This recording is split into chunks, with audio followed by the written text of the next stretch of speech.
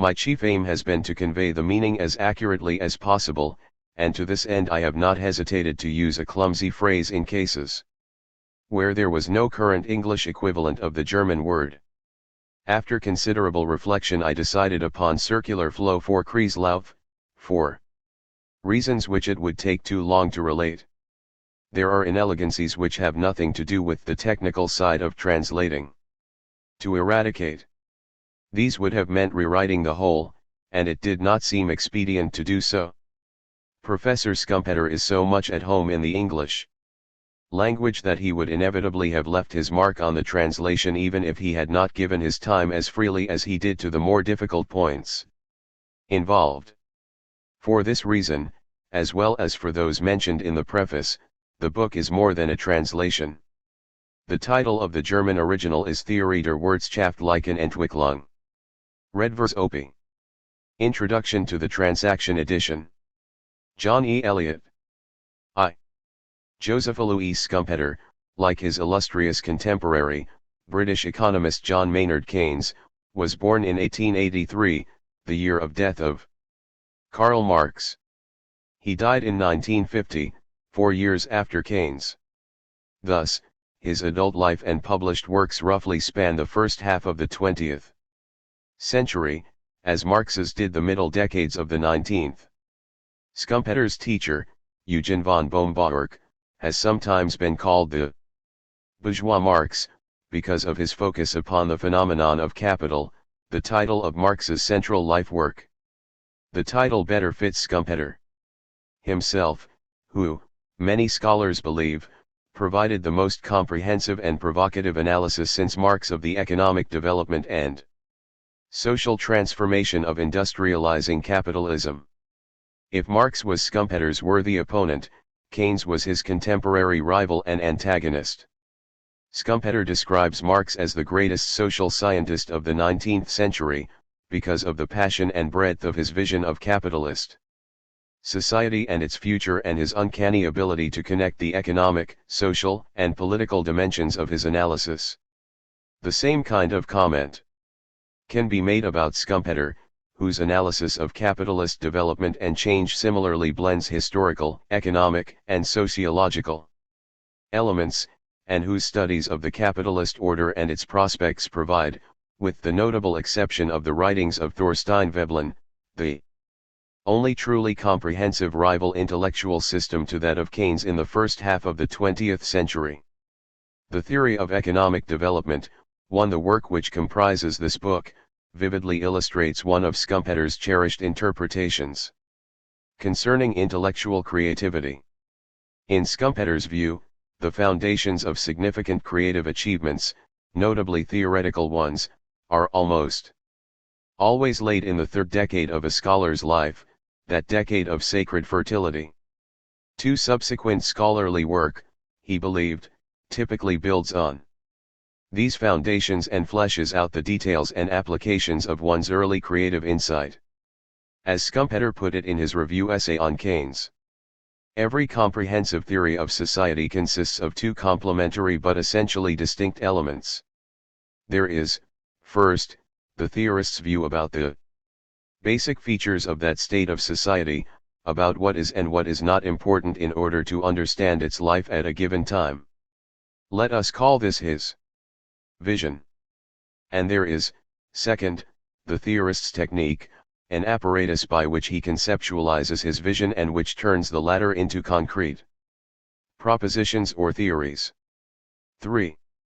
Whatever the general merits of this view, it fits closely the circumstances of Schumpter's life and scholarly work. In the third decade of his life, Schumpter vividly illustrated his hypothesis by a remarkable burst of creative energy, the establishment of an international reputation, and the laying of the foundations for his life's work. Schumpter was never a beginner but, a precocious genius, he entered the scientific arena a full-fledged master. For by the age of 31, he had published 20 papers, 50 book reviews, and 3 major works. His first, The Essence and Principal Contents of Economic Theory, 1908, 5 outlined the basic elements of an exchange economy, at least from the perspective of pure economics, with precision and clarity.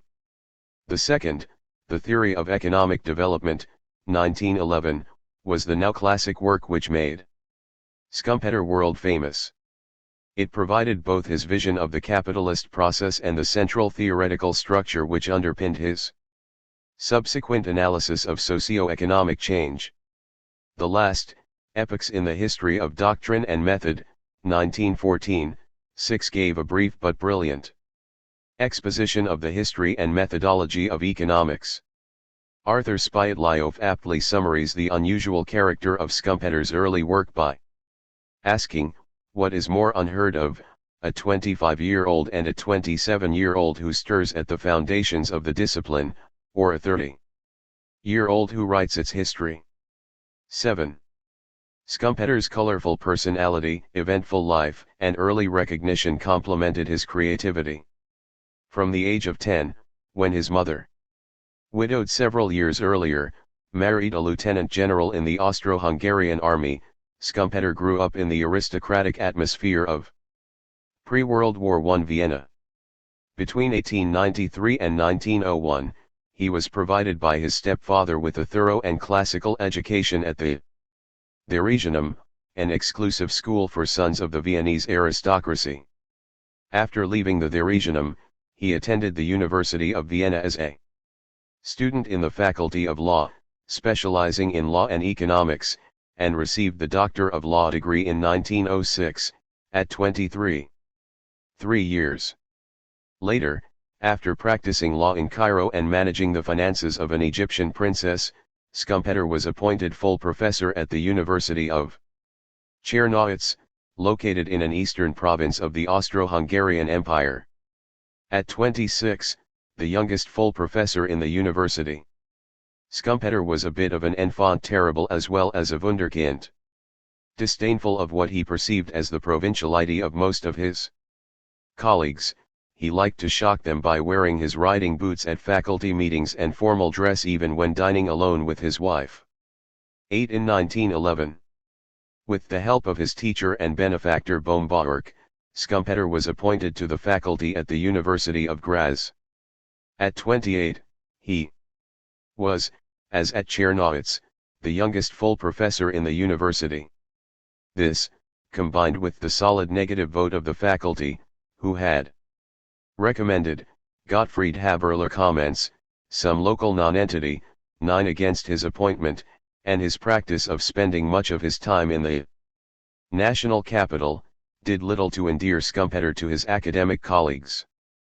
At 30, he accepted a visiting professorship at Columbia University, where he was awarded an honorary degree in 1914. Between 1914 and 1925, there was a non-academic interlude which included a short and unsuccessful stint as Austrian finance minister, followed by a presidency of a private bank in Vienna.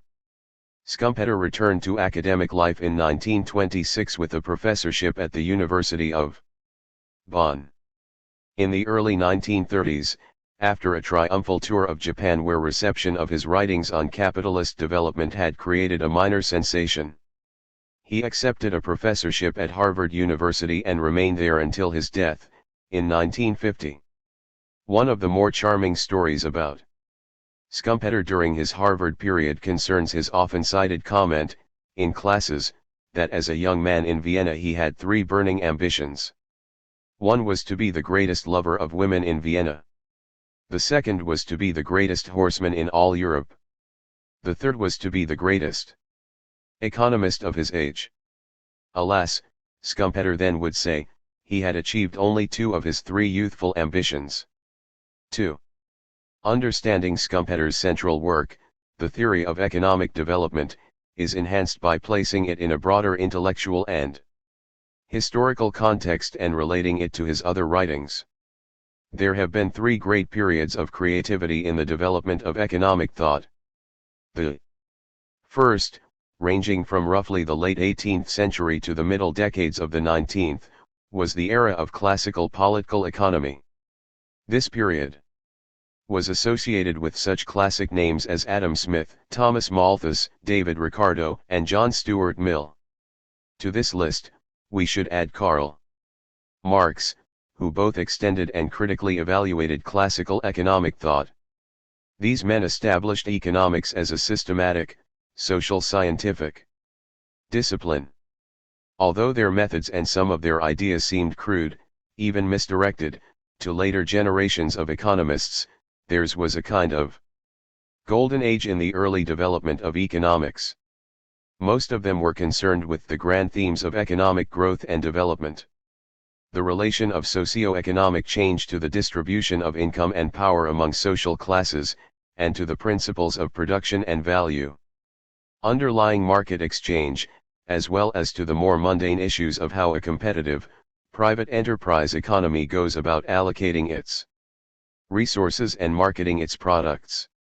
Several were philosophers as well as social scientists, and most perceived the discipline in sufficiently broad terms as to connect economic behavior to its social and political context. The second great creative period in economic thought occurred in the latter decades of the 19th century. Although this period, like the classical era before it, had its predecessors, its generally acknowledged founding figures were an Englishman, a Frenchman, and an Austrian: Stanley Jevons, Leon Walras, and Karl Menger.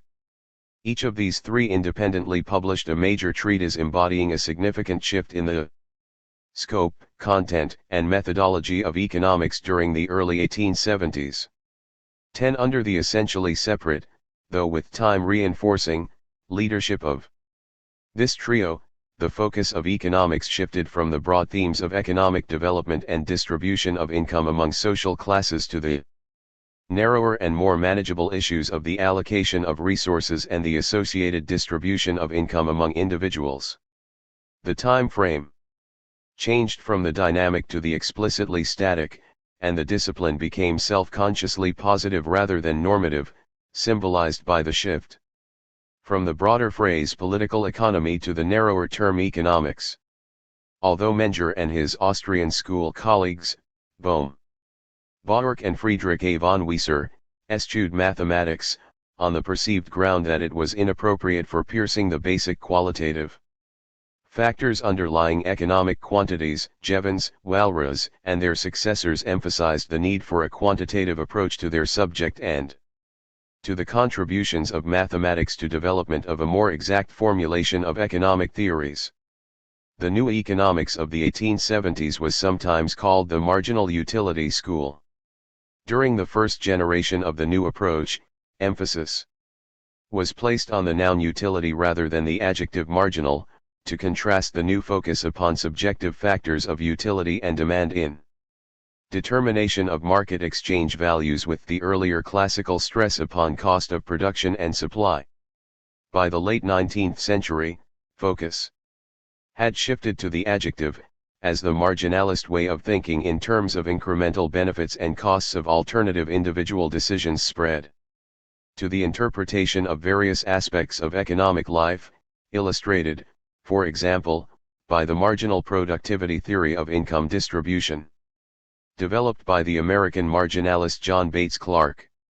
According to Clark's analysis, in static, competitive equilibrium, the price of any agent or factor of production such as labor or land would equal its marginal contribution to the total product produced, and the total product would be exhausted by payments to all individuals contributing to production in accord with their marginal productivities. Focus upon either component in the phrase marginal utility, however, probably exaggerates the extent of differentiation from classical political economy. Important elements of continuity included essential similarities concerning underlying assumptions, notably concerning motivations, institutions, and technology.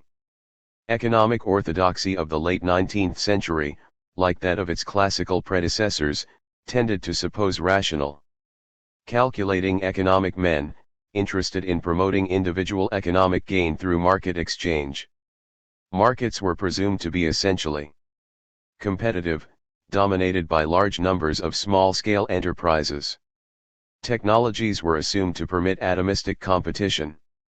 Indeed, the main Constraint upon the size of enterprises was perceived to be diminishing returns to existing production units and diseconomies to scale to expansion in overall enterprise, i.e., rather than problems in profitably marketing larger output. Another important element of continuity was the general acceptance of Say's law, named in honor of early 19th century French economist Jean-Baptiste Say. This theorem postulated a tendency toward stable equilibrium at full employment and utilization of resources in the economy as a whole, resulting spontaneously from the generally beneficial functioning of the competitive market exchange processes of supply and demand. Continuity with the classical political economy was substantially greater in the writings of the neoclassical Cambridge economist Alfred Marshall than was true for Jevons, Walras, and Menger. Marshall's Principles of Economics, which went through 8 editions, dominated economics teaching in the English-speaking world for several decades after its initial publication in 1890. Marshall was as thoroughgoing a marginalist as were the founders of the marginal utility school. Like them, he also independently incorporated a strategic role for utility and demand considerations in his analysis of exchange value, notably in relatively shorter periods of time. He also shared with them the view that equilibrium would involve not only the most satisfactory position for each individual in the economic system, but the elimination of any above normal profits. That is, any profits above those necessary to reward the owner of an enterprise for the contributions of his own productive resources. Unlike them, however, he maintained an explicit linkage with classical political economy by incorporating a co-strategic role for supply and cost considerations. In the analysis of exchange value, especially in relatively longer periods of time, he anticipated briefly 2 major post-Marshallian developments in economic analysis by observing, first, that sellers often have a degree of local monopoly based on customer loyalty, but that attempts to extend sales beyond that market would require enhanced marketing expenses or lower prices, and second, that, in contrast to a smooth working of Say's law, though people may have the power to spend, based on income from production, they may choose not to exercise it. What may be called the central tradition in economic thought, whether in its classical or neoclassical form, was never free from critique.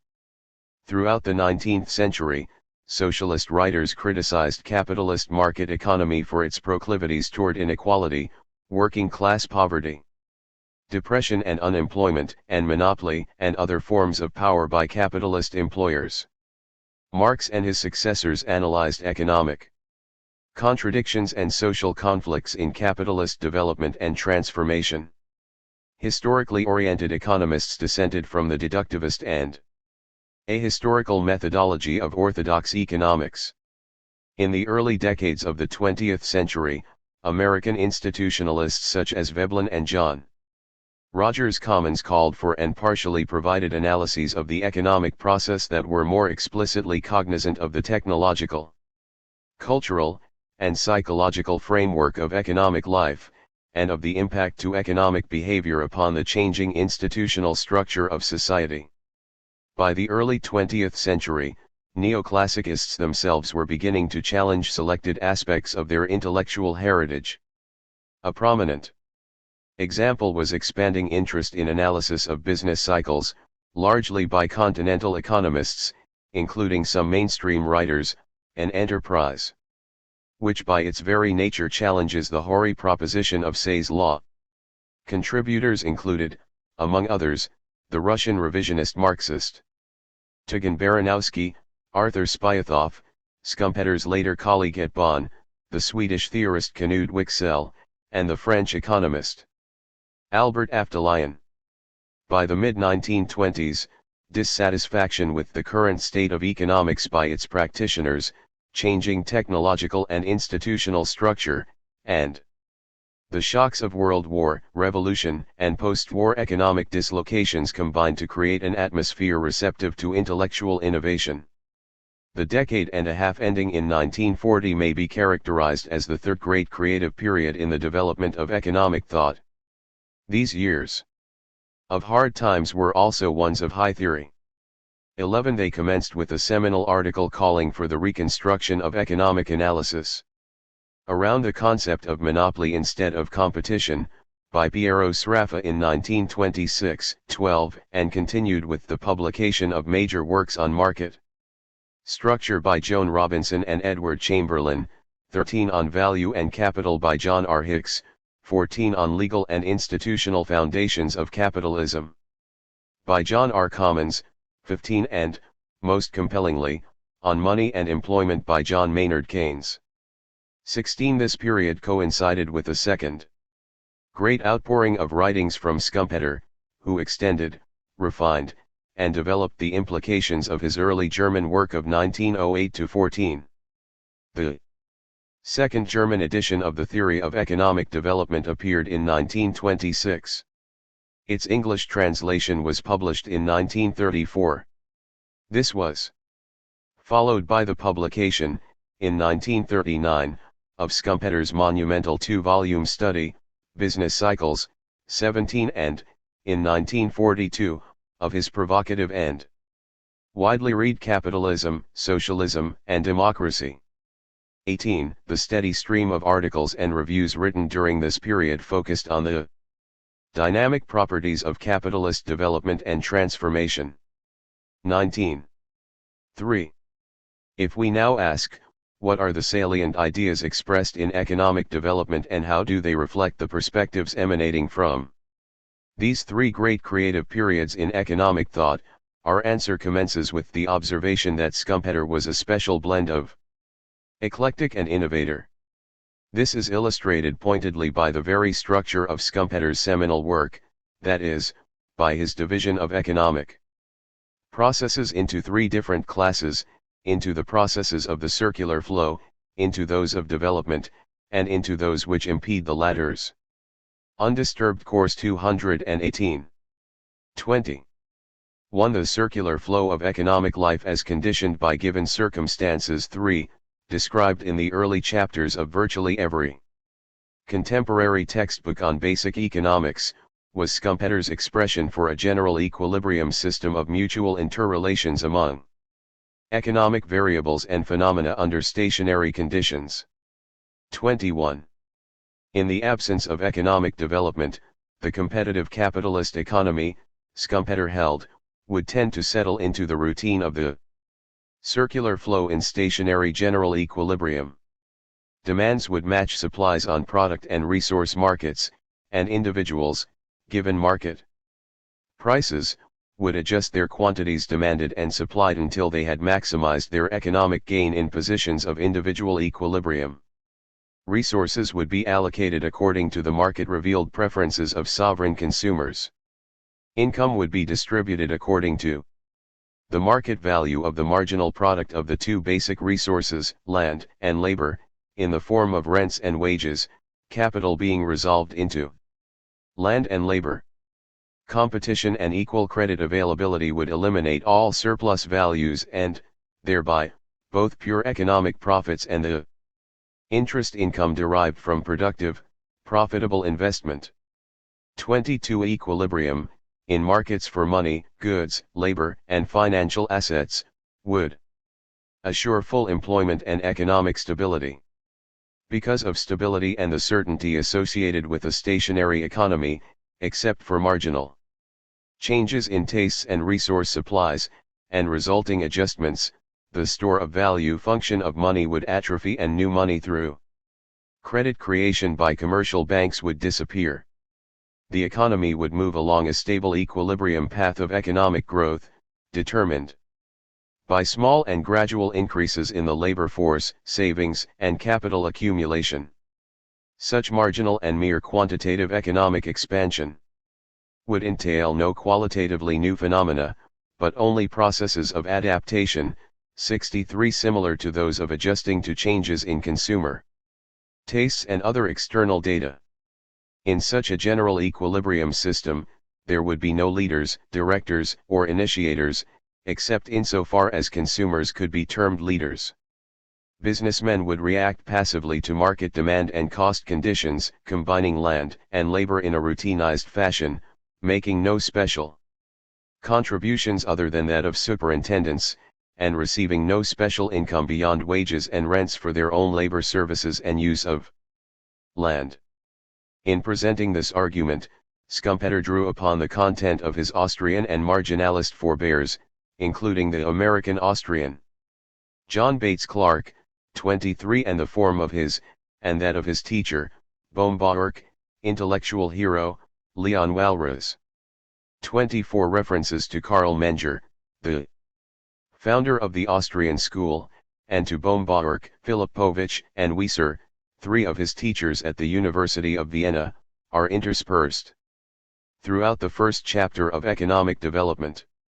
Such basic concepts as classification of goods into those of lower order, consumption, and higher order, produced means of production and, ultimately, labor and land, imputation, opportunity costs, and equality of costs and revenues all have clear Austrian antecedents.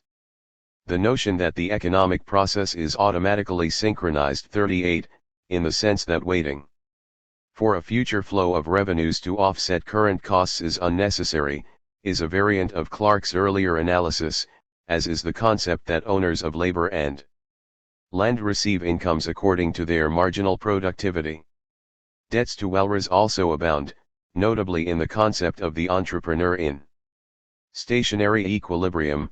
25 The mutual interdependence between households and business firms and the flows of expenditures between them for products and resources, and the tendency toward equilibrium. Although Schumpeter drew freely from the writings of his predecessors and contemporaries in constructing his conception of the circular flow, his analysis of even this most basic economic process showed both methodological independence and creative insight.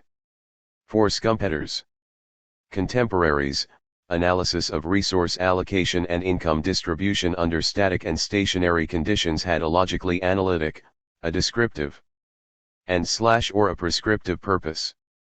Such neo-Austrians as Ludwig von Mises, a contemporary of Schumpeter's in Bohm-Bawerk's seminars at Vienna in 1905-06, and Friedrich von Hayek perceived the circular flow in terms of what Hayek later called the pure logic of choice, as coordinated by competitive market processes. 26 British neoclassicist Alfred Marshall intended his analyses of basic economic processes to be at least roughly descriptive of real-world phenomena. J.B. Clark believed that distribution of income in accordance with marginal productivity was morally just as well as empirically relevant. Vilfredo Pareto, successor to Walras's chair in economics at the University of Lausanne, perceived general equilibrium as a state of maximum satisfaction, in the sense that no economic agent could be made better off without another being made worse off. 27. Schumpeter did not deny the analytical usefulness of the general equilibrium concept under stationary conditions. He also believed it had some empirical significance. As he later put it, it is possible to distinguish definite periods in which the system embarks upon an excursion away from equilibrium and equally definite periods in which it draws toward equilibrium. There are thus neighborhoods in which equilibrium conditions are approximately fulfilled. 28 The essential point to grasp about capitalism, however, is that it is an evolutionary process, as was long ago emphasized by Karl Marx. Capitalism is by nature a form or method of economic change and, not only never is, but never can be stationary. 29. Consequently, Schumpeter's analysis of the circular flow in a deeper sense is not intended to be either descriptive or prescriptive, that is, it neither accurately describes actual capitalist economies nor provides normative benchmarks for evaluation of capitalist economic performance. 30 Instead, it constitutes a useful mental experiment by asking what a capitalist market economy would be like if the dynamic, revolutionary changes of economic development were absent.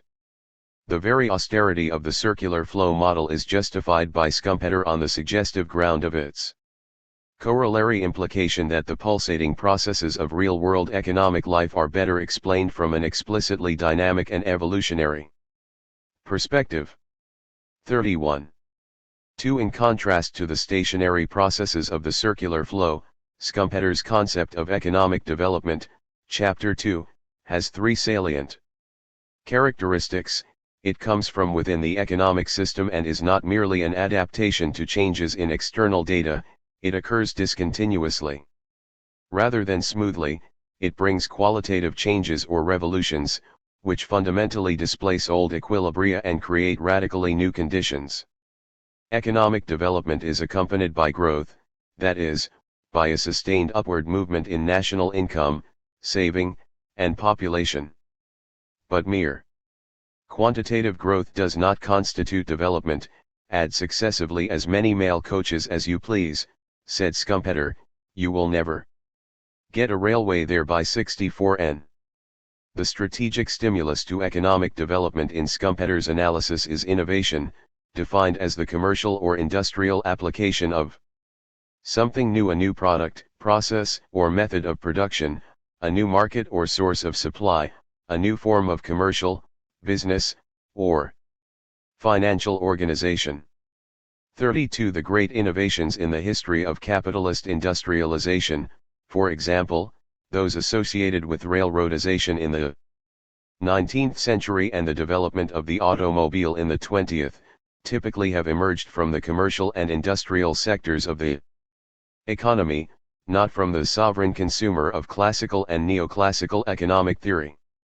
The innovational process, Schumpeter subsequently observed, incessantly revolutionizes the economic structure from within, incessantly destroying the old one, incessantly creating a new one. This process of creative destruction is the essential fact about capitalism. 33. The commercial application of a new idea, often involving the acquisition and redirection of the employment of existing means of production, must be financed. It cannot be financed from the revenues received in the stationary circular flow, because these are just sufficient to cover existing costs and depreciation. They are not sufficient and not generally available for the daring experiments involved in shifting to new ways of doing things, especially when these new ideas involve, as they customarily do, new net investment beyond replacement requirements. Innovations, both logically and historically, must be financed by turning to a source of credit above and beyond the circular flow, namely, the commercial bank, the only private financial institution in the capitalist economy with the unique power to create new money, new purchasing power above current saving, out of current income. Innovation thus is distinguishable from the financing of the innovation, and the innovator or entrepreneur is distinguishable from the capitalist. Owners of money, claims to money, or material goods. 75, even when, coincidentally, they are the same person. The innovator-entrepreneur must convince the capitalist that the higher revenues and or lower costs stemming from his innovation will enable him to pay both principal and interest on the loan. The innovator must convince himself that the profits expected from the innovation will be sufficient to do this and leave a net profit for him. Thus, credit creation is a necessary but not, by itself, sufficient condition for economic development in a capitalist economy. The provision of credit by capitalists to entrepreneurs to finance innovations is a vital function in a capitalist economy, indeed, important enough to serve as its differentia specified. 69. But the linchpin of economic development, according to Schumpeter, is the carrying out of new combinations, the putting into practice of the new ideas by entrepreneurs. Entrepreneurs are distinguishable not only from inventors and capitalists, but from businessmen managers as well. Entrepreneurship is broader than business management because not all entrepreneurs operate established businesses. It is narrower than business management because not all managers, immersed as they are in the routine calculations of the circular flow, Engage in entrepreneurial activities, that is, innovations. Innovation faces immense difficulties, Schumpeter contends. First, the knowledge necessary for entrepreneurial decisions lies outside the known. An accurate data of the circular flow and thus is shrouded in uncertainty. Second, objective uncertainty is compounded by subjective reluctance of individuals to strike out into the unknown. Third is the antagonism of non-innovators to the pioneer in the form of legal arid political obstacles, social mores, customs, and the like. It takes a special kind of person to overcome these difficulties. In contrast to the economic man, who carefully calculates marginal costs and revenues of alternative courses of action on the basis of known data, the entrepreneur must be a man of vision, of daring, willing to take chances. To strike out, largely on the basis of intuition, on courses of action in direct opposition to the established, settled patterns of the circular flow. The entrepreneur is more of a heroic than an economic figure. He must have the drive and the will to found a private kingdom as a captain of industry, the will to conquer, to fight for the sake of the fight rather than simply the financial gains of the combat, the desire to create new things, even at the expense of destroying old patterns of thought and action. 34 In any society, including capitalism, said Schumpeter, such people are in the minority. Schumpeter's sharp distinction between the stationary circular flow and the developmental process may inadvertently obfuscate his recognized intellectual debts to more conventional predecessors and contemporaries. Baumgart's famous argument that roundabout methods of production, that is, methods involving longer gestation periods between initial investment of productive resources and final appearance of outputs, lead to greater results than direct methods. 35 has its counterpart in Schumpeter's observation that adoption of roundabout methods of production would be an entrepreneurial act, one of the many subordinate cases of my concept of carrying out new combinations. 159. Schumpeter's distinction between mere economic growth and genuine economic development parallels Walras's earlier one between economic progress and technical progress. 36 Schumpeter expressly commended the earlier work of J.B. Clark, notably in the Essentials of Economic Theory, 1907, whose merit is in having consciously separated statics and dynamics and who, like Schumpeter, saw in the dynamic elements a disturbance of the static equilibrium. 60n. In contrast to Baumgartner and Walras, Schumpeter's great contribution lies in dynamizing the system by putting the role of the entrepreneur in the forefront and clearly indicating the fundamental differences between the system and the system of equilibrium. 37 Schumpeter's analysis is differentiated from and an improvement upon Clark's in three major ways. First, Clark places in one overall category 5 sources of economic change: increases in capital, increases in population, changes in the direction of consumers' tastes, improvements in technique, and changes in productive organization. In Schumpeter's more exacting formulation, the first two are perceived to evoke mere quantitative expansion, or economic growth. The third pertains to a change in the composition of the circular flow, and in itself requires no special dynamic theoretical framework. The last two, however, are prominent examples of the qualitative phenomenon of economic development, which goes substantially beyond mere disturbance of equilibrium. Second, according to Schumpeter, essential economic phenomena depend upon and are profoundly affected by the process of economic development, notably, credit and capital, profit and interest. Thus, for Schumpeter, the theory of economic development is not a mere adjunct or appendix to the central body of economic analysis, but the foundation for a reinterpretation of most of the economic processes which, in conventional mainstream economics, are considered within the constraining framework of static and stationary general equilibrium. These topics are examined in great detail in chapters 3, 4, and 5 of Economic Development. There is a third difference between Clarke's and Schumpter's conception of economic development which may be highlighted by reference to Karl Marx. Clarke regarded his 5 sources of economic change as external data that impinge upon economic processes. In Schumpter's view, this fails to recognize that changes in technique and productive organization require special analysis and evoke something different again from mere disturbances in the theoretical sense. The non-recognition of this is the most important single reason for what appears unsatisfactory to us in economic theory. From this insignificant-looking source flows a new conception of the economic process 60n.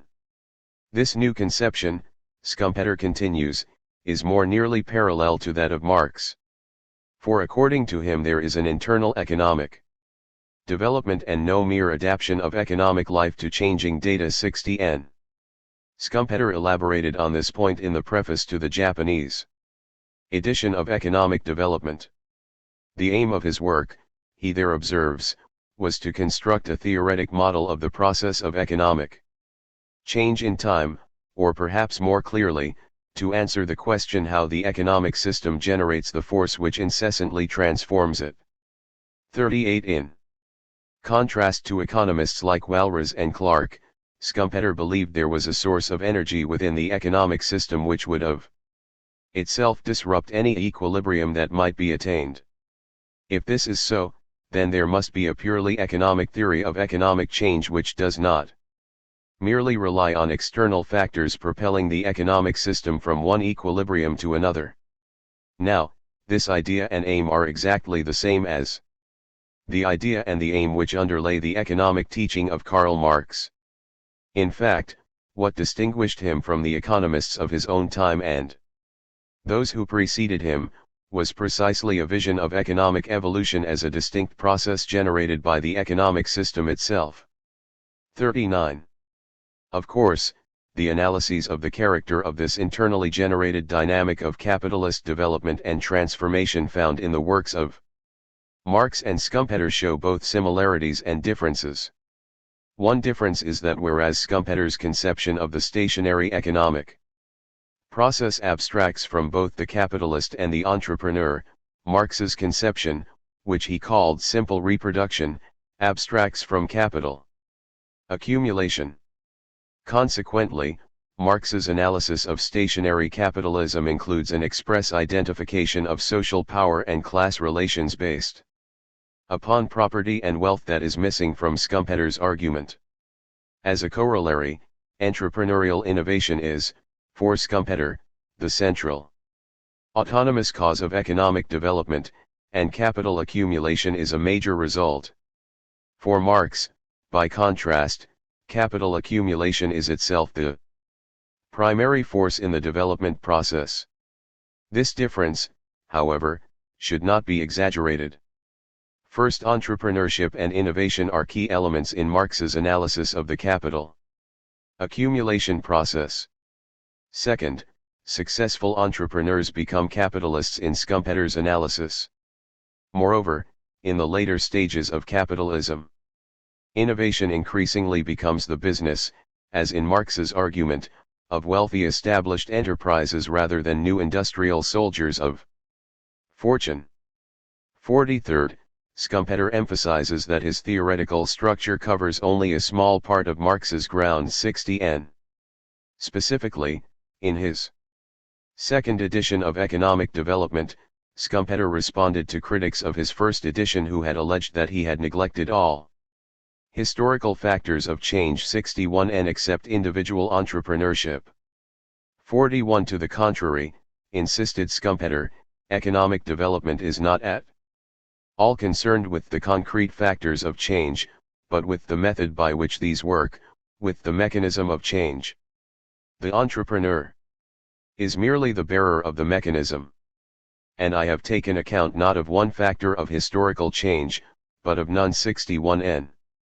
3 The concluding chapter of Economic Development, on business cycles, can be better appreciated by placing it in the context of his later magisterial 2-volume study on this subject in 1939.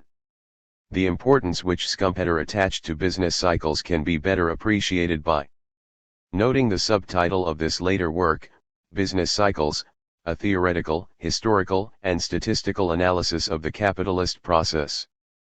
42. In this book, Schumpeter distinguishes among three approximations or stages in the study of cyclical fluctuations. The first approximation is essentially that found in the concluding chapter of Economic Development, which was substantially rewritten for the second edition. Although this basic model abstracts from many particular features of cyclical change, Schumpeter considered it useful because, as he put it in 1939, it isolates the most essential cyclical elements in the absence of the innumerable layers of secondary, incidental, accidental, and external facts and reactions that cover the skeleton of economic life, sometimes so as to hide it entirely. 43. The second approximation, described very briefly in Economic Development, and presented more fully in his later writings, incorporated supplementary, complicating features of business cycles, causing secondary waves on top of the underlying primary wave. The third approximation, alluded to in the preface to the English translation of Economic Development, in 1934, and developed in his 1939 study, distinguishes cycles of different lengths and amplitudes. One of the ironies of the intellectual history of economics in the 20th century is that Schumpeter is often remembered more for his analysis of business cycles than for his theory of economic development. In part, this is a testimony to the high quality and creativity of his cycle analysis. As Alvin H. Hansen aptly put it, Schumpeter was one of the most brilliant and original of the 5 continental writers who originated nearly all of the really basic ideas in modern business cycle theory in the early 20th century. 44. Indeed, Hansen observes that it was the belated effort of English-speaking economists to catch up with continental literature on money, business cycles, and allied matters which led to the English translation of Economic Development in 1934. 45. The publication, in 1939, of Schumpeter's monumental 2-volume study on cycles reinforced his image as essentially a cycle theorist, albeit a highly gifted one. No doubt, the emphasis of the economics profession upon short-run issues of depression and unemployment, stimulated by a combination of the Great Depression of the 1930s and the publication and dissemination of Keynes's general theory of employment, interest, and money, 46 further reinforced this process, as did the expositions of Schumpeter's cycle theory in the prominent texts of his Harvard colleagues Alvin Hansen 47 and Gottfried Haberler 48. What differentiates Schumpeter's cycle analysis, however, from that of his continental contemporaries, especially in economic development, is precisely his explicit and careful linkages between economic development and cyclical fluctuations. For Schumpeter, development occurs through a cyclical process, while cyclical disturbances bring development. Consequently, cyclical fluctuations are no barrier to economic growth, and depressions are not necessarily indicators of capitalist failure or breakdown. Indeed, cycles are the normal means by which capitalism develops and thereby grows. This perspective is reflected in Schumpeter's fundamental question: why does economic development proceed cyclically rather than evenly? Schumpeter's answer that innovations are not evenly distributed through time but appear, if at all, discontinuously in groups or swarms places his core interwoven ideas on both development and cyclical fluctuations in one sentence. 223. Entrepreneurs, financed by bank credit, make innovative investments embodying new technologies, resource discoveries, and so on. If these innovative investments are successful, imitators follow, in the original industry and elsewhere. For example, successful innovations in the automobile industry encourage secondary innovation and investment in petroleum, rubber tires, glass, and so on, and the economy embarks upon a dramatic upward surge, prosperity. Eventually, innovations are completed and investment subsides, an avalanche of consumer goods pours onto the market with dampening effects on prices, rising costs and interest rates squeeze profit margins, and the economy contracts, recession. In this perspective, economic growth emerges from and as a consequence of cyclical development. Discontinuous bursts of innovative investment are the basic, underlying cause of cyclical fluctuations. The qualitative changes arising from within the system which comprise innovations are associated with innovative investment and are the fundamental source of economic development.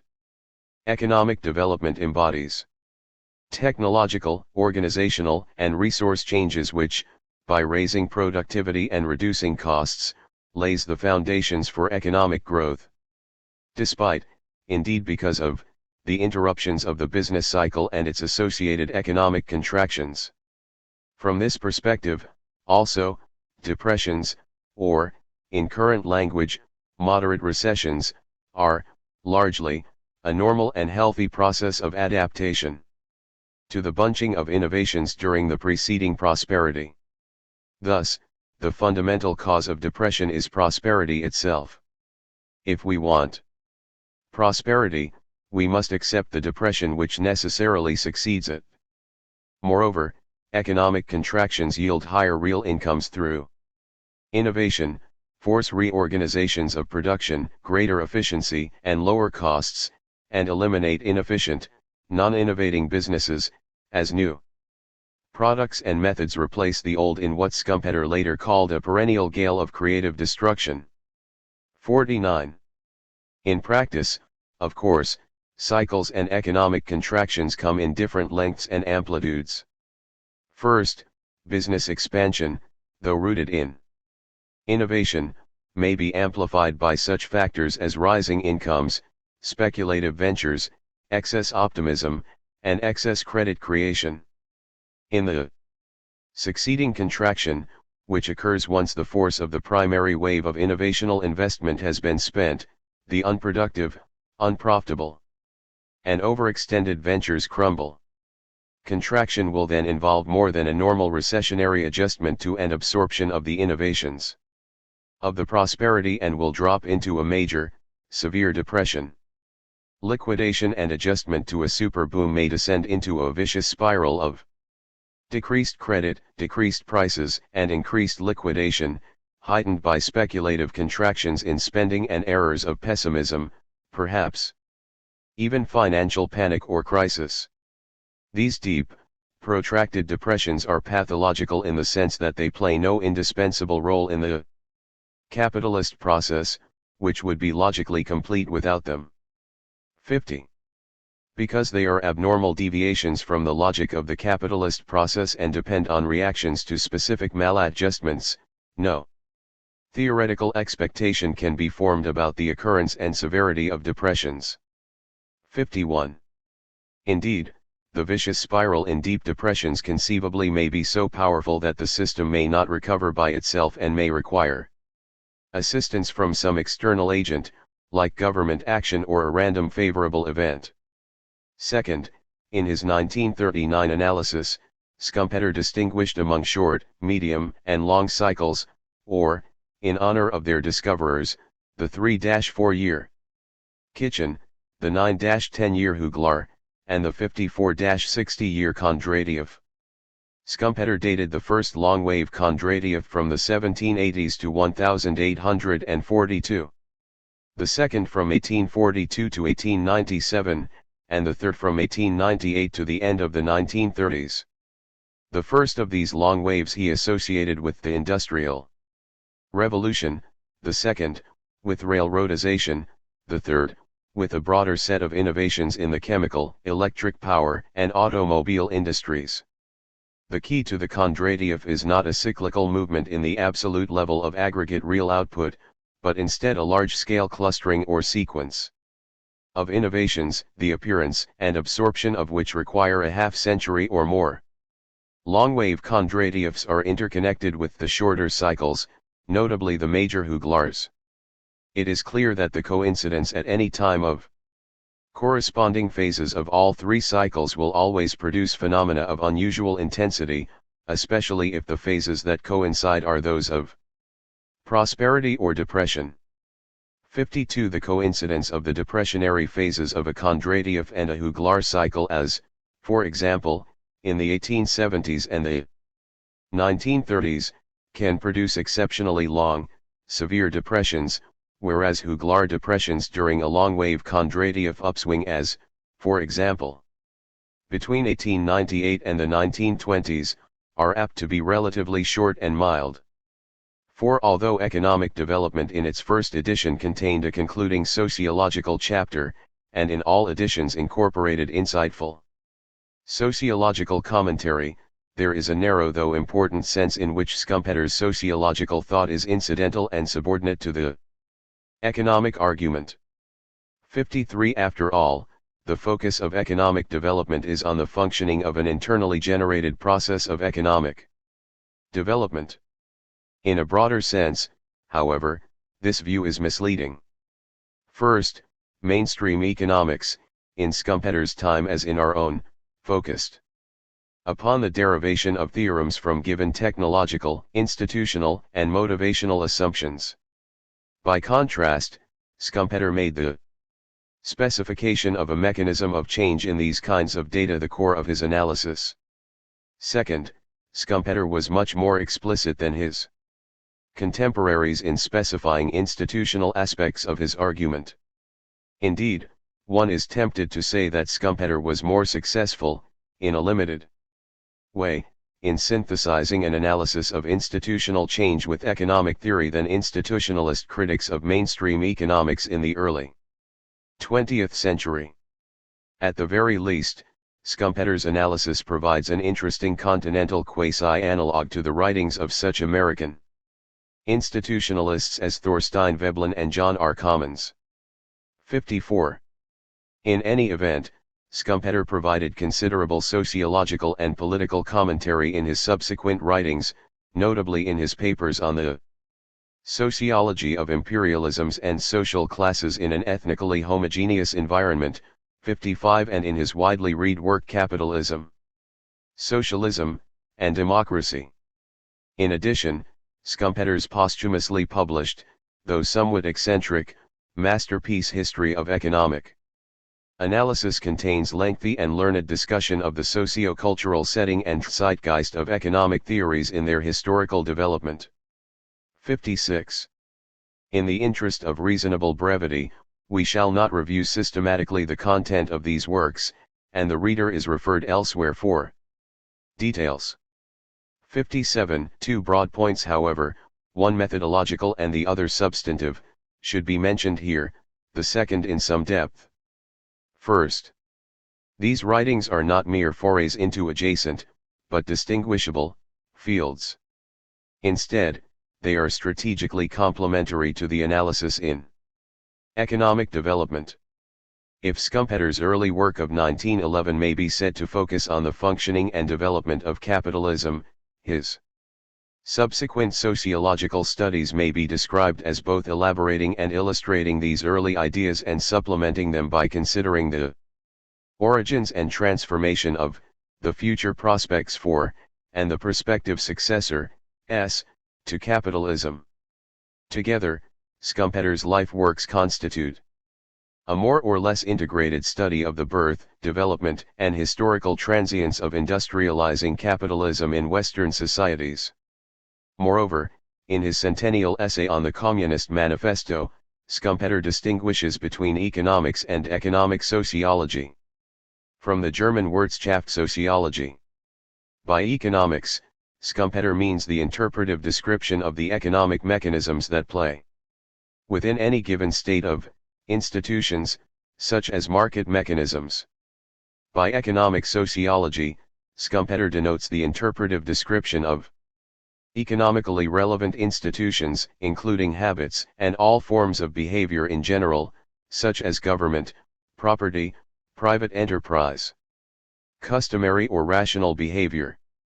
58. In his History of Economic Analysis, Schumpeter observes that any economic inquiry which goes beyond mere technique in the most restricted sense of the word has such an institutional introduction that belongs to sociology rather than to economic history as such, and that, consequently, economic sociology must be introduced as a fourth fundamental field to complement economic history, statistics, and theory, even though this necessitates going beyond the mere economic analysis embodied in these three.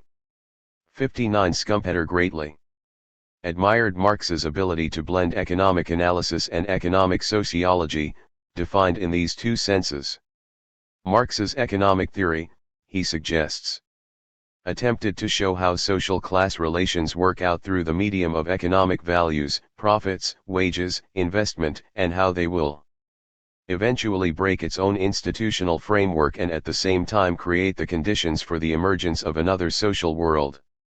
Marx's economic sociology, on the other hand, especially his theory of social classes, provided the analytic tool which, by linking the economic interpretation of history with the concepts of the profit economy, marshals all social facts, makes all phenomena confocal. It had the organic function of synthesizing the Marxian theory of capitalist development and transforming it into a unified whole. 60. Much the same sort of thing might be said about Schumpeter's imaginative attempt to complement his more strictly economic analysis of capitalist development with a broader sociological and historical perspective on the origins, transformation, and future of capitalist civilization. Turning to the second, substantive point.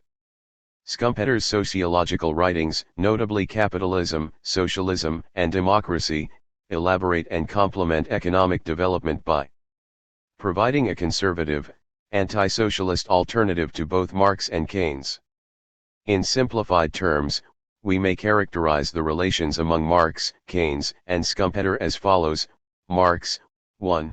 Identified some major properties of capitalist behavior, for example, depressions, inequality in income distribution. 2. Designated these properties as flaws or contradictions of the system, and 3. Predicted the death of capitalism significantly because of its economic contradictions. Keynes also, 1. Identified leading properties of capitalism, notably its proclivity toward unemployment because of the absence of a viable self-regulatory mechanism, and 2. Designated them as failures of the system, but 3. Proposed, limited, reforms of the system to eradicate or control them. Schumpeter agreed with both Marx and Keynes on 1, disagreed with both on 2, and agreed with Marx on 3, partly because of undesirable side effects of liberal labor reforms of the Keynesian variety. Focusing first on Schumpeter's reaction to Marx, it may be observed that, although he differed from Marx on details, for example, concerning such long-run tendencies as increasing cyclical intensity and increasing immiserization of labor, Schumpeter never denied the existence of any of Marx's major contradictory features of capitalism: class struggles, surplus values, cyclical crises, depressions, unemployment, inequality in wealth, power and income, and monopoly and centralization of capital are all woven into Schumpeter's analysis. The character of Schumpeter's critical assessment of Marx is radically different from that of Baumgart's and other contemporaries of Schumpeter who bothered to consider Marx's ideas. 61. The conventional view rejected Marx's theories from the perspective of stationary equilibrium, albeit typically without express recognition of the confining nature of the critique. For Schumpeter, by contrast, stationary equilibrium is defined in such an exacting and rarefied manner that the exclusion of such phenomena as capital-labor relations, surplus values in the form of interest and pure economic profits, depressions, and unemployment follow as a virtual tautology. On the other hand, Schumpeter is perfectly prepared to recognize the existence of these aspects of capitalist behavior, from the dynamic perspective of capitalist industrialization and development. Schumpeter's response to Keynes was both similar to and different from that of his reaction to Marx. It was similar in that Schumpeter expressly recognized and provided a theoretical framework for analyzing Keynes's major themes of depression and unemployment, as well as his minor theme of inequality in wealth and income. As already observed, Schumpeter also perceived equality in the creative life process of both Keynes and Marx, similar to that of his own, that is, each presented an early vision subsequently worked out in greater theoretical depth. For Marx, this was represented by the movement from the Communist Manifesto to Capital. Schumpeter perceived a somewhat similar process in his own work from economic development to business cycles. For Keynes, the social vision first revealed in the economic consequences of the piece. Keynes's brilliant early study of 1917, the vision of an economic process in which investment opportunity flags and saving habits nevertheless persist, is theoretically implemented in the general theory of employment, interest, and money of 1936. 62. Lastly, Schumpeter's dissent from Keynes's interpretation of capitalism's malaise, like his critique of Marx's analysis, and his corollary alternative interpretative defense of capitalism, is based on an explicitly dynamic theoretical framework. Although Keynes's analysis contained several dynamic elements, expectations in particular, the exact skeleton of his analytical system, Schumpeter held, lay in the realm of short-run, static equilibrium. According to Schumpeter, the lack of a primarily dynamic theoretical framework is precisely the leading defect of Keynes's analysis. 63. All the phenomena incident to creation and change, that is to say, the phenomena that dominate the capitalist processes, are thus excluded from consideration. 64. By contrast, Schumpeter's alternative to both Keynes and Marx is explicitly dynamic and evolutionary. Thus, Schumpeter confronts Marx and Keynes directly. First, whatever its contradictory proclivities, capitalism has been an immense success. Second, contradictory propensities actually perform a creative function in industrialization. Third, capitalism shows no likelihood of imminent breakdown under the weight of economic failure. To illustrate, consider Schumpeter's dynamic interpretation of cyclical depressions, inequality, and surplus values, and monopoly. In Schumpeter's original analysis, as explained earlier, cyclical fluctuations are no barrier to economic growth, and depressions are not necessarily an indicator of capitalist failure or breakdown. Schumpeter's Economica article of 1927, published about the time of the second edition of Economic Development, supplements the revised final chapter in that work and should be read in conjunction with it. In this article, Schumpeter reproduces one of his favorite propositions attributed to Clement Huglar, the French physician turned economist who initiated the study of business cycles in the mid-19th century: la cause unique de la dépression c'est la prospérité. Alternatively put, the phenomena which we have got in the habit of calling depression are no irregular heap of disturbances, but can be understood as the reaction of business life to the situation created by the boom. 65. Subsequently, in capitalism, socialism, and democracy, Schumpeter returns to this theme in the context of the three-cycle model presented in his third approximation. The expansionary phase of the Huglar cycle from 1932 to 1937 in the United States, Schumpeter argued, exhibited roughly the kind and amount of innovations and technological change to be expected in such industries as automobiles, rubber, steel, and chemicals during a Kondratiev downswing. The subnormal performance of the 1930s also can be attributed in part to the difficulties incident to the adaptation to a new fiscal policy, new labor legislation, and a general change in the attitude of government to private enterprise. Thus, even severe depressions like those of the 30s do not prove that a secular break has occurred in the propelling mechanism of capitalist production. 66. Further, in contrast to Marx's prognosis, unemployment as a percent of the labor force has shown no upward secular trend. If capitalism's future economic promise, based on its past experience, were to be fulfilled, the burden of providing ample compensation for the unemployed would decrease, thereby eliminating the major terror of unemployment in terms of the private life of the unemployed. 67. Similarly, economic inequality is not a flaw or failure of capitalism. In a stationary world, without innovation and economic development, competition eventually would reduce profits to normal levels.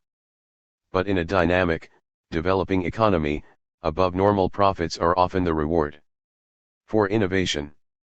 Because of the tremendous uncertainty surrounding innovations, that is, the possibility of failure and the likelihood of competitive encroachment in the event of success, the lure and occasional realization of extraordinary profits may well be the price society pays for the revolutionary contributions of its business leaders. Chapter 4. Marx's concept of surplus values, Schumpeter also observes, must be understood in a dynamic context. By incorporating new technologies and other sources of qualitative change, entrepreneurial innovations create surpluses of revenues above costs, and thereby also the capacity to pay interest. Competition tends to eliminate these surplus values, but innovation recreates them. Thus, Schumpeter defends Marx's conclusion, and his own: under dynamic conditions, surplus values may be impossible in perfect equilibrium, but can be ever present because that equilibrium is never allowed to establish itself. They may always tend to vanish and yet be always there because they are constantly recreated. 68. Furthermore, Schumpeter contended in his later writings, capitalism in practice reduces inequality in several ways. First, by increasing equality of opportunity relative to earlier, more class-bound societies. Second, by the creation of mass-produced products that benefit working masses more than they do any other sector of the economy. Third, by philanthropy and social legislation underwritten by the process of capitalist economic growth. And fourth, because although relative poverty or inequality is necessary for the sustenance of capitalism, absolute poverty falls as capitalist development proceeds. Schumpeter's assessment of monopoly parallels his commentary on cyclical depressions and inequality. He clearly recognizes the emergence of big business and the associated market power of oligopoly and monopoly enterprise in the late 19th and early 20th centuries. He also agrees with both Marxian and non-Marxian critics of monopoly that comparisons of static equilibrium positions reveal lower outputs and inputs, higher prices, and lower wages for monopsony enterprises than for competitive ones. Still, he denies that monopoly is a flaw, contradiction, or failure in capitalism's economic engine. In part, Schumpeter's evaluation of monopoly reflects his conception of competition as a dynamic process rather than as a set of structural conditions or a static, equilibrium end state. In this, he is closer to Marx than to such contemporary individualist conservative economists as Friedrich Hayek and Milton Friedman. The neoliberalism of the contemporary individualist conservatives, like the classical liberalism of Adam Smith and John Stuart Mill, rests on the principle of atomistically competitive markets as social processes for economic coordination and control of business enterprise. By contrast, Schumpeter's analysis of the role of big business bears a striking resemblance to certain features of the laissez-faire conservatism and social Darwinism of the late 19th century. Schumpeter's hero is not the competitive market, but the creative, daring entrepreneur, the captain of industry, who makes the innovations that introduce new products, embodies resource discoveries and technological improvements, opens new markets, and, in the process, builds new industrial empires. To Schumpeter, the dynamic innovations of the entrepreneurial class constitute a powerful competitive force in economic development. The perennial gale of creative destruction, whereby new products and processes displace old ones, is vastly more important than price competition. among existing firms and products. Because capitalism is a dynamic, evolutionary economic system, and short-run market strategies of business. Firms must be appraised in terms of the perennial gale of creative destruction, that is, in terms of long-run developmental dynamism. The really relevant problem is not how capitalism administers existing structures, but how it creates and destroys them. 69. Stated differently, it is quite possible that short-run semi-monopolistic positions, agreements, and strategies, with accompanying short-run inefficiencies in resource allocation and inequalities in income distribution, are necessary to provide a basis for the innovational investment that brings greater long-run performance and more vigorous long-run competition. Entrepreneurship may be, in large measure, a function of an institutional socio-political structure which permits protection, through, for example, patents and secret processes, to the innovator and the generation of pure economic profits through the manipulation of price, quantity, and quality variables via techniques which in the short run appear restrictive and monopolistic. Thus, the possibility of retention, at least temporarily, of above normal profits from innovations may well stimulate a higher rate of innovation and technological improvement. Short-run strategies and practices that protect the monopoly position of the innovator thus may be the price society pays for technological progress and thereby a higher growth rate over the long run. Moreover, because of the tendency for innovations to spread, by imitation and extension to allied fields, the monopoly position and associated monopoly profits of the industrial pioneer is only temporary. 152. 4. The reception and impact of economic development proceeded through three main stages, roughly paralleling the work's three editions, the third phase becoming mingled with reaction to his mature analysis in business cycles. Responses to the first edition were generally favorable. Indeed, in the words of Erich Schneider, Schumpter's prominent student at the University of Bonn in the late 1920s, Schumpter's work created a sensation in international professional circles. 71 enthusiastic early reviewer, for example, commenting on both the essence and principle contents of economic theory and economic development, declared, "Seldom has clear and consecutive reasoning had more definite expression in economics than in Schumpter's 2 volumes. He shows rare knowledge, keenness of observation, coherence in reasoning, and fearlessness and discrimination in sifting and combining old notions with new. Beyond question he has blazed paths and yielded results unusually stimulating and suggestive." 71 Another reviewer of the first edition wrote, "The reviewer knows no book that would be more stimulating to a class in economic theory, and he feels that the constructive doctrine of the book contains much that is destined to become a permanent part of economic theory." 72 Even critical reviewers, such as R.S. Howe, a strong advocate of the Austrian and marginal utility traditions in economics, acknowledged the unorthodox and audacious ideas which the book contains. The English translation of Schumpter's seminal work, Howe continued, certainly will add to the list of his critics and possibly to the list of his followers. It is apparent that the fundamentals of the theory are those which have not met, and are not likely to meet, with ready acceptance. Still, he concludes, the book gives a brilliant and unconventional picture of the economic process.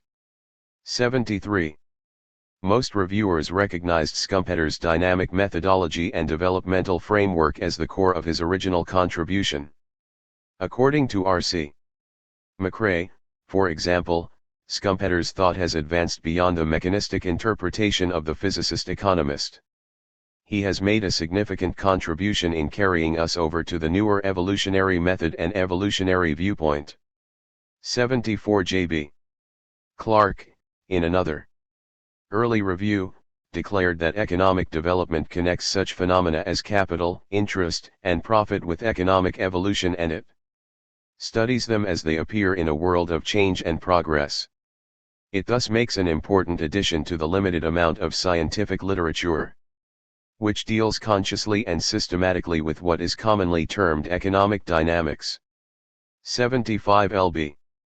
Namian, an English reviewer of the first edition of Economic Development, similarly identifies spontaneous, economic development, development due to new combinations in economic life, to constructive economic leadership, 76 as Schumpeter's central theme. Oscar Morgenstern, in his review of the second edition, states that it is, since it gives the first elaborate dynamic economics in the proper sense, very revolutionary. 77 Hans Nieser, in his review of the English translation, describes Schumpeter's book as providing the first realistic theory of economic development. 78 Nowhere else, Hansen observed in his highly favorable review of the English translation, does one find so penetrating a treatment as here of the significant characteristics of the process of development, of economic dynamics, in contrast with the circular flow of an essentially static society.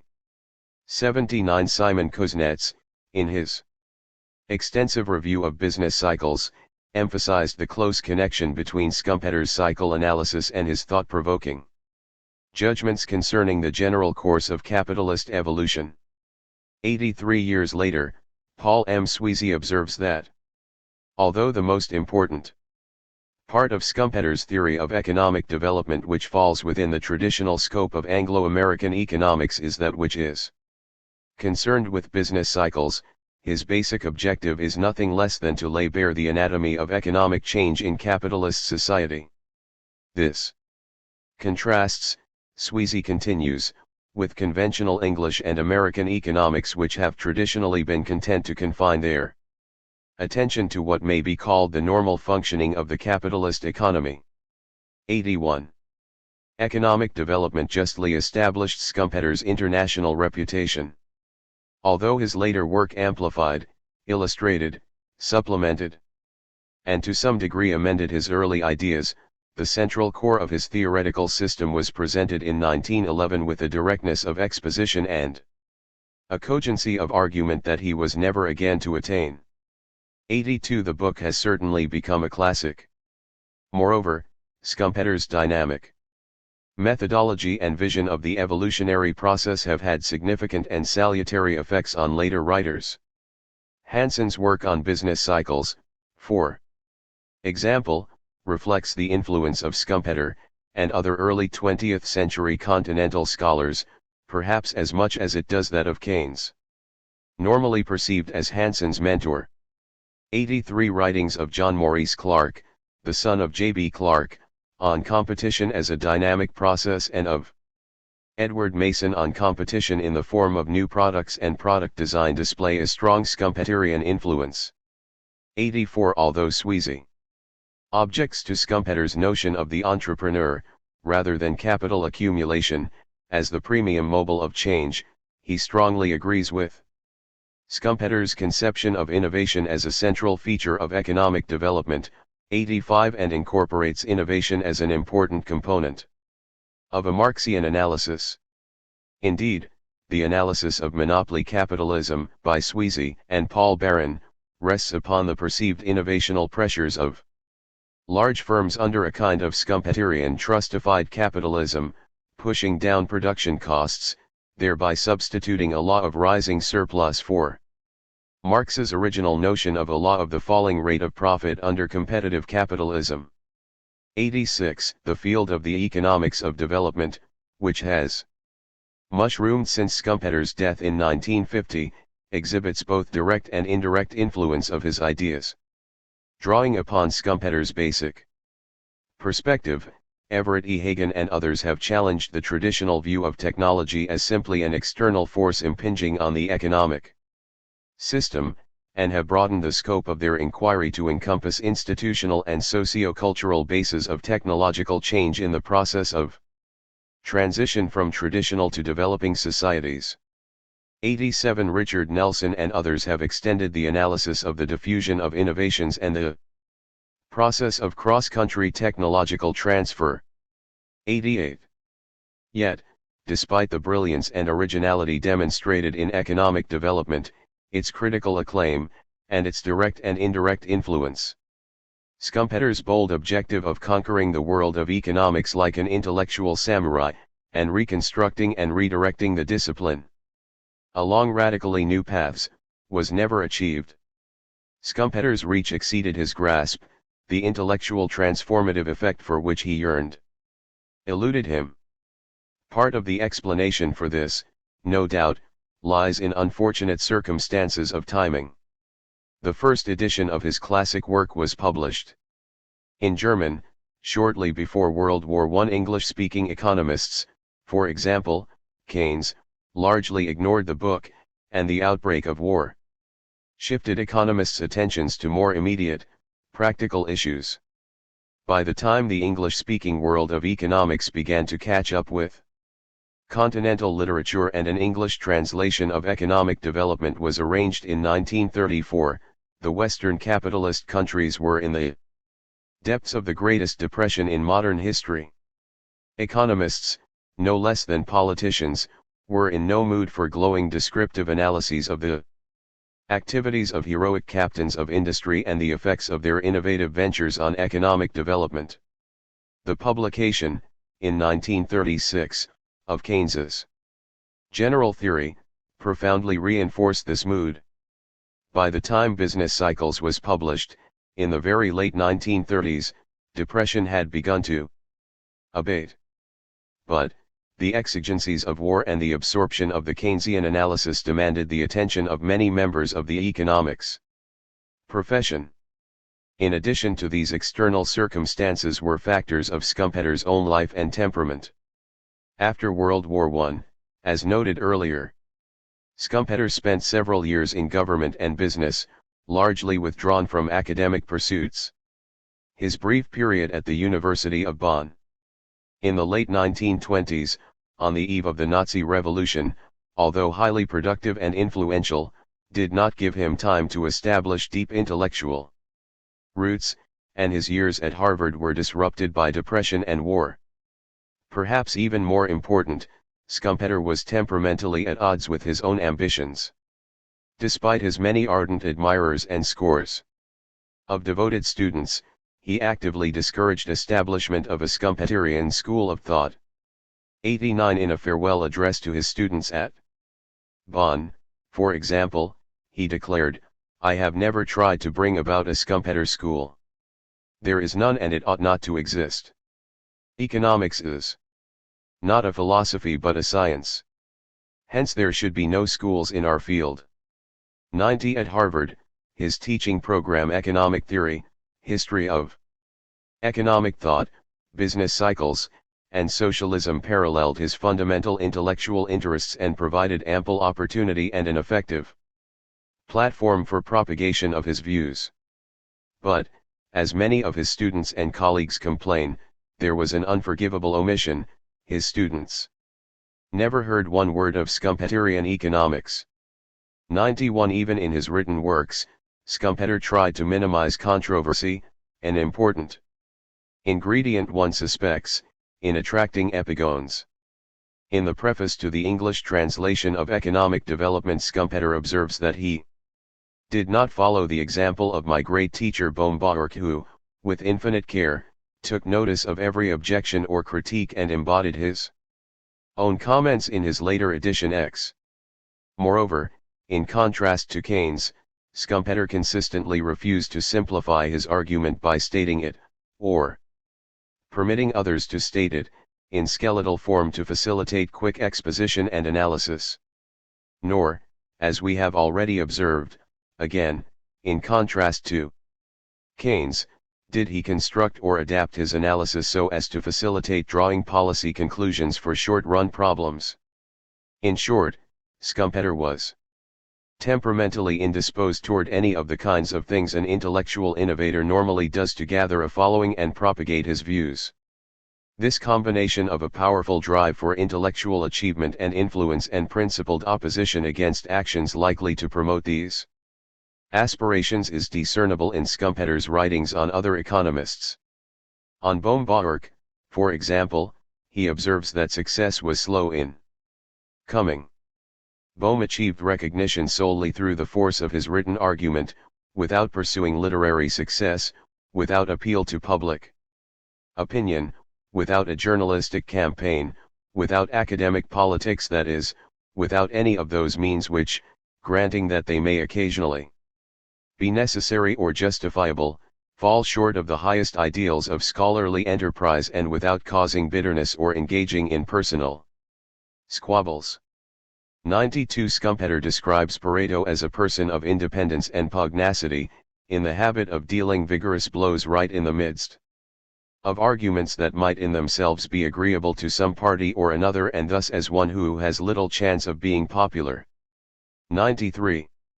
Considering that Walras's vision was as far removed from the current interests of the profession as was the case, and that his novelty consisted essentially in the manner of looking at things and not in discoveries and inventions which appeal to the interest and understanding of wide circles, it is readily understood that external success could come neither easily nor quickly.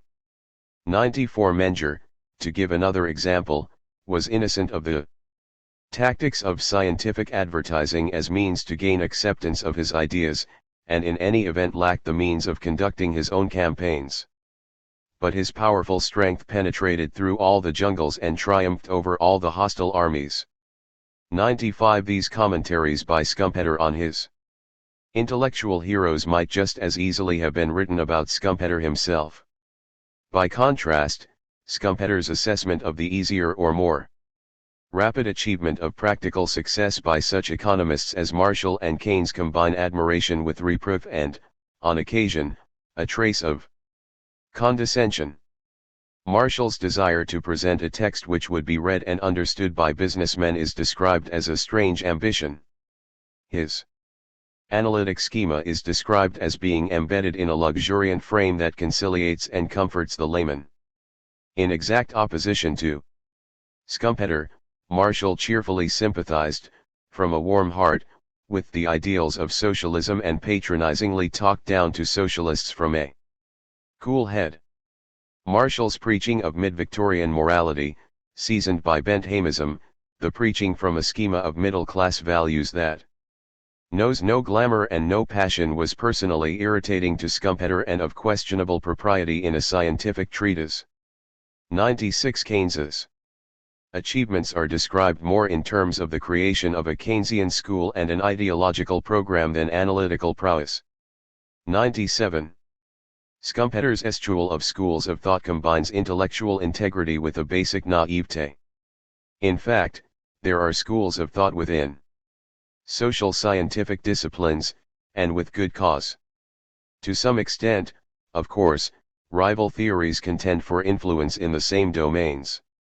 For example, monetarist, Keynesian, and supply-side economists in the early 1980s debated the prospective effects of the Reagan administration's economic policies. In most instances, however, contending perspectives in the historical development of economic thought may be distinguished by the different questions they have asked or insights they have brought, rather than primarily by the different answers they have given to the same questions. Because different theoretical perspectives are often complementary rather than competitive, they may validly coexist and enrich understanding of social phenomena.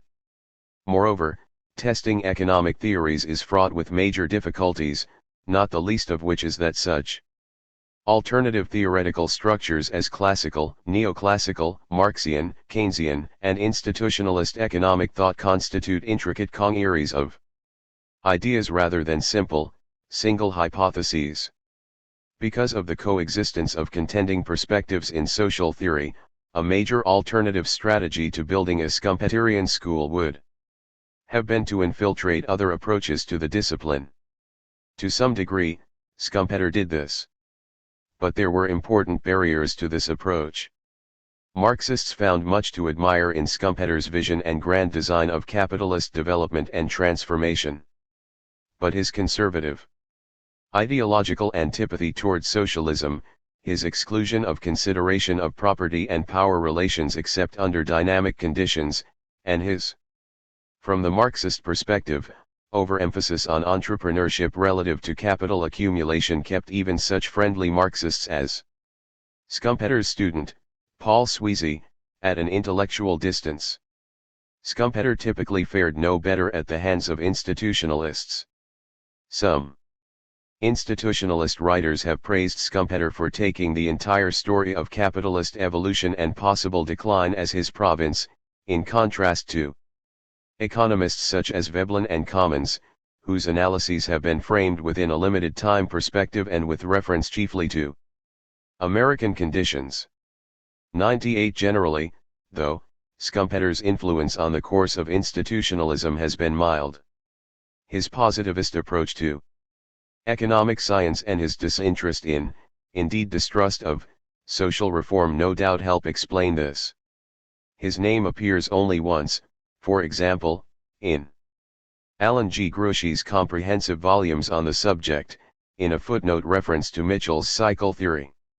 99 Schumpeter's hostility toward Keynes, described earlier, combined with his lack of interest in blending his analysis with Keynesian ideas where the relationship between the two was complementary and where some sort of synthesis might have been feasible, diminished his chances for influencing the direction and development of post-Keynesian thought.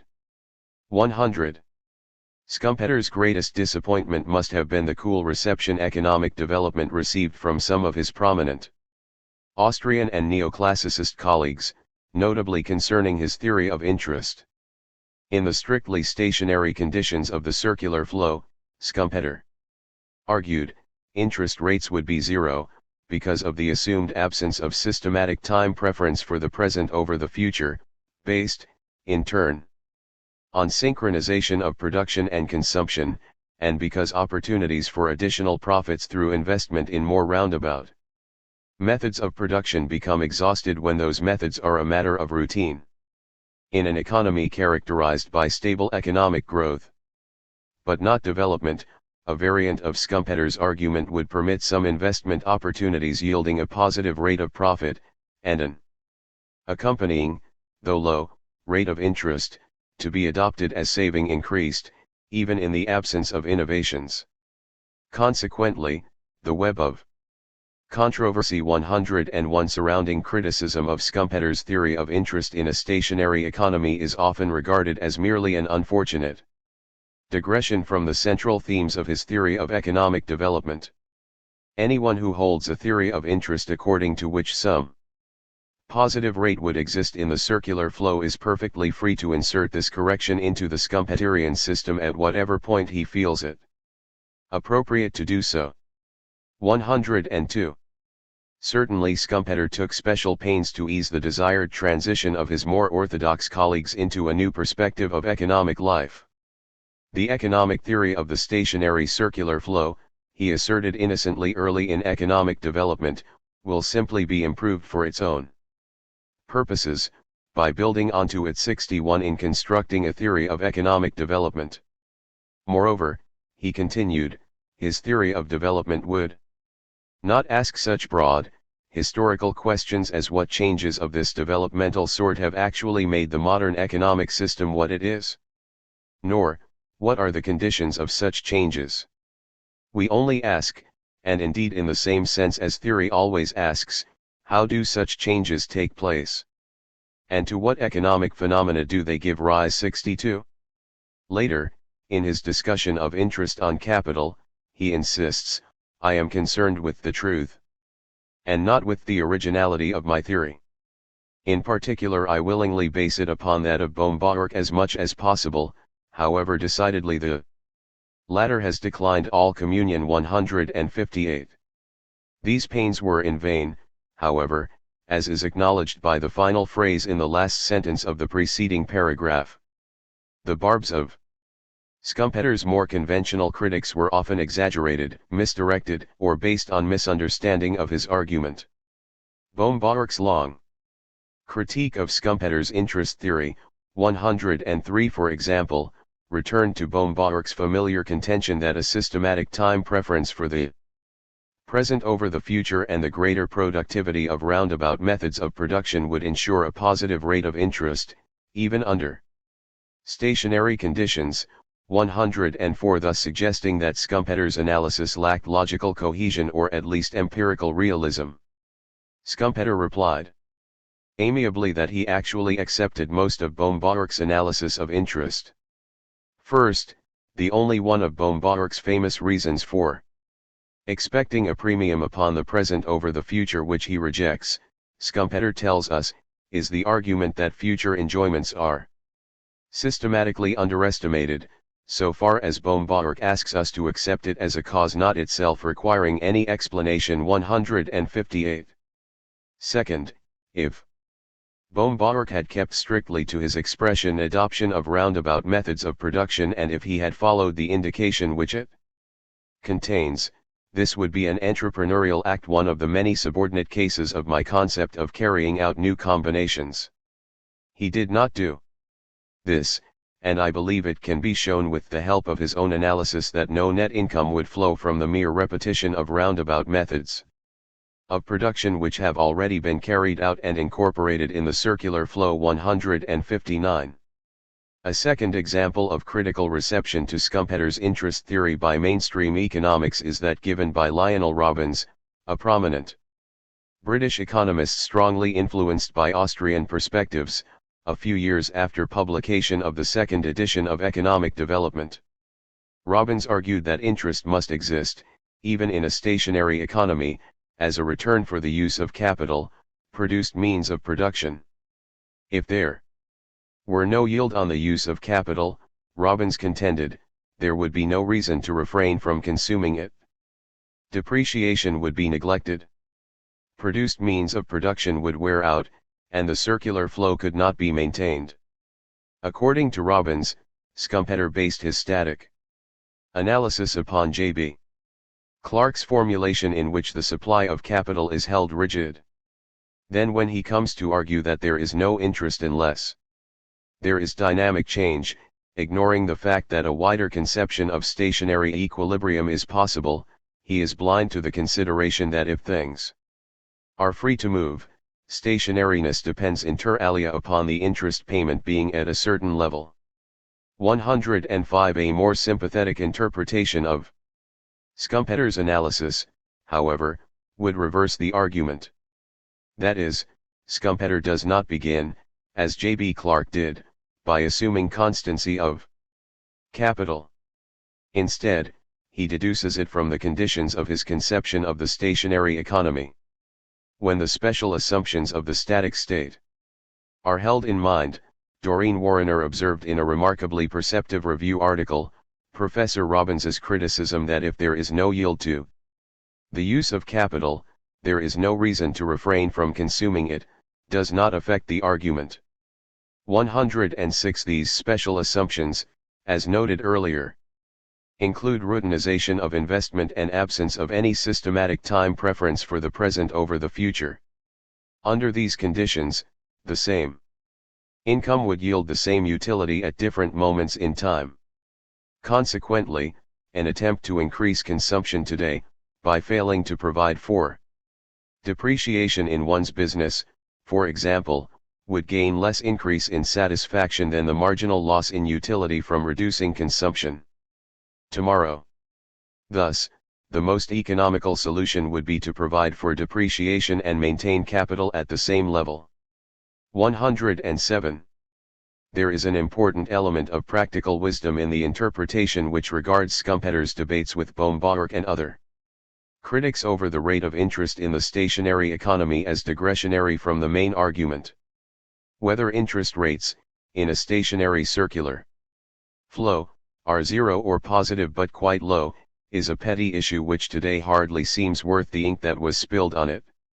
108. However, Schumpeter's Austrian and neoclassicist contemporaries had good cause to be wary of his argument, though on grounds which they did not clearly articulate. The core of Schumpeter's challenge to economic orthodoxy was quite fundamental. Once Schumpeter had provided his new and very austere conception of a stationary economy as one involving merely processes of adaptation to given conditions, his view that interest, profits, money, and Business cycles required an expressly dynamic and evolutionary analytical framework followed as an essential corollary. Because capitalism is a dynamic system, as Schumpeter later put it, it cannot be understood with the same theoretical apparatus used for examining the stationary economy. There are, in short, two domains, the stationary and the evolutionary, requiring two different organizing principles. Because the phenomena of the developmental realm link up so as to form a coherent and self-contained logical whole, Schumpeter argued in 1928 that it is obviously conducive to clearness to bring them out boldly, to relegate to one distinct body of doctrine the concept of equilibrium, the continuous curves and small marginal variations, all of which, in their turn, link up with the circuit flow of economic routine under constant data, and to build alongside of this, and before taking account of the full complexity of the real phenomenon, secondary waves, chance occurrences, growth and so on, a theory of capitalist change, assuming in so doing, that non-economic conditions or data are constant and automatic and gradual change in economic conditions is absent.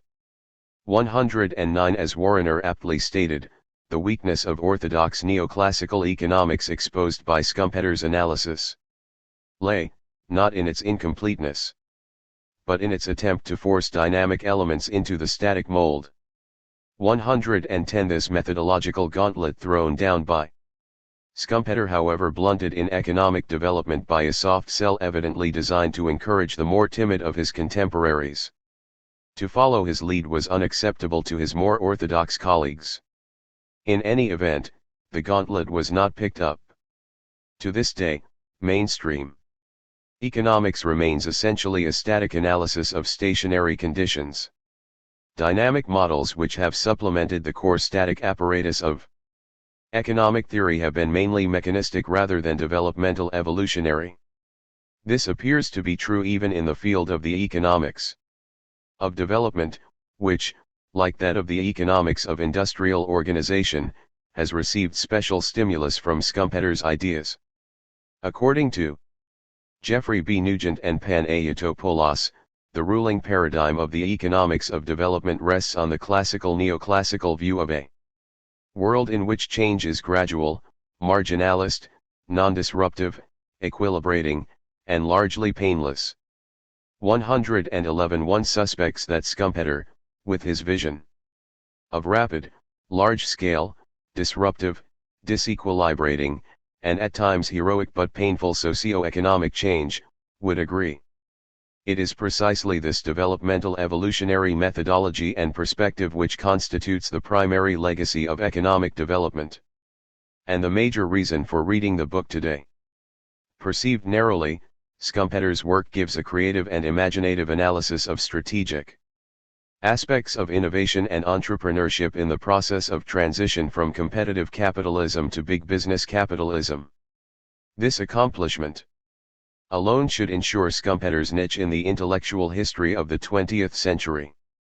Interpreted more broadly, economic development challenges contemporary social theory to construct a genuine, historically dynamic, analytical structure for more realistically and fruitfully examining processes of development in various socio-institutional settings, including advanced capitalism, the communist societies, and the Third World.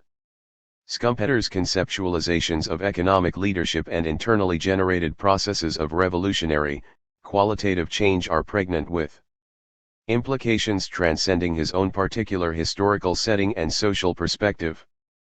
Preface to the English edition. Some of the ideas submitted in this book go back as far as 1907, all of them had been worked out by 1909, when the general framework of this analysis of the purely economic features of capitalistic society took the shape which has remained substantially unaltered ever since. The book was published for the first time, in German, in the fall of 1911. When, after it had been out of print for 10 years, I consented, not without some reluctance, to a second edition, I omitted the 7th chapter, rewrote the 2nd and the 6th, and shortened and added here and there. This was in 1926. The third German edition is merely a reprint of the second, from which also the present English version has been made. I should be passing a very damaging verdict on what I have done and thought since the book first appeared, if I were to say that my failure to make alterations of other than expository consequence was caused by a belief that it is satisfactory in every detail. Although I do consider both the outlines, what might be termed the vision, and the results as correct in the main, there are many points on which I now have another opinion. To mention but one by way of example, when the theory of the business cycle, which the reader finds in the 6th chapter, was first worked out, I took it for granted that there was a single wave-like movement, viz. that discovered by Huglar. I am convinced now that there are at least 3 such movements, probably more, and that the most important problem which at present faces theorists of the cycle consists precisely in isolating them, and in describing the phenomena incident to their interaction. But this element has not been introduced into the later editions. For books, like children, become independent beings when once they leave the parents' home. They lead their own lives, while the authors lead their own also. It will not do to interfere with those who have become strangers to the house. This book has fought its own way, and rightly or wrongly has won its place in the German literature of its time and field. It had seemed to me best to leave it undisturbed as much as possible. I should hardly have thought of an English translation but for the suggestion and encouragement of my eminent friend Professor Tausig. For similar reasons, I have not followed the example of my great teacher Bohm-Bawerk, who with infinite care took notice of every objection or critique and embodied his own comments in his later editions. It is not any want of respect towards those who did me the honor of careful criticism of my argument that leads me to limit controversy to the minimum. I have to confess, however, that I have never come across an objection on essential points which carried conviction to my mind. In aim and method, this book is frankly theoretical. This is no place for a professio fide on method. Perhaps I think somewhat differently now about the relation between factual and theoretical research than I did in 1911. But my conviction stands that our science cannot, any more than others, dispense with that refined common sense which we call theory and which provides us with the tools for approaching both facts and practical problems. However important may be the bearing of new masses of unanalyzed, especially statistical, facts upon our theoretic apparatus, an undoubtedly increasing wealth of factual material must continually suggest new theoretical patterns, and thereby currently and silently improve any existing theoretical structure at any given stage. Some theoretical knowledge is a prerequisite to dealing with new facts, that is, with facts not already embodied in existing theorems. If this knowledge remains rudimentary and subconscious, it may be bad theory, but it will not cease to be theory. I have not been able to convince myself, for example, that such questions as the source of interest are either unimportant or uninteresting. They could be made so, at all events, only by the fault of the author. I hope, however, to supply before long the detailed material which is here missing by more realistic studies in money and credit, interest, and cycles. The argument of the book forms one connected whole. This is not due to any preconceived plan. When I began to work on the theories of interest and of the cycle, nearly a quarter of a century ago, I did not suspect that these subjects would link up with each other and prove closely related to entrepreneurs' profits, money, credit, and the like, in precisely the way in which the current of the argument led me. But it soon became clear that all these phenomena and many secondary ones were but incidents of a distinct process, and that certain simple principles which would explain them would explain also that process itself. The conclusion suggested itself that this body of theory might usefully be contrasted with the theory of equilibrium, which explicitly or implicitly always has been and still is the center of traditional theory. I at first used the term statics, and dynamics for these two structures, but have now, in deference to Professor Frisch, definitively ceased to use them in this sense. They have been replaced by others, which are perhaps clumsy. But I keep to the distinction, having repeatedly found it helpful in my current work. This has proved to be so even beyond the boundaries of economics, in what may be called the theory of cultural evolution, which in important points presents striking analogies with the economic theory of this book. The distinction itself has met with much adverse criticism. But is it really untrue to life or artificial to keep separate the phenomena incidental to running a firm and the phenomena incidental to creating a new one? And has it necessarily anything to do with a mechanical analogy? Those who have a taste for delving into the history of terms should rather, if they feel so inclined, speak of a zoological analogy, for the terms static and dynamic were, although in a different sense, introduced into economics by John Stuart Mill. Mill probably had them from Comte, who, in turn, tells us that he borrowed them from the zoologist de Blainville. My cordial thanks are due to my friend Dr. Redvers Opie, who with unparalleled kindness undertook the arduous task of translating a text, which proved very refractory to the operation. We have decided to omit the two appendices to chapters I and III of the original, and also passages or paragraphs here and there. In some places, the exposition has been modified and a number of pages have been rewritten. As the argument itself has nowhere been altered, I think it superfluous to give a list of the changes. Joseph A. Schumpter. Cambridge, Massachusetts. March, 1934. The Theory of Economic Development. Chapter I.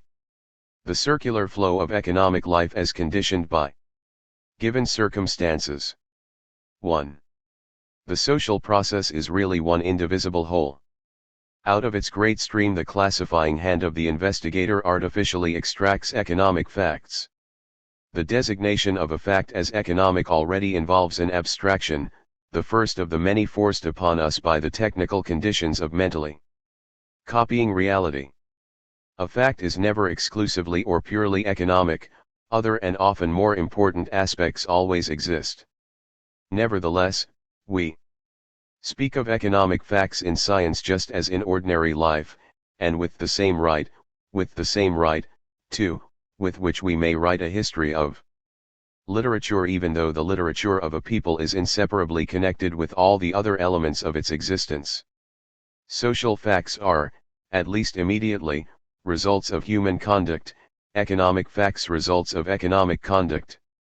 And the latter may be defined as conduct directed towards the acquisition of goods. In this sense we also speak of an economic motive to action, of economic forces in social and economic life, and so forth.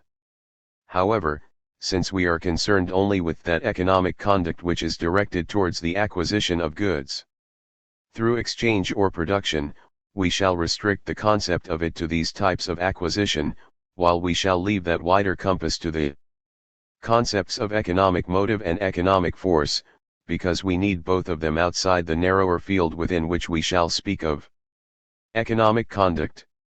The field of economic facts is thus first of all delimited by the concept of economic conduct. Everyone must, at least in part, act economically. Everyone must either be an economic subject, Wirtschaft subject, or be dependent upon one.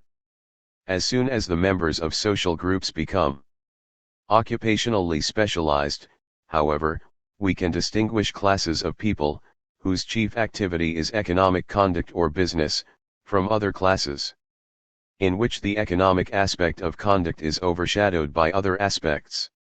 In this case, economic life is represented by a special group of people, although all other members of society must also act economically. The activity of that group may then be said to constitute economic life.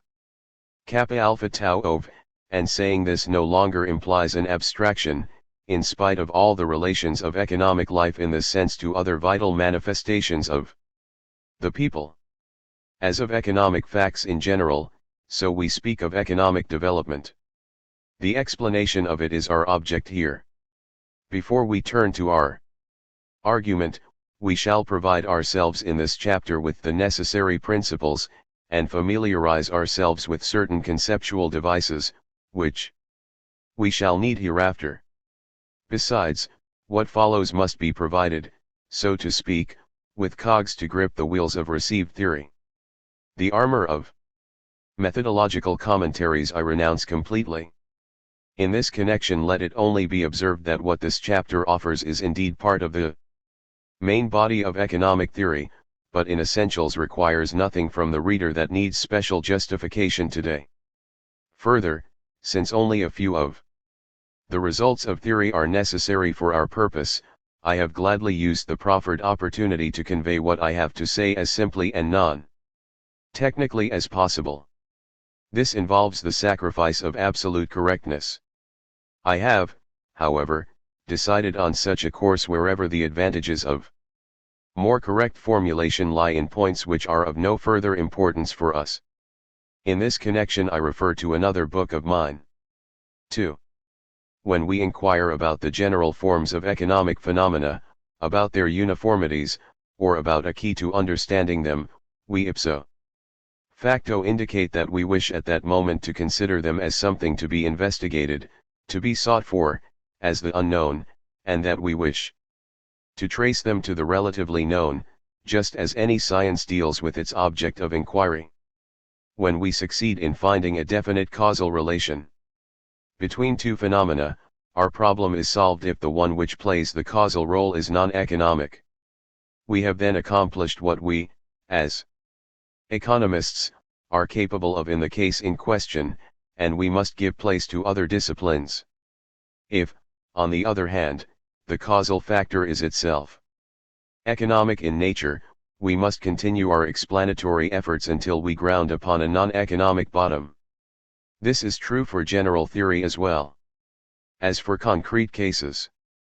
If I could say, for example, that the phenomenon ground rent is founded upon differences in the qualities of land, the economic explanation would be completed. If I can trace particular price movements to political regulations of commerce, then I have done what I can as an economic theorist, because political regulations of commerce do not aim immediately at the acquisition of goods through exchange or production, and hence do not fall within our concept of purely economic facts. Always we are concerned with describing the general forms of the causal links that connect economic with non-economic data. Experience teaches the possibility of this. Economic events have their logic, which every practical man knows, and which we have only consciously to formulate with precision. In doing so we shall, for the sake of simplicity, consider an isolated community, the essence of things, which alone is the concern of this book. We can see as well in this as we could in the more complicated case. Hence we shall outline the leading characteristics of a mental picture of the economic mechanism. And, to that end, we shall primarily think of a commercially organized state, one in which private property, division of labor, and free competition prevail. If someone who has never seen or heard of such a state were to observe that a farmer produces corn to be consumed as bread in a distant city, he would be impelled to ask how the farmer knew that this consumer wanted bread and just so much. He would assuredly be astonished to learn that the farmer did not know at all where or by whom it would be consumed.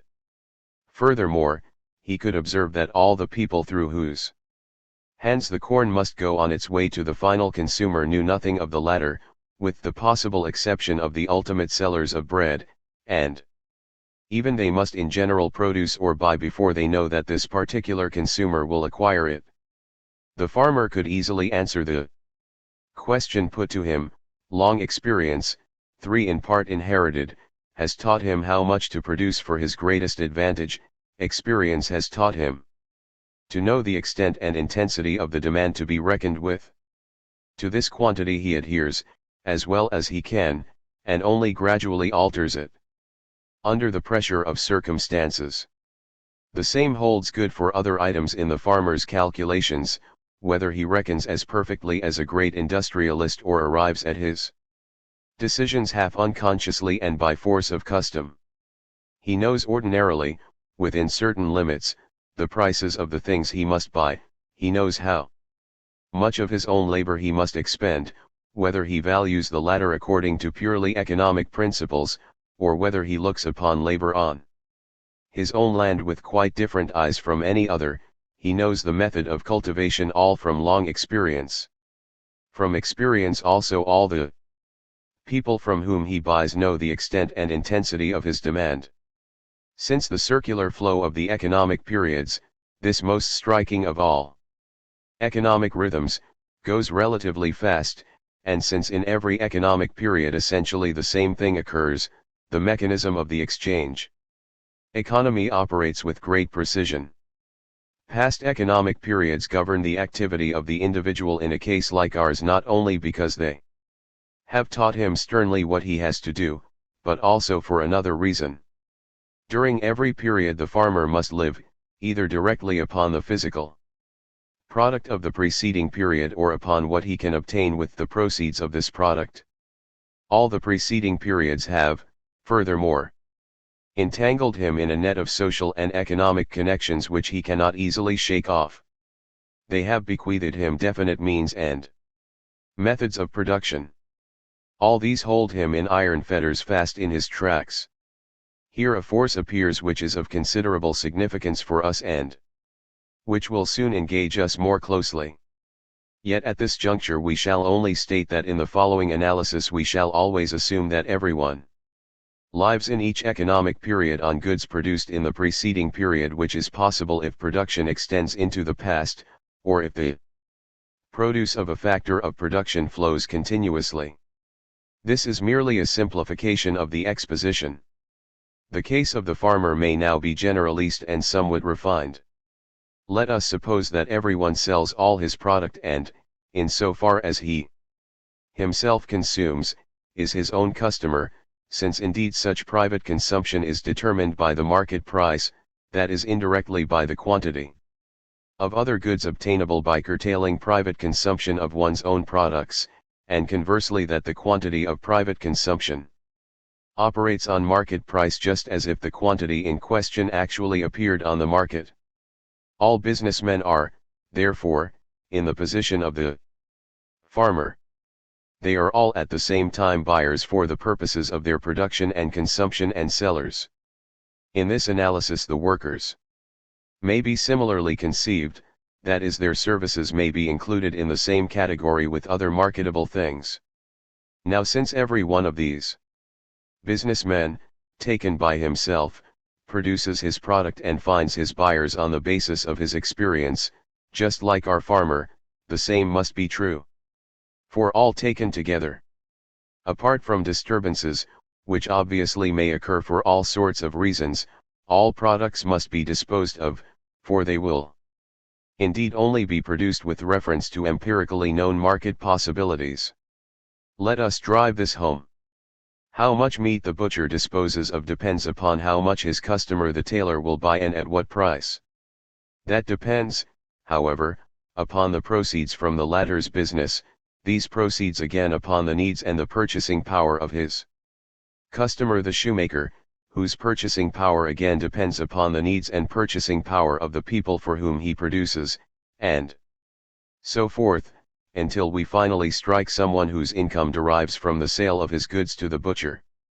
This concatenation and mutual dependence of the quantities of which the economic cosmos consists are always visible, in whichever of the possible directions one may choose to move.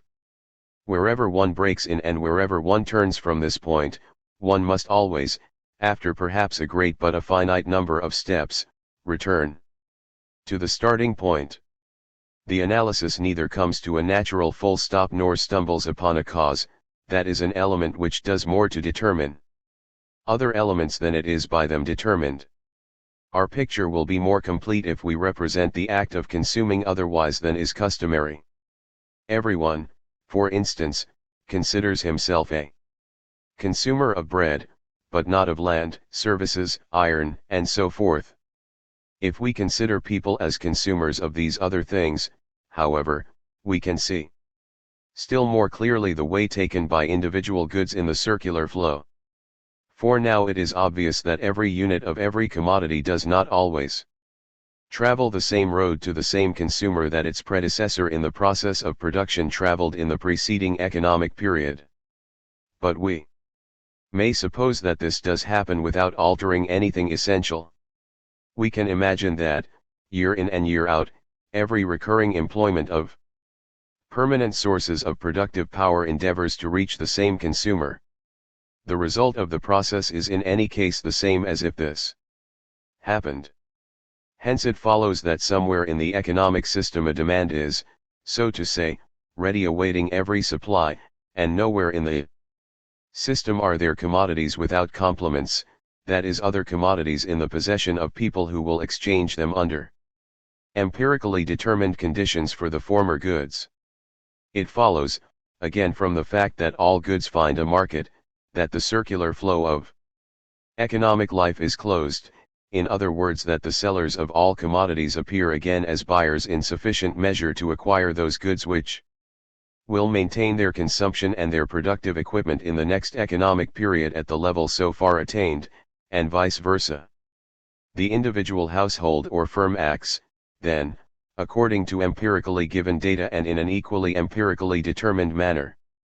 Obviously this does not mean that no changes can take place in their economic activity. The data may change, and everyone will act accordingly as soon as it is noticed. But everyone will cling as tightly as possible to habitual economic methods and only submit to the pressure of circumstances as it becomes necessary. Thus the economic system will not change capriciously on its own initiative but will be at all times connected with the preceding state of affairs. This may be called Wieser's principle of continuity. 5. If the economic system really does not change of itself, we overlook nothing essential to our present purpose if we simply assume that it remains as it is, but we merely express in so doing a fact with ideal precision. And if we depict a downright changeless system, it is true we make an abstraction, but only for the purpose of exhibiting the essence of what actually happens. Provisionally we shall do this. It is not contrary to orthodox theory, but at the most only to the customary exposition which does not clearly express our point. 6. The same result may be arrived at by another route. The total of all commodities produced and marketed in a community within an economic period may be called the social product.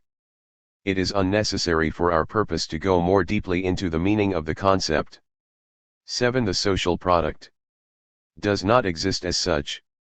It is just as little the consciously aspired to result of systematic activity as the economic system as such is an economy working according to a uniform plan. But it is a useful abstraction. We can imagine that the products of all individuals form a heap somewhere at the end of the economic period, which is then distributed according to certain principles. Since it involves no essential change in the facts, the assumption is so far quite permissible. We can then say that each individual throws a contribution into this great social reservoir, and later receives something from it. To each contribution there corresponds somewhere in the system a claim of another individual, the share of everyone lies ready somewhere. And since all know from experience how much they must contribute in order to get what they want, having regard to the condition that each share involves a certain contribution, the circular flow of the system is closed, and all contributions and shares must cancel out, whatever the principle according to which the distribution is made. The assumption is so far made that all the quantities concerned are empirically given. This picture may be refined, and made to yield more insight into the functioning of the economic system, by means of a well-known device. We assume all this experience to be non-existent, and reconstruct it ab ovo, 8 as if the same people, still having the same culture, tastes, technical knowledge, and the same initial stocks of consumers and producers' goods, 9 but unaided by experience, had to find their way towards the goal of the greatest possible economic welfare by conscious and rational effort. We do not thereby imply that people would in practical life be capable of such an effort. 10. We merely want to bring out the rationale of economic behavior irrespective of the actual psychology of the households and firms under observation. 11. Neither do we aim at giving a sketch of economic history. Not how the economic process developed historically to the state in which we actually find it, but the working of its mechanism or organism at any given stage of development, is what we want to analyze. This analysis suggests, elaborates, and uses those conceptual tools with which we are all familiar by now. Economic activity may have any motive, even a spiritual one, but its meaning is always the satisfaction of wants.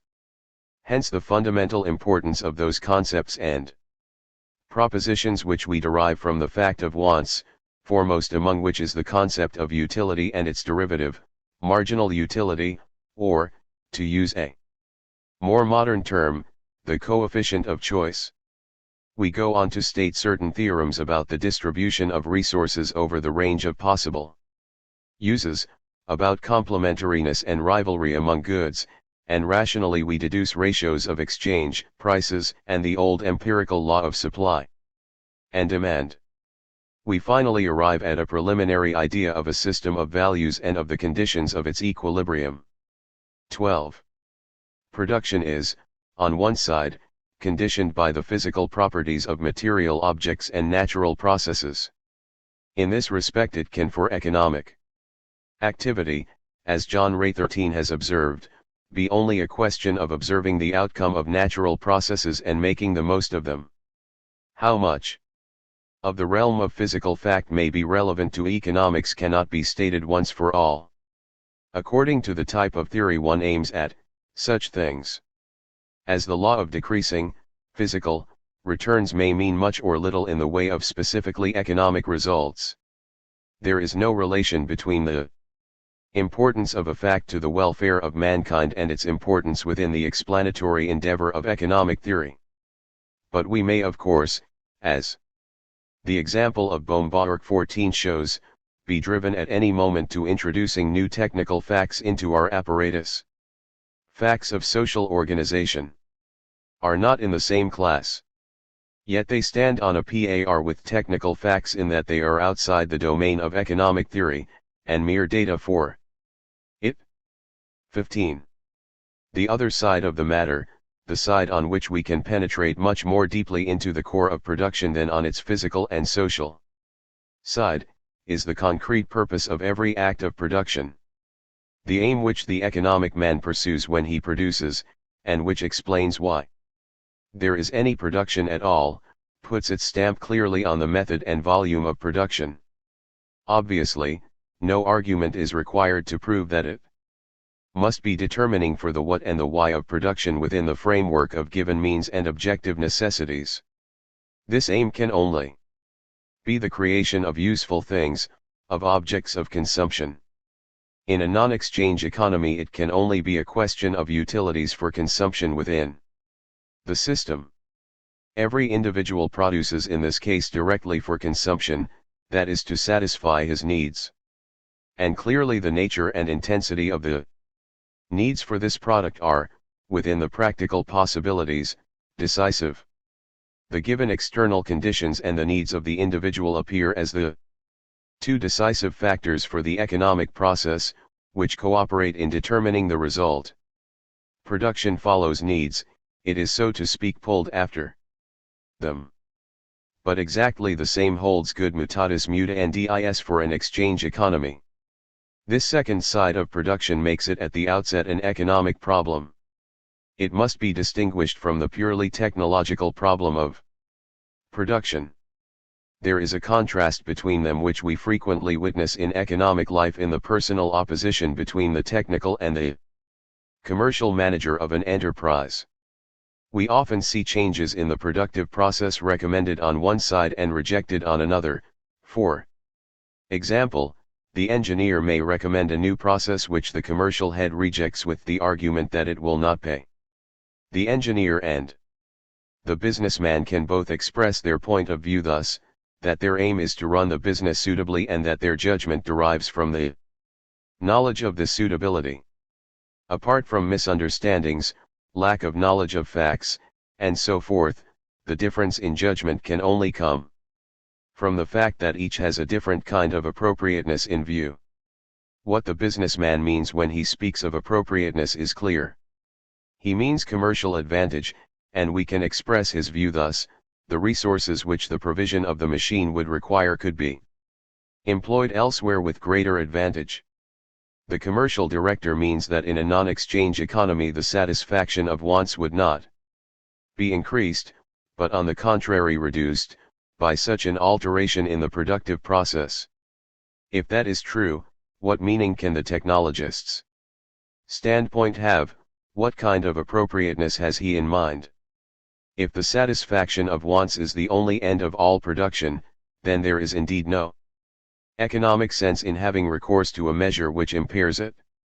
The business leader is right in not following the engineer, provided his protest is objectively correct. We disregard the half-artistic joy in technically perfecting the productive apparatus. Actually, in practical life we observe that the technical element must submit when it collides with the economic. But that does not argue against its independent existence and significance, and the sound sense in the engineer's standpoint. For, although the economic purpose governs the technical methods as used in practice, there is good sense in making the inner logic of the methods clear without regard to practical barriers. This is best seen in an example. Suppose a steam engine in all its component parts complies with economic appropriateness. In the light of this appropriateness it is made the most of. There would then be no sense in turning it to greater account in practice by heating it more, by letting more experienced men work it, and by improving it, if this would not pay, that is if it could be foreseen that the fuel, cleverer people, improvements, and increase in raw materials would cost more than they would yield. But there is good sense in considering the conditions under which the engine could do more, and how much more, which improvements are possible with present knowledge, and so forth. For then all these measures will be worked out ready for the time when they become advantageous. And it is also useful to be constantly putting the ideal beside the actual so that the possibilities are passed by, not out of ignorance but on well-considered economic grounds. In short, every method of production in use at a given time bows to economic appropriateness. These methods consist of ideas not only of economic but also of physical content. The latter have their problems and a logic of their own, and consistently to think these through first of all without considering the economic, and finally decisive factor is the purport of technology, and in so far as the economic element does not decree otherwise, to put them into practical effect is to produce in the technological sense. Just as in the last resort expediency governs technological as well as economic production, and the distinction between the two lies in the difference in the nature of this expediency, so a somewhat different line of thought shows us first of all a fundamental analogy and then the same distinction. Technologically as well as economically considered, production creates nothing in the physical sense. In both cases it can only influence or control things and processes or forces. We now need for what follows a concept which embraces this utilizing and this influencing. They include many different methods of using, and of behaving towards, goods, all kinds of locational changes, and changes in mechanical, chemical, and other processes. But it is always a question of changing the existing state of the satisfaction of our wants, of changing the reciprocal relations of things and forces, of uniting some and disconnecting others. Technologically as well as economically considered, to produce means to combine the things and forces within our reach. Every method of production signifies some such definite combination.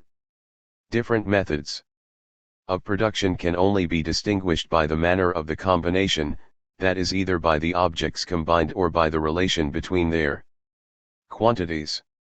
Every concrete act of production embodies for us, is for us, such a combination. This concept may be extended even to transportation. And so forth, in short to everything that is production in the widest sense. An enterprise as such and even the productive conditions of the whole economic system we shall also regard as combinations. This concept plays a considerable part in our analysis. But the economic and the technological combinations, the former concerned with existing needs and means, the latter with the basic idea of the methods, do not coincide. The objective of technological production is indeed determined by the economic system. Technology only develops productive methods for goods demanded. Economic reality does not necessarily carry out the methods to their logical conclusion and with technological completeness, but subordinates the execution to economic points of view. The technological ideal, which takes no account of economic conditions, is modified. Economic logic prevails over the technological. And in consequence we see all around us in real life faulty ropes. Instead of steel hawsers, defective draft animals instead of show breeds, the most primitive hand labor instead of perfect machines, a clumsy money economy instead of a check circulation, and so forth. The economic best and the technologically perfect need not, yet very often do, diverge, not only because of ignorance and indolence but because methods which are technologically inferior may still best fit the given economic conditions. Production coefficients represent the quantitative relation of production goods in a unit of product, and are therefore an essential characteristic of the combination.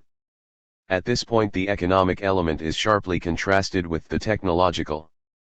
The economic point of view here will not only decide between two different methods of production, but even within any given method will operate upon the coefficients, since the individual means of production can to a certain extent be substituted for one another, that is, deficiencies in one can be compensated for by increases in another without changing the method of production, for example a decrease in steam power by an increase in hand labor and vice versa.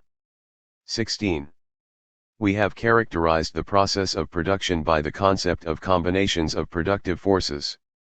The results of these combinations are the products. Now we must define precisely what it is that is to be combined, generally speaking, all possible kinds of objects and forces. In part, they consist of products again, and only in part of objects offered by nature. Also many natural forces in the physical sense will assume the character of products for us, as for example in the case of electric current. They comprise partly material, partly immaterial things. Furthermore, it is frequently a matter of interpretation whether one conceives a good as product or as means. Labor, for example, is capable of being regarded as the product of goods consumed by the worker or as an original means of production. We decided for the latter alternative. For us labor is not a product. Frequently the classification of a good in one or another category depends upon the standpoint of the individual, so that the same good may be consumption good for one person and means of production for another. Likewise the character of a given good may frequently depend upon the use to which it is put. Theoretical literature, especially in earlier times, is full of the discussion of these things. We shall content ourselves with this reference. The following, however, is a more important matter. It is usual to classify goods in orders, according to their distance from the final act of consumption. 17 consumption goods are of the first order. Goods from combinations of which consumption goods immediately originate are of the second order, and so on, in continually higher or more remote orders. It must not be forgotten that only goods ready for consumption in the hands of consumers fall in the first order, and that bread at the baker's, for example, is strictly speaking only brought into the first order by combining it with the labor of the errand boy. Goods of lower order, if not immediately the gifts of nature, always originate in a combination of goods of higher order. Although the scheme could be constructed otherwise, it is best for our purposes to rank a good in the highest of the orders in which it ever appears. Accordingly, labor is, for example, a good of the highest order, because labor enters at the very beginning of all production, although it is also to be found at all other stages. In successive productive processes or combinations, each good matures into a consumption good through the addition of other goods belonging to a greater or lesser number of orders.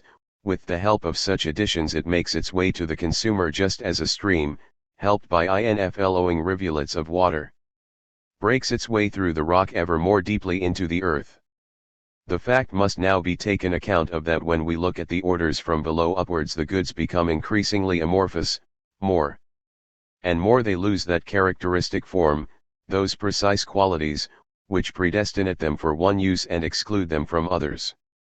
The higher up we go in the orders of goods, the more they lose their specialization, their efficacy for a particular purpose, and the wider their potential uses, the more general their meaning. We meet continually fewer distinguishable kinds of goods, and individual categories become correspondingly more embracing, as when we ascend in a system of logical concepts we come to continually fewer, ever thinner in content but ever wider in compass. The genealogical tree of goods becomes progressively thinner. This simply means that the further away from consumption goods we choose our standpoint, the more numerous the goods of the first order become which descend from similar goods of higher orders. When any goods are wholly or partially combinations of similar means of production, we say they are related in production. Therefore we can say that the productive relationship of goods increases with their order. Thus, if we ascend in the hierarchy of goods, we finally come to the ultimate elements in production for our purposes. That these ultimate elements are labor and gifts of nature or land, the services of labor and of land, requires no further argument. 18. All other goods consist of at least one and mostly of both of these. We can resolve all goods into labor and land in the sense that we can conceive all goods as bundles of the services of labor and land. On the other hand, consumption goods are a special class characterized by their capacity to be consumed. But the remaining products, that is the produced means of production, are, on the one hand, only the embodiment of those two original production goods, on the other hand potential consumption goods, or better, parts of potential consumption goods. So far we have found no reason, and it will appear later that there is no reason at all, why we should see in them an independent factor of production.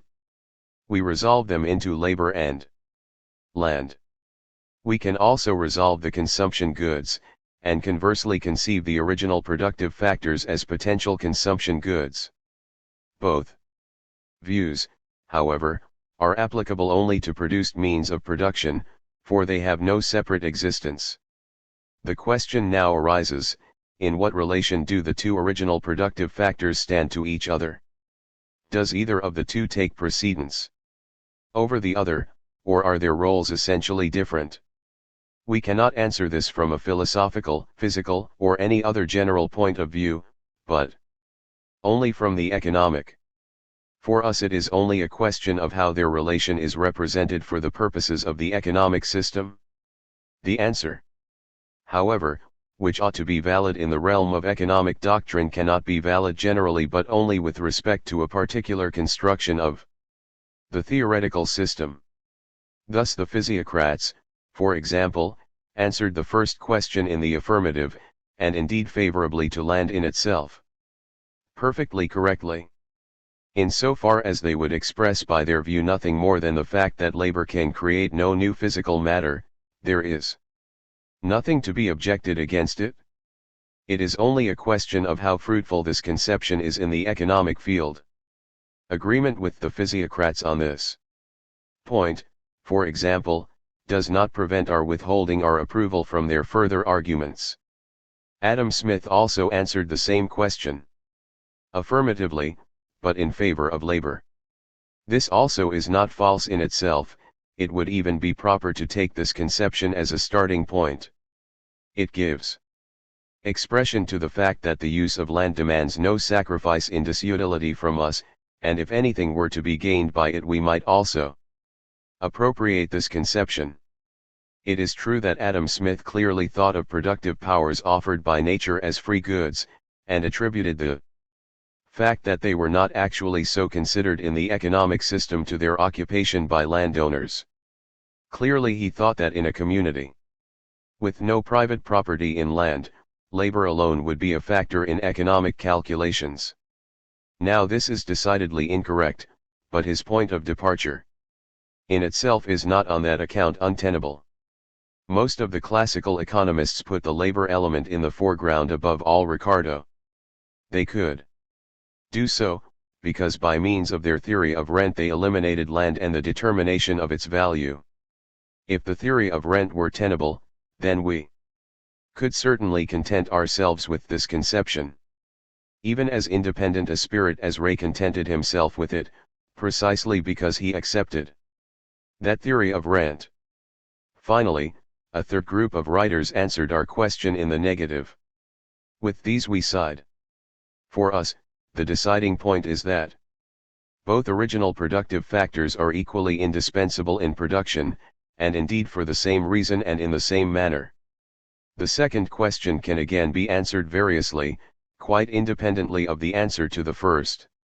Thus efforts, for example, assigns an active part to labor and a passive one to land. Why he does so is quite clear.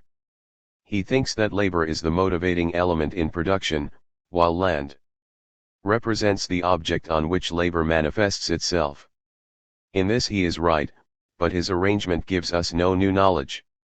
On the technical side, the conception of efforts is hardly one to be adopted, but this aspect is not decisive for us.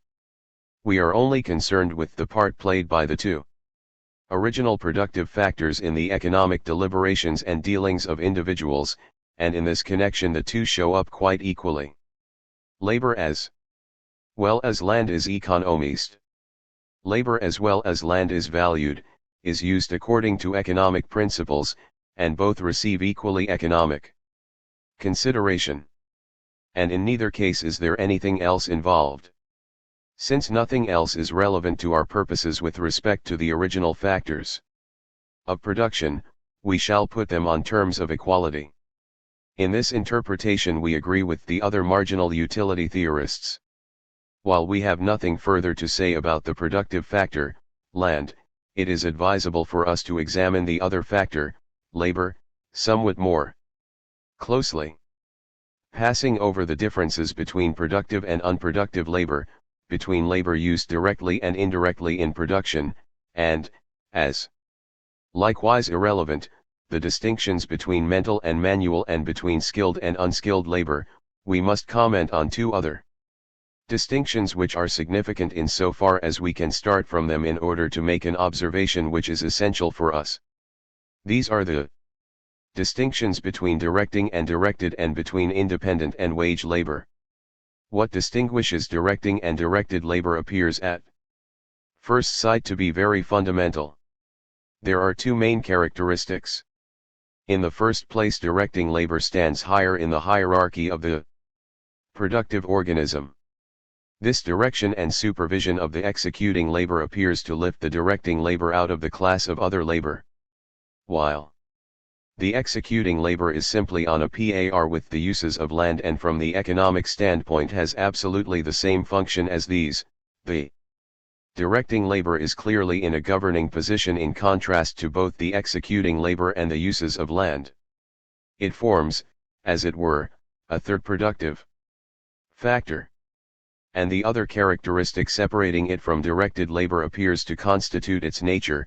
The directing labor has something creative in that it sets itself its own ends. The distinction between independent and wage labor we can likewise trace to that between directing and directed labor. Independent labor is something peculiar precisely in so far as it possesses the function of directing labor, while for the rest it differs in no way from wage labor. If, Therefore, an independent individual produces on his own account and also does executing work, then he splits, so to say, into two individuals, namely a director and a worker in the ordinary sense.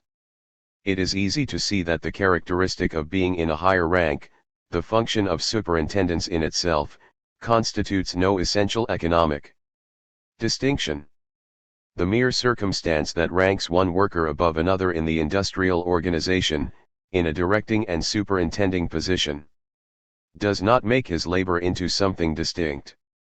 Even if the leader in this sense does not move a finger or contribute anything directly to production, he still performs indirect labor in the usual sense, exactly as, say, a watchman. Much more importance seems to attach to the other element, which lies in the decision about the direction, method, and quantity of production. Even if one allows that the above-mentioned higher ranking does not signify much economically, though perhaps a lot sociologically, one will still see an essential distinguishing feature in this function of making decisions. But we see at once that the necessity of making decisions occurs in any work. No cobbler's apprentice can repair a shoe without making some resolutions and without deciding independently some questions, however small. The what and the how are taught him, but this does not relieve him of the necessity of a certain independence. When a worker from an electrical firm goes into a house to repair the lighting system, even he must decide something of the what and the how. An agent may even have to take part in decisions relative to prices, the setting of the price of his article. Within certain limits may be left to him, but he is nevertheless neither leader nor necessarily independent. Now the director or independent owner of a business has certainly most to decide and most resolutions to make. But the what and the why are also taught him. He knows first of all the how. He has learned both the technical production and all the economic data concerned. What there is still to be decided only differs in degree from the decisions of the cobbler's apprentice. And the what is prescribed for him by demand. He sets no particular goal, but given circumstances force him to act in a definite way. Certainly the given data may change, and then it will depend upon his ability how quickly and successfully he reacts to it. But so it is in the carrying out of any work. He acts, not on the basis of the prevailing conditions of things, but much more according to certain symptoms of which he has learned to take heed, especially of the tendencies immediately showing in the demand of his customers. And to these tendencies he yields step by step, so that only elements of minor significance can ordinarily be unknown to him.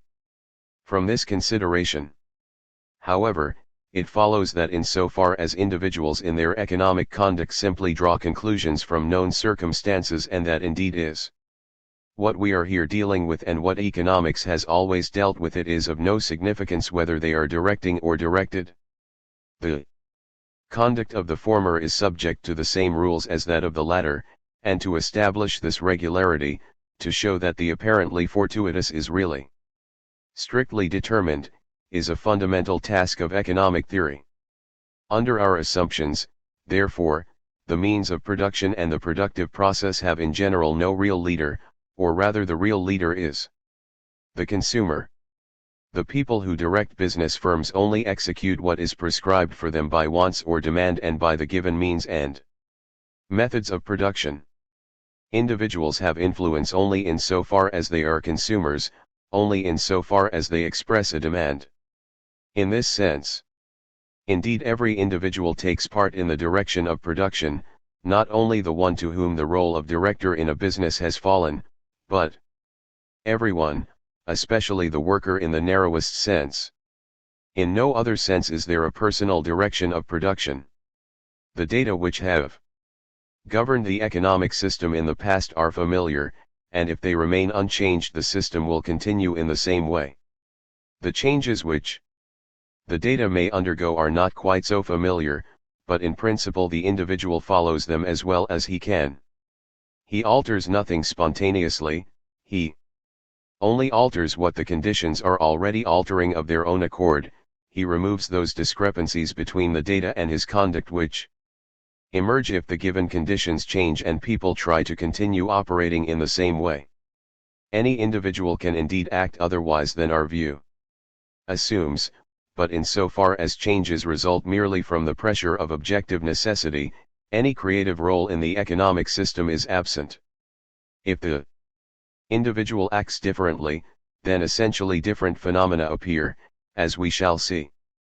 But here we are only concerned with stating the logic inherent in economic facts. From our assumptions it also follows that the quantity of labor is determined by the given circumstances. Here we append the consideration of a question which was left open earlier, namely the magnitude of the supply of labor existing at any time. How much a given number of men work is obviously not rigorously determined at the outset. If we assume for the moment that the best possibilities of employing the labor of all individuals are known, that there is, therefore, a strictly determined scale of such employments, then at every point on this scale the anticipated utility of every concrete employment of labor is compared with the disutility accompanying the employment.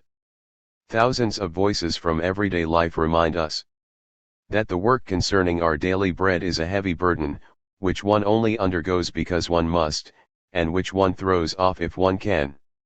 From this emerges unequivocally the amount of work that a worker will perform. At the beginning of each working day such a comparison naturally always turns out favorably to the work to be undertaken.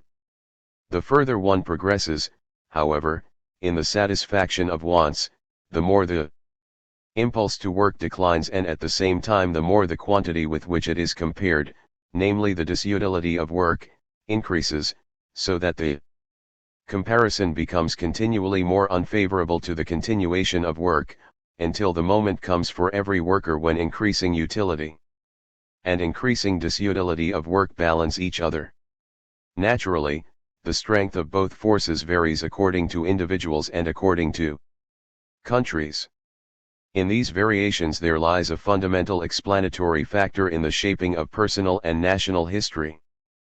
But the essence of the theoretical principle is undisturbed by them. 19. The services of labor and of land are therefore simply productive powers. The measurement of the quantity of labor of any quality certainly presents difficulties, but it can be effected, just as there would be no difficulties in principle in setting up some physical measure of the services of land, however complicated the matter might be in practice.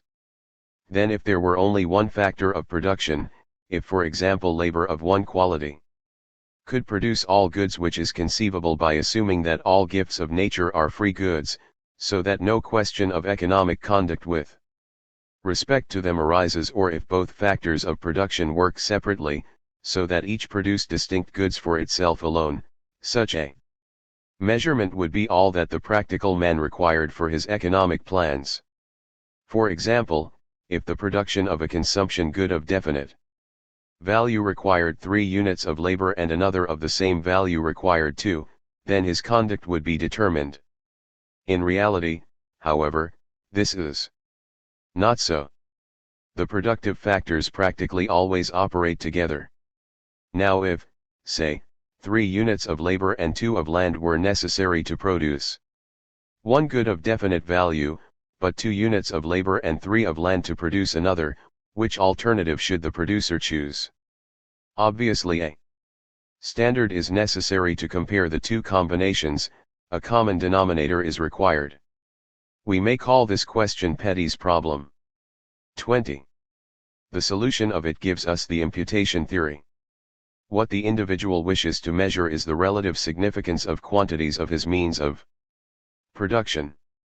He needs a standard with the help of which to regulate his economic conduct, he needs indexes to which he can conform. In short, he requires a standard of value. But he has such a thing directly only for his consumption goods, for only these immediately satisfy his wants, the intensity of which is the basis of the meaning of his goods to him. For his stock of services of labor and land there is in the first instance no such standard, and likewise none, we may now add, for his produced means of production. It is clear that these other goods also owe their importance merely to the fact that they likewise serve to satisfy wants. They contribute to the satisfaction of wants because they contribute to the realization of consumption goods. Therefore they receive their value from the latter. The value of the consumption goods, as it were, radiates back to them. It is imputed to them, and on the basis of this imputed value they receive their place in each economic scheme. A finite expression for the total value of the stock of means of production or of one of the two original productive factors will thus not always prove possible, because such total value will very often be infinitely large. However, it is not necessary for the practical man or for theory to know this total value. It is never a question of parting with every possibility of production, that is of existence, but simply of assigning certain quantities of productive means to some end or other.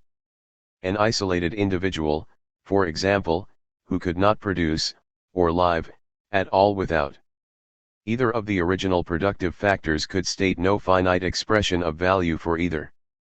To this extent Mill is quite right 21 when he says that the services of labor and of land are indefinite and incommensurable. But he is wrong when he goes on to say also that in the particular case one can never say what are the shares of nature and of labor in a product. Physically, indeed, the two will not allow of separation, but this also is not necessary for the purposes of the economic system. What is necessary for the latter every individual knows well enough, namely, what increase in satisfaction he owes to any small increment of each means of production. However, we shall not go more closely into the problem of the imputation theory here. 22. In contrast to use value of consumption goods, this value of production goods is return value, Ertragswert, or as one might also say, productivity value, Produktivitätswert. To the marginal utility of the former corresponds the marginal productive use, Produktivitätsgrenznutzen, of the latter, or, following the usual term, the marginal productivity.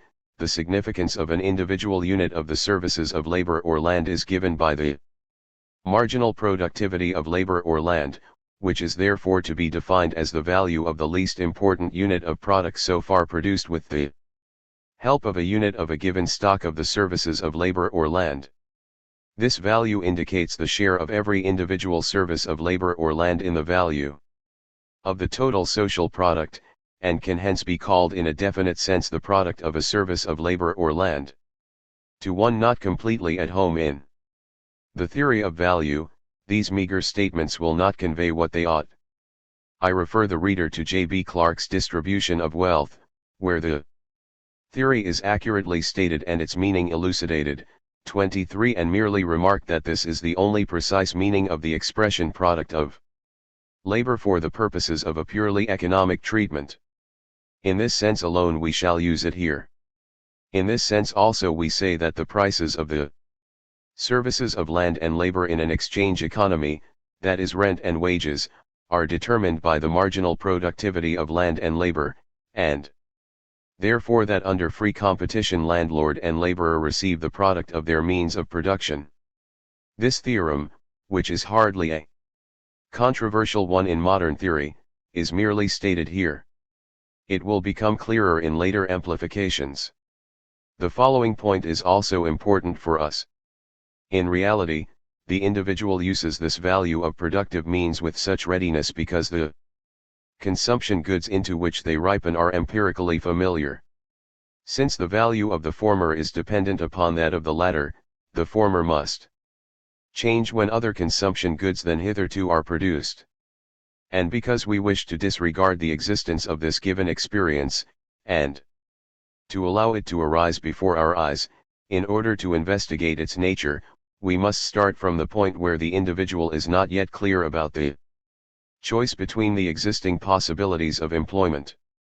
Then he will first of all employ his means of production in the production of those goods which satisfy his most pressing needs, and thereafter proceed to produce for continually less urgently felt needs. Moreover, at every step he will consider what other feelings of want must go unsatisfied in consequence of the employment of production goods for the wants preferred at the moment.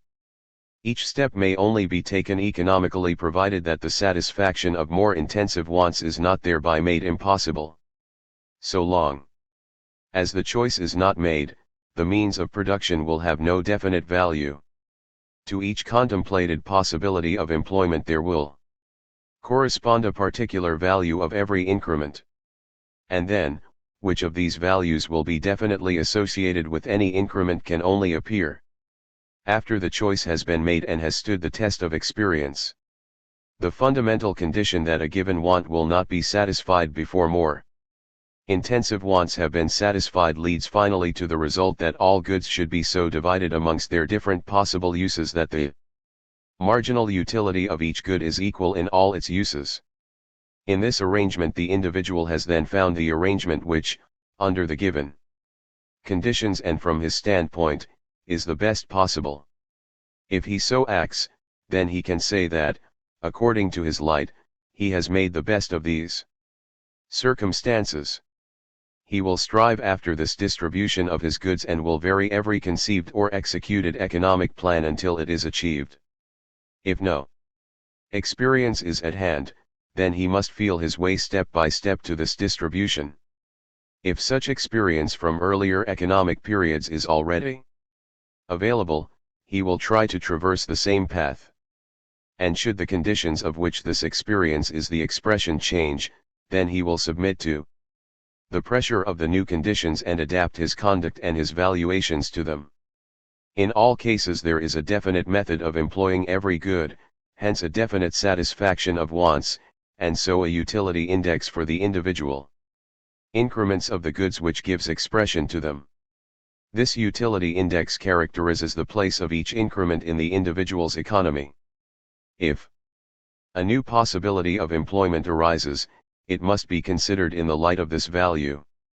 However, if we return to the individual acts of choice which have been made and which result in this utility index, we find that in every case another and not this definitive utility is decisive. If I have divided a certain good amongst three possibilities of employment, I shall esteem it, when a fourth possibility arises, according to the state of satisfaction realized in the first three.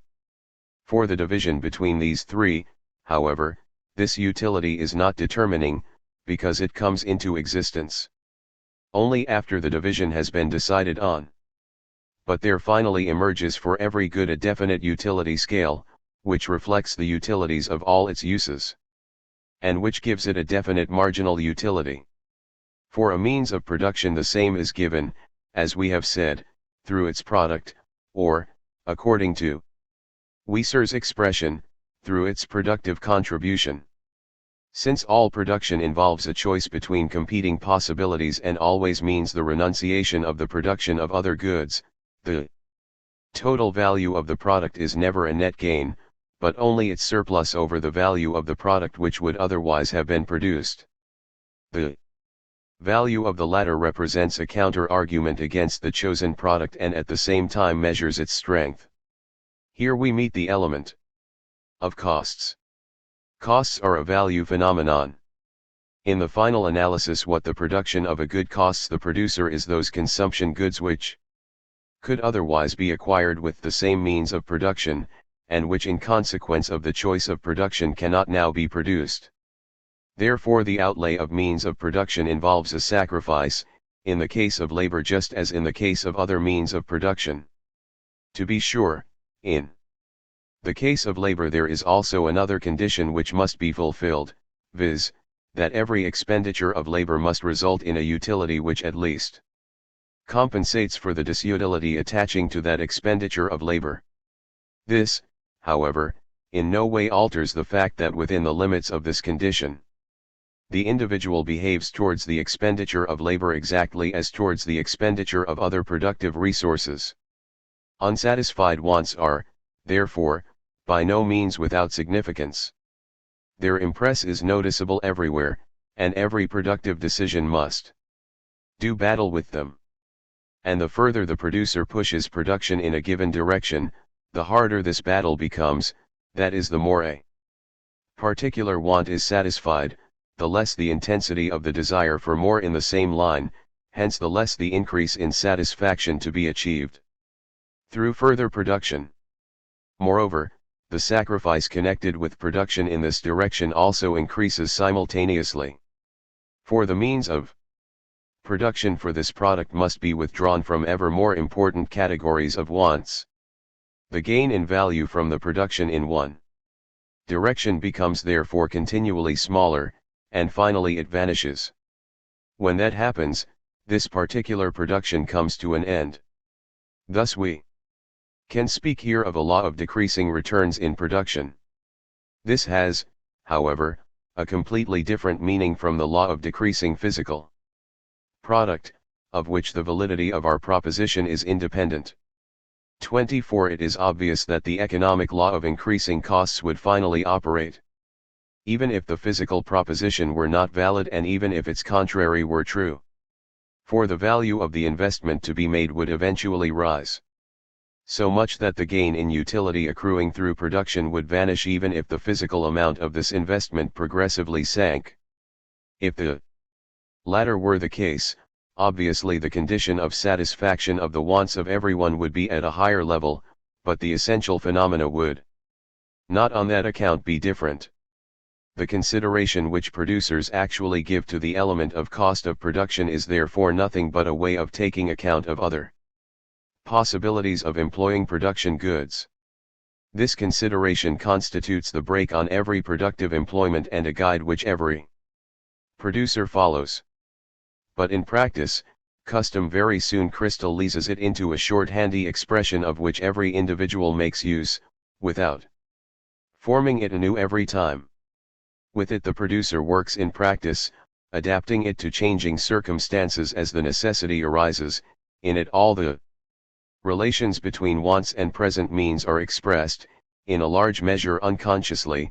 In it all the conditions of his life and his economic horizon are mirrored. Costs as an expression of the value of other potential employments of means of production constitute the liability items in the social balance sheet. This is the deepest significance of the cost phenomenon. From this expression the value of producers' goods must be distinguished. For it represents the ex hypothesis higher total value of the actually created product. But at the margin of production, according to the above, both quantities are equal, because these costs rise to the height of the marginal utility of the product, therefore also of the participating combination of productive means. At this point emerges that relatively best position which is usually called the economic equilibrium, 25, and which, as long as the given data are maintained, tends to repeat itself in every period. This has a very noteworthy consequence. It follows from it, first of all, that the last increment of every product will be produced without a gain in utility above costs. Correctly understood, this is, to be sure, simply self-evident. But further, it follows that in production generally no surplus value above the value of producers' goods can be attained. Production realizes only the values foreseen in the economic plan, which previously exist potentially in the values of means of production. Also in this sense, not only in the above-mentioned physical sense, production creates no values. That is, in the course of the productive process no increase in value occurs. The future satisfaction of wants, before production has done its work, is exactly as dependent upon the possession of the necessary means of production as it is afterwards upon the possession of the product. The individual will try to avert loss of the former just as energetically as of the latter, and renounce the former only for the same compensation as for the latter. Now the imputation process must go back to the ultimate elements of production, the services of labor and land. It cannot halt at any produced means of production, for the same argument may be repeated for each of them. Hence, no product can so far show a surplus value over the value of the services of labor and land contained in it. Just as we previously resolved produced means of production into labor and land, so we see now that they are only transitory items in the valuation process. Hence, in an exchange economy for the moment we anticipate a little the prices of all products must, under free competition, be equal to the prices of the services of labor and nature embodied in them. For the same price as is obtained for the product after production must have been obtainable beforehand for the complete set of necessary means of production, because exactly as much depends upon them as upon the product. Each producer must give up his total receipts to those who supplied him with means of production, and in so far as they were again producers of some product or other, they must in their turn pass on their receipts until finally the whole original total price falls to the purveyors of the services of labor and of nature. However, we shall return to this later. Here we come upon a second concept of cost, that of the exchange economy. The businessman considers as his costs those sums of money which he must pay to other individuals, in order to procure his wares or the means of producing them, that is his expenses of production. We complete his calculation in that we also include in costs the money value of his personal efforts. 26 Then costs are in their essence price totals of the services of labor and of nature. And these price totals must always equal the receipts obtained for the products. To this extent, therefore, production must flow on essentially profitless. That the economic system in its most perfect condition should operate without profit is a paradox. If we remember the meaning of our statements, the paradox vanishes, at least in part. Of course, our assertion does not mean that if it is perfectly balanced the economic system produces without result, but only that the results flow entirely to the original productive factors. As value is a symptom of our poverty, so profit is a symptom of imperfection. However, the paradox remains in part. It seems obvious that producers do as a rule receive more than wages for their labor and rent for the land they may possess. Will there not be a general rate of net profit in the sense of a surplus above costs? Competition may wash away the particular surplus profit of an industry, but it could not destroy profits common to all branches of production. But let it be assumed that producers make such a profit. Then they must value correspondingly the means of production to which they owe it.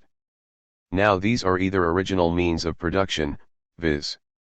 personal efforts, or natural agents, in which case we are where we were before, or else they are produced means of production, in which case these must be correspondingly more highly prized, that is, the services of labor and land embodied in them must be more highly prized than other such services.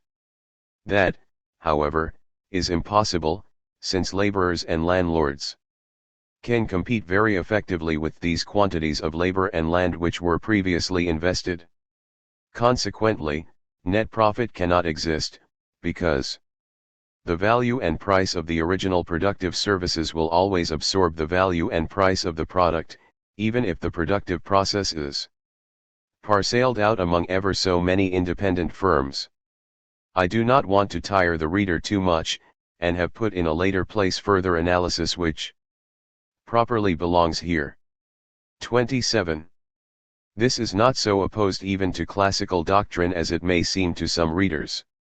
The cost theory of value, and especially the Ricardian labor theory, very strongly suggests the same conclusion, and some doctrinal tendencies such as the tendency to label all kinds of revenue, sometimes even interest, as wages are explained by it. If in classical times it was not expressly stated, 28 it is first because the older economists were not very rigorous in recognizing the consequences of their own principles, and secondly because our conclusion appears too blatantly to contradict the facts.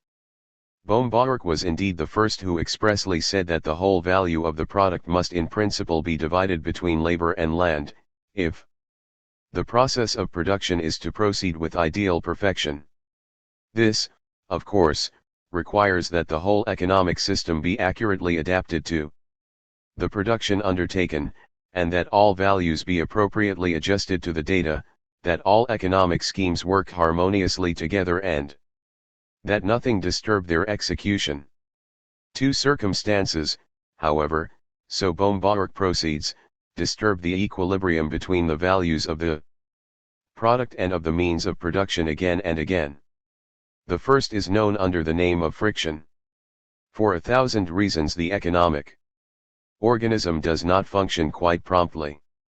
Error, mishap, indolence, and so forth become, in the well-known manner, a continual source of loss, but also of profit. 29. Before we pass on to the second circumstance alluded to by Bohm-Bawerk, let us insert here a few words about two elements which are of considerable significance. The first is the element of risk. Two kinds of risk may be distinguished: the risk of the technical failure of production, in which we can include the danger of loss from acts of God, and the risk of commercial failure. In so far as these dangers are foreseen, they operate immediately upon economic plans. Businessmen will either include premiums for risk in their cost accounting, or they will make outlays to guard against certain dangers, or finally they will take account of and equalize the differences in risk between the branches of production by simply avoiding the more risky branches until the consequent increase of prices in the latter offers a compensation. 30. None of these methods of evening out economic risks, in principle, creates a profit. A producer who takes precautions against risk by whatever measures, the building of dams, insurance of machinery, and so forth, certainly has an advantage in that he protects the fruit of his production, but ordinarily he also has corresponding costs. The risk premium is no source of gain for the producer, but at the most for an insurance company, which can make an intermediary's profit from it, chiefly by combining many risks, for in the course of time it will be claimed by cases of need arising. And the compensation for greater risk is only apparently a greater return; it has to be multiplied by a probability coefficient, whereby its real value is again reduced, and indeed exactly by the amount of the surplus. Anyone who simply consumes the surplus will atone for it in the course of events.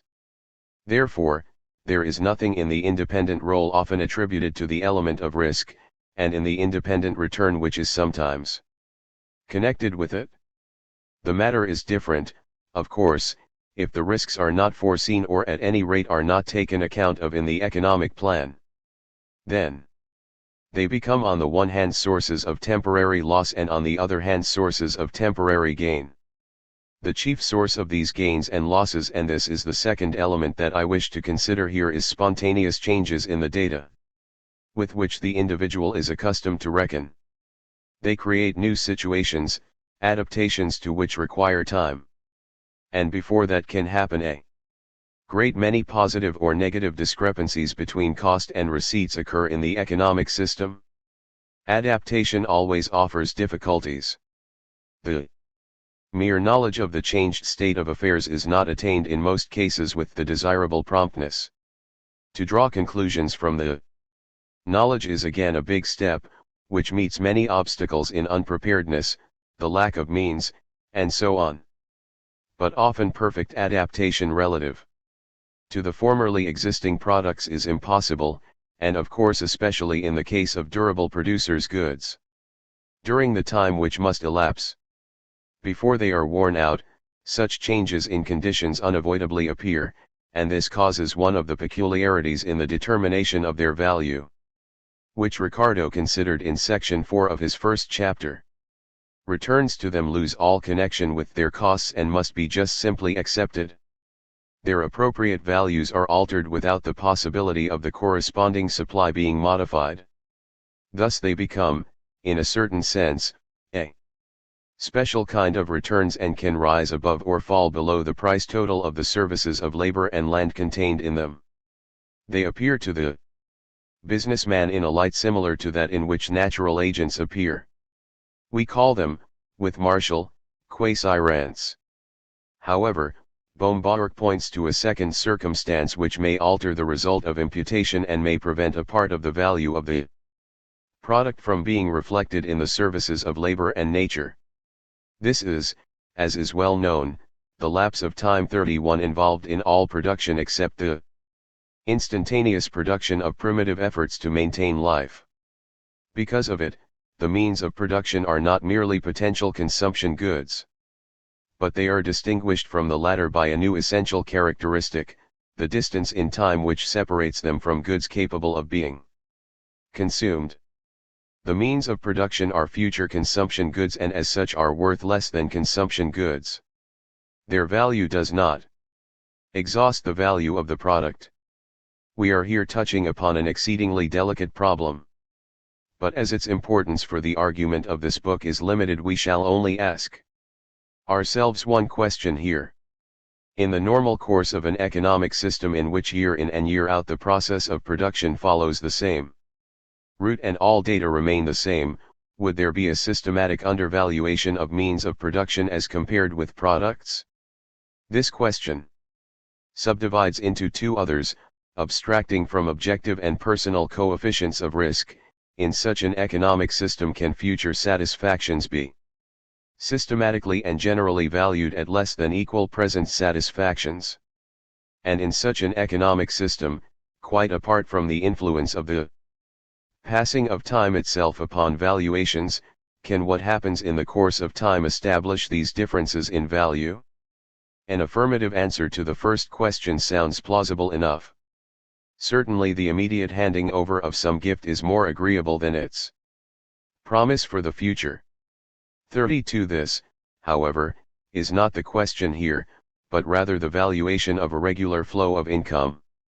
If possible, imagine the following case. Someone enjoys a life annuity.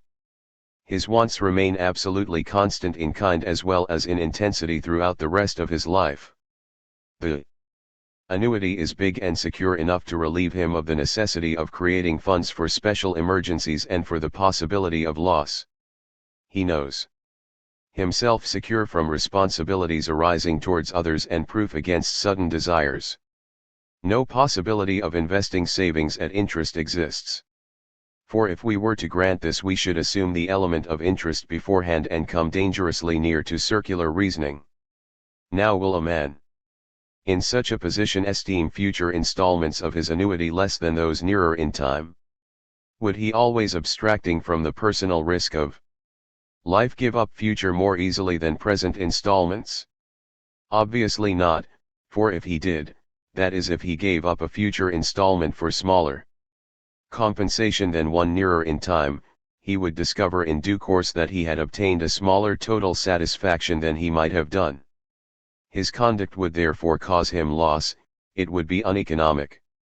Such a course may nevertheless be taken, just as in other respects offenses against the rules of economic reason frequently occur.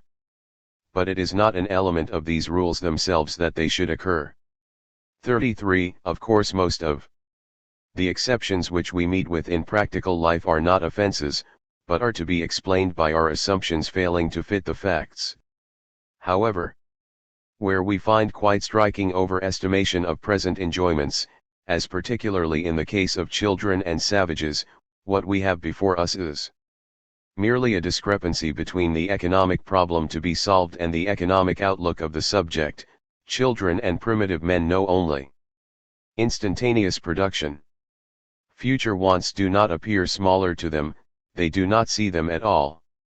Therefore they will not stand the test of decisions which require a wider horizon.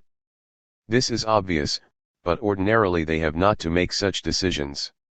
He who grasps the double rhythm of wants and means of satisfaction can perhaps in a particular case scorn the conclusion that a one-sided displacement of either means loss of satisfaction, but he cannot reject it in principle. But what of our second question? Cannot the process of production proceed in ways to which the assumptions of our typical case do not conform? Cannot the continuous flow of goods move sometimes more feebly, sometimes more strongly? But especially, must not the fact that a more fertile method of production demands more time affect the value of present goods, the possession of which alone makes the choice of it possible, and thus constitutes time a factor in the circular flow? The negative answer which we give to this question can easily be misunderstood, and will only later acquire its full significance. I do not deny the importance of the element of time in economic life, but only look at it in a different light. The question of the introduction of more productive but more time-consuming processes and the question of how the time element affects it are quite distinct problems. We are not now speaking of the introduction of new processes, but of the circular flow which consists of given processes already in working order. And here the more fruitful method of production yields its results just as immediately as any other, no matter what the length of its period may be.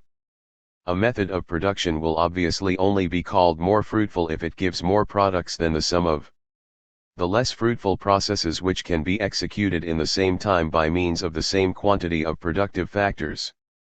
Given the necessary quantities of labor and natural agents, production by this method will be repeated indefinitely without any exercise of choice, and the stream of products will be continuous. But even if that were not the case, there would be no underestimation of future products. For if the productive process turned out its results in periodic intervals, there would still be no waiting, because consumption could adapt itself and run on continuously and at an equal rate per unit of time, so that there would be no motive for underestimating future products. 34. I may quite well prize present goods more highly than future ones if their possession assures me more goods for the future. But I shall do this no longer, and my present and future valuations must be equal as when I am assured of the richer flow of goods and my conduct has been adapted to it. More goods in the future are then no longer dependent upon the possession of present goods. We can also extend the example of our pensioner to this case. Suppose he has received hitherto $1,000 a month. Then he is offered, instead, $20,000 at the end of a year. Now, until the first year's installment falls due, the element of time may make itself felt very unpleasantly. From the time it falls due onwards, however, he will see his position improved.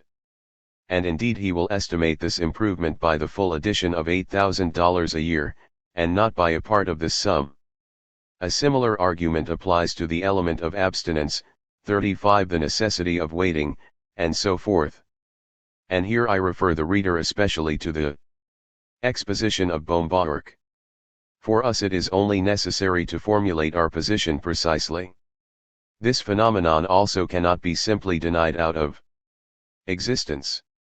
But it is much more complicated than it has the appearance of being, and it is noteworthy that its nature and its manifestations have as yet found no penetrating analysis. Here also one must distinguish the process of creating a productive apparatus from the process of operating it when once created. Whatever the role of abstinence in the former may be, we shall have to speak of this repeatedly, first of all in the discussion of saving in the next chapter. Certainly in the latter the necessity of waiting does not recur every time a process of production is repeated. One need not wait for the regular returns, since one receives them as a matter of course just when they are needed. In the normal circular flow one has not periodically to withstand a temptation to instantaneous production, because one would immediately fare worse by succumbing.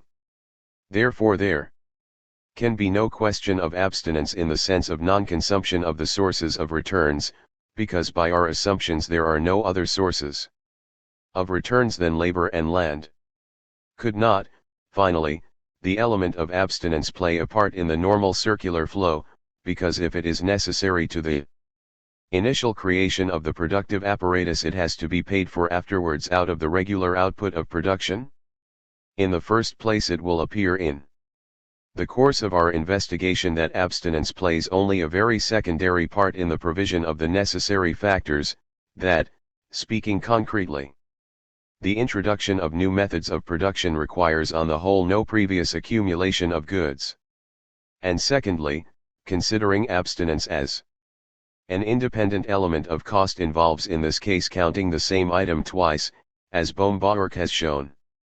36. Whatever may be the nature of waiting, it is certainly not an element of the economic process which we are here considering, because the circular flow, once established, leaves no gaps between outlay or productive effort and the satisfaction of wants.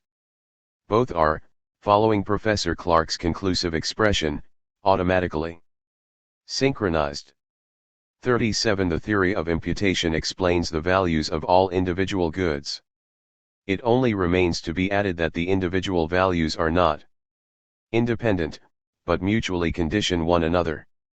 The only exception to the rule is in the case of a commodity which cannot be replaced by another, which has only such means of production as are incapable of substitution and moreover are not employable elsewhere. Such instances are imaginable. They can occur, for example, in the case of consumption goods offered immediately by nature, but they are a negligible exception. All other quantities of goods and their values stand in a strict mutual relation. It is expressed by their relation as complements, by the possibility of alternative employment, and by the substitutive relation. Even if two goods have only a single agent of production in common, their values are still connected, for the quantities and hence the values of both goods, depending upon the cooperation of this one agent, will follow the rule of marginal utility with respect to the agent of production common to both. It need hardly be pointed out that the productive relationship resulting from the productive factor labor in particular embraces practically all goods.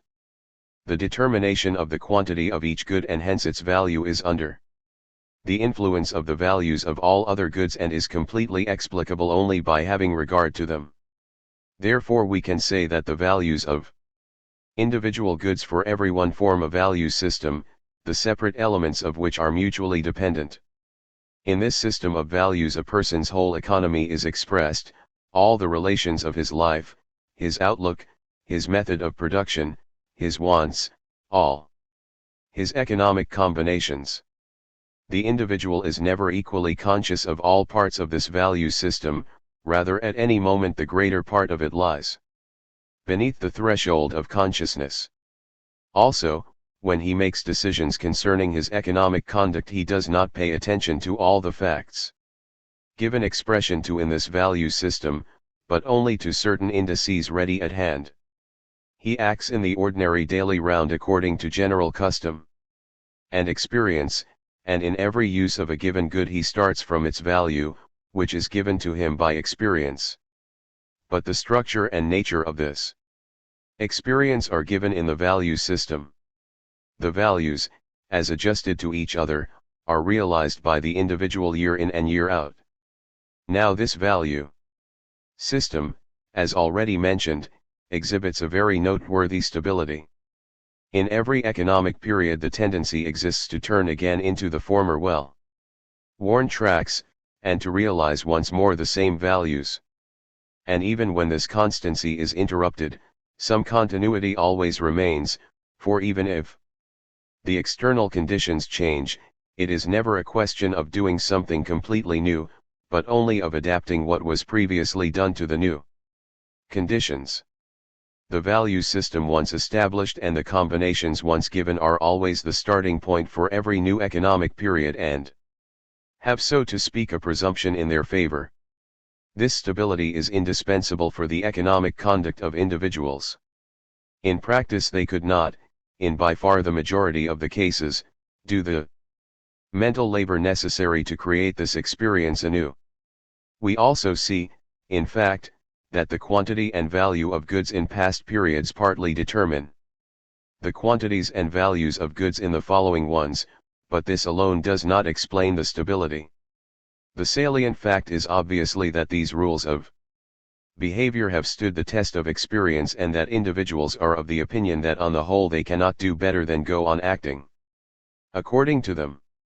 And our analysis of the value system, the geology, as it were, of this mountain of experience, has also shown us that actually these quantities and these values of goods are explicable, given the wants and the horizons of the people, as rational consequences of the given conditions in the surrounding world. This empirical way of acting in the individual is therefore no accident, but has a rational basis. There is one kind of economic conduct which, under given conditions, establishes the equilibrium between means on hand and wants to be satisfied in the best way possible. The value system that we have described corresponds to a position of economic equilibrium whose constituent parts cannot be altered, if all the data remain the same, without the individual's having the experience that he is worse off than before. In so far, therefore, as it is a question of adapting himself to the conditions and of simply complying with the objective necessities of the economic system without wishing to change them, one and only one particular way of acting commends itself to the individual. 38 And the results of this action will remain the same as long as the given conditions remain the same. Assuming the reader to be familiar with the general theory of both competitive and monopolistic exchange and prices, we may notice in passing that the ubiquitous possibility of exchange will naturally alter everyone's system of values. The fundamental theorem, according to which units of resources are distributed among possible uses so as to yield equal marginal satisfactions, will of course still hold. In an exchange economy we may express it by saying that for all households prices must be proportional to marginal utilities of consumers' goods and that for all firms prices of producers' goods must be proportional to their marginal productivities. But a new phenomenon presents itself in the fact that products will be estimated by their producers no longer according to any value in use which they might have for them, but according to the utility of those commodities which producers ultimately acquire for them. 39 Everyone's scale of valuation of his products, and hence everyone's scale of valuation of the means of production he may happen to have, will be composed of the scale of valuation of the goods received in exchange or bought with the income derived from selling the services of those means of production. The most advantageous way of performing these operations will be found by experience, and every commodity or productive service will be valued accordingly. All the innumerable exchanges which we can observe in an exchange economy in each period constitute in their totality the external form of the circular flow of economic life. The laws of exchange show us how this circular flow is explicable from given conditions, and also teach us why it does not alter so long as these conditions remain the same, and why and how it changes in adapting itself to changes in these conditions. Under the assumption of constant conditions, consumers and producers' goods of the same kind and quantity would be produced and consumed in every successive period because of the fact that in practice people act in accordance with well-tried experience, and that in theory we regard them as acting in accordance with the knowledge of the best combination of present means under the given conditions. But there is also another connection between the successive periods because every period operates with goods which an earlier period prepared for it, and in every period goods are produced for use in the next. We shall now, to simplify the statement, express this fact by assuming that in every period only products which were produced in the previous period are consumed, and that only products which will be consumed in the following period are produced. This dovetailing of the economic periods does not change anything essential, as may easily be seen. According to it, every consumption good requires 2 economic periods, neither more nor less, for its completion. Now we shall classify the exchanges which are necessary to carry out this simplified economic process in every period. First, we discard those which are carried out merely in order to hand on again whatever is so received. Theory demonstrates that such exchanges must exist in great numbers in every trading economy, yet these purely technical transactions do not interest us here. 40 Then there is the exchange of the services of labor and land against consumption goods, which occurs in every trading economy. No doubt this class of exchanges embodies the bulk of the economic system's stream of goods and connects its source with its mouth. But laborer and landlord sell their productive services, which only yield their product at the end of each period. for consumption goods which are already on hand. Further, they sell their productive services for consumption goods, even though some of their services go towards the production of producers' goods. In every period those services of labor and land which are not already embodied in means of production to be employed in the period under consideration are exchanged for consumption goods which were completed in the previous period. Whatever in this assertion is contrary to fact serves merely to simplify the exposition and does not affect the principle. It is clear who possess the services of labor and land before this exchange. But who constitute the other party in the transaction?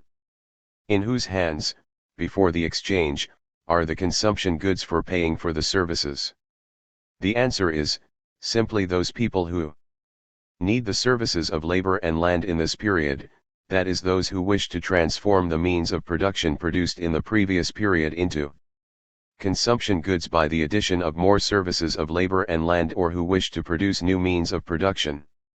Let us assume, for simplicity's sake, that both categories do the same in all periods to be considered, that is, keep on producing either consumption goods or production goods which conforms to the principle of a trading economy with division of labor. Then we can say that those individuals who produced consumption goods in the preceding period give up a part of them in the present period to workers and landlords whose services they require for the production of new consumption goods for the following period. Those individuals who produced production goods in the preceding period and who wish to do likewise in the present will give up these production goods to the producers of consumption goods in return for those consumption goods which they want in order to acquire new productive services. Therefore workers and landlords always exchange their productive services for present consumption goods only, whether the former are employed directly or only indirectly in the production of consumption goods.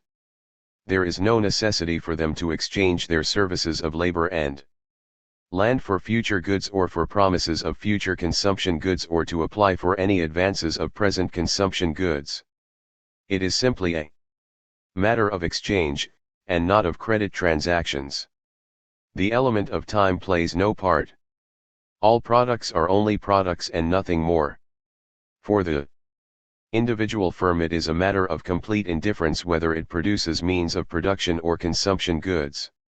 In both cases the product is paid for immediately and at its full value. The individual need not look beyond the current period, even though he always works for the next. He simply follows the dictates of demand, and the mechanism of the economic process sees to it that he also provides for the future at the same time. He is not concerned with what happens further to his products, and he would probably never begin the process of production if he had to follow it to the end. Consumption goods in particular are also only products and nothing more, products to which nothing more happens than their sale to consumers. They form in nobody's hands a fund for the maintenance of laborers, and so on, they serve neither directly nor indirectly further productive ends. Hence every question of the accumulation of such stocks disappears. How such a mechanism, which, once adjusted, continually maintains itself, comes into existence is another question. How it develops is a different problem from how it functions. It follows, again, that everywhere, even in a trading economy, produced means of production are nothing but transitory items. Nowhere do we find a stock of them fulfilling any functions, as it were, in their own right. No claim on the national dividend is made by them beyond wages and rent for the services of labor and land contained in them. No element of net income attaches finally to them. No independent demand issues from them. On the contrary, in each period all the consumption goods on hand will go to the services of labor and land employed in this period, hence all incomes are absorbed under the title of wages or rent of natural agents. 41. Thus we come to the conclusion that the process of exchange between labor and land on the one side and consumption goods on the other side not only supplies the chief direction of the stream of economic life, but that, under our assumptions, this would be the only one. Labor and land share the whole national dividend, and there are just as many consumption goods on hand as are necessary to satisfy their effective demand, and no more. And this is in accordance with the ultimate pair of data in economics, wants and the means for their satisfaction. It is also a true picture of that part of economic reality of which we have been taking account so far. It was mutilated by theory, and from it a great number of fictions and sham problems were artificially created, including the problem of what is the fund out of which the services of labor and land are remunerated. The organization of an exchange economy therefore presents itself to us in the following manner. Individual businesses appear to us now as places of production for the requirements of other people, and the output of the whole production of a nation will in the first place be distributed among these units. Within the latter, however, there are no other functions than that of combining the two original factors of production, and this function is performed in every period mechanically, as it were, of its own accord, without requiring a personal element distinguishable from superintendence and similar things. Thus, if we suppose that the services of land are in private hands, then abstracting from monopolists there are no people with any claims upon the product except those who perform some kind of labor or place the services of land at the disposal of production. Under these conditions there is no other class of people in the economic system. In particular, there is no class whose characteristic is that they possess produced means of production or consumption goods. We have already seen that the idea that somewhere there is an accumulated stock of such goods is absolutely false. It is chiefly evoked by the fact that very many produced means of production last through a series of economic periods. However, this is not an essential element, and we alter nothing fundamental if we limit the use of such means of production to one economic period. The idea of a stock of consumption goods has not even this support. On the contrary, consumption goods are generally only in the hands of retailers and consumers in the quantity necessary to meet the requirements of the moment. We find a continuous flow of goods and a continuously moving economic process, but we find no stocks which are either constant in their component parts or constantly replaced. It also makes no difference to an individual firm whether it produces consumption or production goods. In both cases it disposes of its products in the same way, receives, under the hypothesis of completely free competition, a payment corresponding to the value of its land or labor, services, and nothing else. If we choose to call the manager or owner of a business entrepreneur, then he would be an entrepreneur phasant ni. Benefice ni PERD, 42 without special function and without income of a special kind. If the possessors of produced means of production were called capitalists, then they could only be producers, differing in nothing from other producers, and could no more than the others sell their products above the costs given by the total of wages and rents. From the standpoint of this interpretation, therefore, we see a stream of goods being continually renewed. 43 Only for a single moment is there anything like a stock of certain individual goods. Moreover, one can actually speak of stocks only in an abstract sense, namely in the sense that goods of a certain kind and quantity always appear through the mechanism of production and exchange at definite places in the economic system. Stocks in this sense are comparable to a riverbed rather than to the water which flows through it. The stream is fed from the continually flowing springs of labor, power and land, and flows in every economic period into the reservoirs which we call income, in order there to be transformed into the satisfaction of wants. We shall not enlarge upon this, but only observe shortly that it involves accepting a definite concept of income, namely fetters, and excluding from its scope all those goods which are not regularly consumed. In one sense the circular flow ends at this place. In another sense, however, it does not, for consumption begets the desire to repeat it, and this desire again begets economic activity. We shall be pardoned if we have not in this connection spoken of quasi-rent as we ought to have done.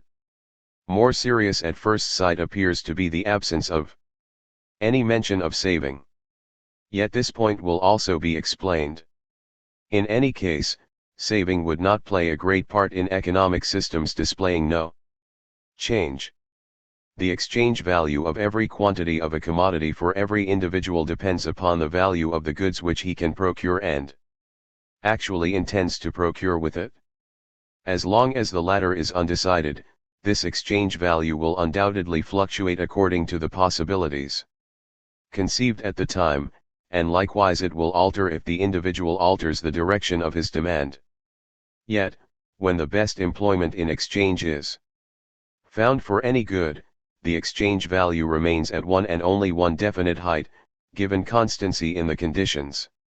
Obviously, taken in this sense, the exchange value of any unit of one and the same commodity is different for different individuals, and indeed not only in consequence of the differences, firstly of their tastes, and secondly of their economic situations as a whole, but also thirdly, quite independently of these facts, in consequence of differences in the goods which the individual exchanges. 44. But the relation of the quantities in which any two goods are exchanged in the market, or of their reciprocals, the price of each good, is the same for all individuals rich or poor, as we said before. That the price of every good is connected with the prices of all other goods will only become quite clear if we reduce them all to a common denominator. 45. Let us now introduce this denominator of price and medium of exchange, and let us choose gold for the role of money commodity. While for our purposes we require very little of the familiar theory of exchange and hence could treat it quite briefly, we must go rather further into the theory of money. But here also we shall confine ourselves to those points which will be significant for us later, and we shall consider even them only so far as is necessary for what follows. Therefore we shall leave on one side problems which will not crop up again in this book, for example the problem of bimetallism or of the international value of money, and theories whose merits lie in directions which we shall have no opportunity of following. We shall replace without scruple by simpler or better known ones, provided they will serve us as well, even if they are in other respects much more incomplete. 46. Experience shows that every individual values his stock of money. And in the market all these individual value estimates lead to the establishment of a definite exchange relation between the unit of money and quantities of all other goods, in principle just as we asserted earlier of other goods. From the competition between individuals and between possibilities of employment there issue, under given conditions, as many definite prices of money as there are other goods. These prices of money, an expression which is completely defined by the preceding statements and which we shall often use in what follows, are, therefore, like any other price, founded upon individual value estimates. But upon what do these rest? The question obtrudes itself, because here in the case of money we have not the simple explanation which for any other commodity lies in the satisfaction of wants obtained by the individual from his consumption. We answer the question after we, sir. 47. The use value of the material commodity of course provides the historical foundation upon which money acquires a definite exchange relation to other goods, but its value for every individual and its price on the market may and actually do move from this basis. Of course it is obvious that neither the individual marginal utility nor the price of gold as money can deviate from its individual marginal utility and its market price as a commodity. For if this happened, a continual tendency would exist to remove the difference by coining gold from the arts or by melting down gold coin. This is correct. Only it proves nothing. Because a commodity fetches the same price in two different uses, it cannot be concluded that the one use determines the price and that the other simply follows it. On the contrary, it is clear that both employments together form the value scale of the good and that its price would be different if one ceased to exist. The money commodity is in this position. It serves two different possibilities of employment, and Although the marginal utilities and the prices must certainly be equal in both if the good can move freely from one to the other, yet its value is never explicable from the employment in the arts alone. This becomes especially clear if we imagine that the whole stock of money commodity is coined, which would indeed be possible. Money would even then have value and a price, but the above explanation would obviously break down.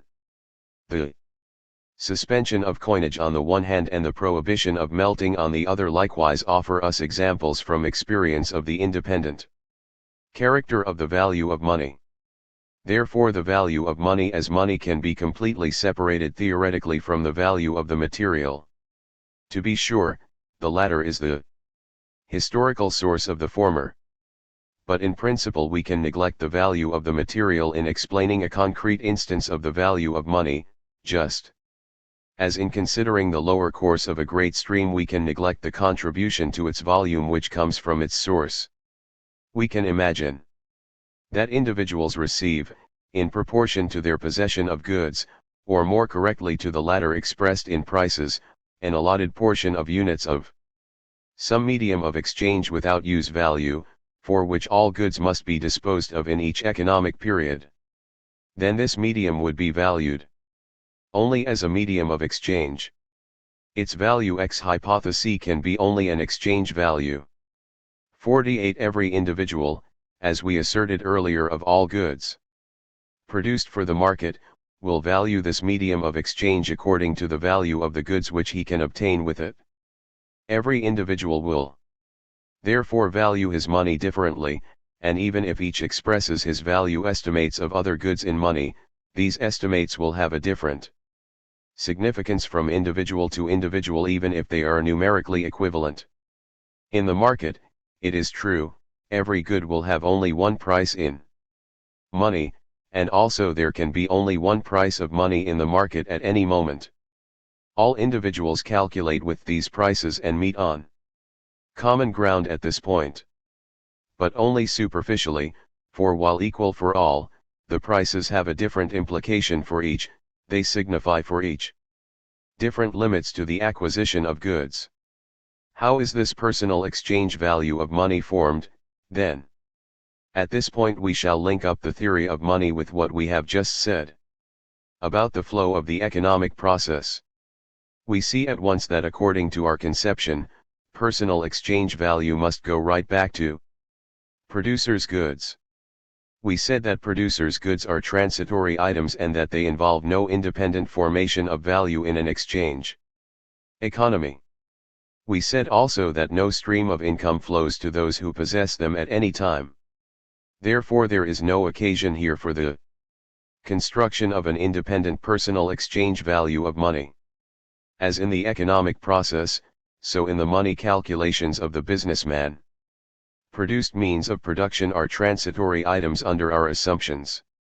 These individuals will not esteem money according to its personal exchange value, since they procure no goods for their own consumption by means of it but simply pass it on. Hence we cannot seek here for the determination of the personal exchange value of money. On the contrary, the exchange value which is reflected in these transactions must originate elsewhere. Hence, only the primary stream of goods remains, only the exchange between services of labor and land on the one hand and consumption goods on the other. Solely according to the values of the consumption goods which can be obtained with money does one value one stock of money. The exchange between money income and real income is therefore the salient point, is the place in the economic process where personal exchange value and hence the price of money is formed. The result is now easy to state: the exchange value of money for everyone depends upon the use value of the consumption goods which he can obtain for his income. The total effective demand in terms of goods in a period serves as the value scale for the units of income available in this economic process. Therefore, under given conditions, there is for every individual an unequivocally determined value scale and definite marginal utility of his stock of money. 49. The absolute magnitude of the stock of money in the economic system is irrelevant. In principle, a smaller total performs the same service as a larger. If we assume the existing quantity of money to be constant, then there will be the same demand for money year in and year out, and the same value of money will emerge for every individual. Money will be so distributed in the economic system that a uniform price of money emerges. This is the case when all consumption goods are disposed of, and all services of labor and land paid for. The exchange between services of labor and land on the one hand and consumption goods on the other is divided into two parts, the exchange between services of labor and land and money, and that between money and consumption goods. Since the values and prices of money must be equal on the one hand to the values and prices of consumption goods and on the other hand to the values and prices of services of labor and land. 50. It is clear that the essential lines of our picture are not altered by the insertion of intermediate links, that money only performs the function of a technical instrument, but adds nothing new to the phenomena. To employ a customary expression, we can say that money thus far represents only the cloak of economic things and nothing essential is overlooked in abstracting from it. At first sight money appears as a general order upon different quantities of goods. 51. Or as we may say, as general purchasing power. Every individual regards money first of all as a means of obtaining goods in general. If he sells his services of labor or land, he sells them not for definite goods but, as it were, for goods in general. If one looks more closely, however, things take on a different aspect. For every individual values his money income really according to the goods which he actually obtains with it and not according to goods in general. When he speaks of the value of money, the range of goods he customarily purchases floats more or less plainly before his eyes. If whole classes of buyers were suddenly to change the expenditure of their incomes, then obviously the price of money and also the personal exchange value of money would undoubtedly have to change. Ordinarily, however, this does not happen. In general, a definite plan of expenditure is adhered to as being the best, and it does not change quickly. This is why, in practice, everyone can normally reckon with a constant value and price of money, and he need only gradually adjust them to changed conditions.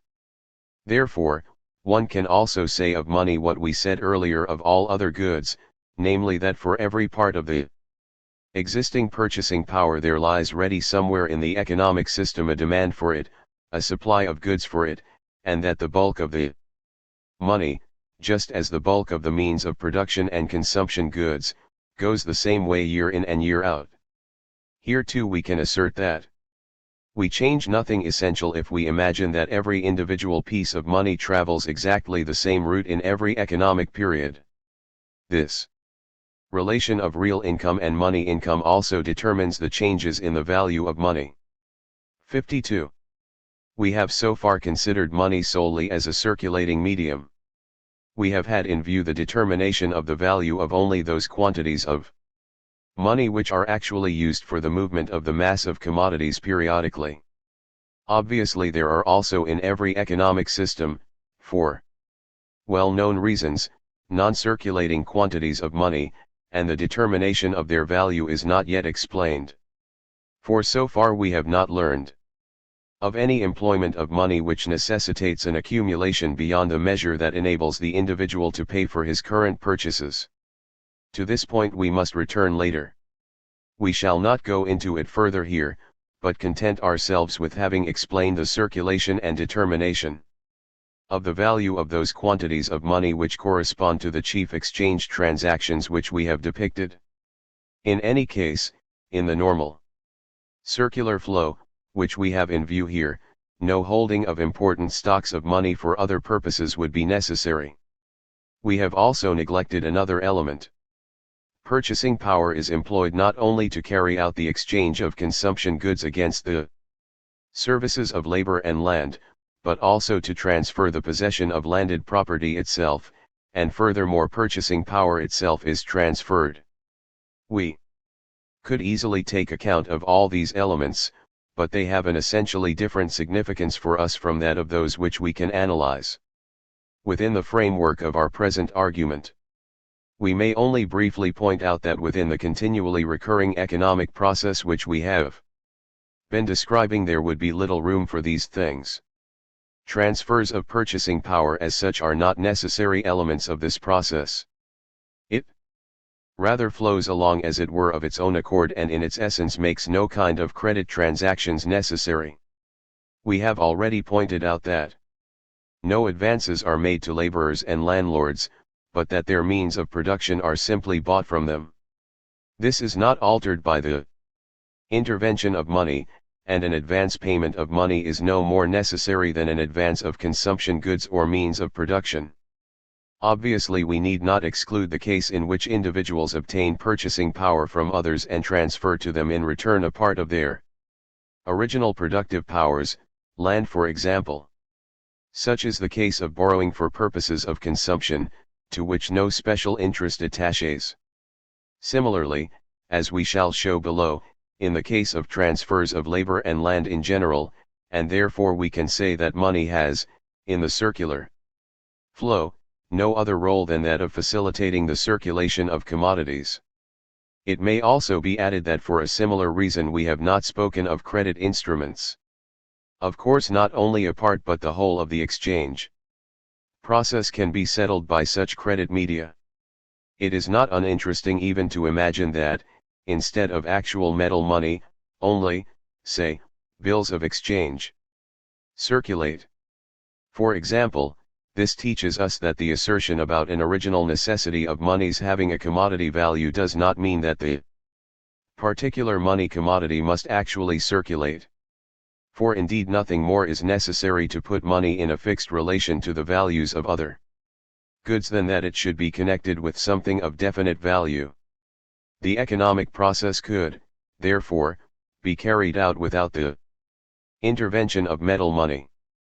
Anyone who supplies services of labor and land would receive a bill for a determined amount of monetary units, then buy consumption goods with it, in order to receive again in the next period, if we adhere to our conception of the identity of the routes traveled by money, periodically the same amount of units in the shape of another bill of exchange. Assuming smooth functioning and general acceptability, such a medium of exchange fills the role of money perfectly, and because it does, it will be valued by individuals just as metal money, and change hence at the same prices expressed in commodities. This is true even if there is never any question of redemption, but simply of a continuous process of claims to legal tender being offset against each other. There will therefore be a demand for this medium of exchange, which will under our assumptions always be met by a corresponding supply. But since we have seen that the price of the unit of metal money simply mirrors the price of consumption goods and hence of production goods, it follows that the price of our hypothetical bills of exchange will do the same. Hence, they will be negotiated at their full nominal value, or, in other words, will always be at par. For no motive exists to allow a discount. This argument teaches us in a somewhat more practical manner than an earlier has already done that no interest would appear in the economic system under our assumptions, and that therefore the logic of economic things as here described does not explain the phenomenon of interest. But apart from this, there is no reason for us to occupy ourselves further in this place with credit means of payment. If credit instruments only replace some already existing metal money, then their use will not of itself produce any new phenomena. If a particular exchange transaction is settled year in and year out by means of such credit instruments, then the latter play the same part as the corresponding amount of metal money would, and there is no incentive so far to the sudden introduction of credit into the circular flow, which we should have to consider.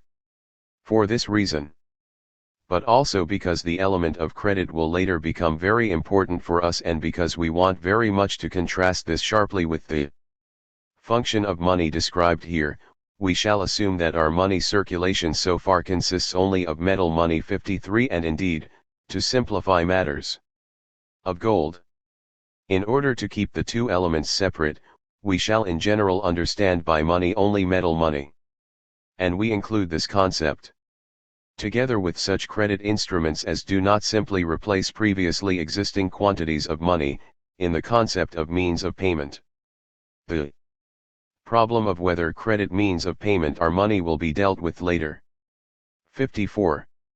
Thus, corresponding to the stream of goods there is a stream of money, the direction of which is opposite to that of the stream of goods, and the movements of which, upon the assumption that no increase of gold or any other one-sided change occurs, are only reflexes of the movement of goods.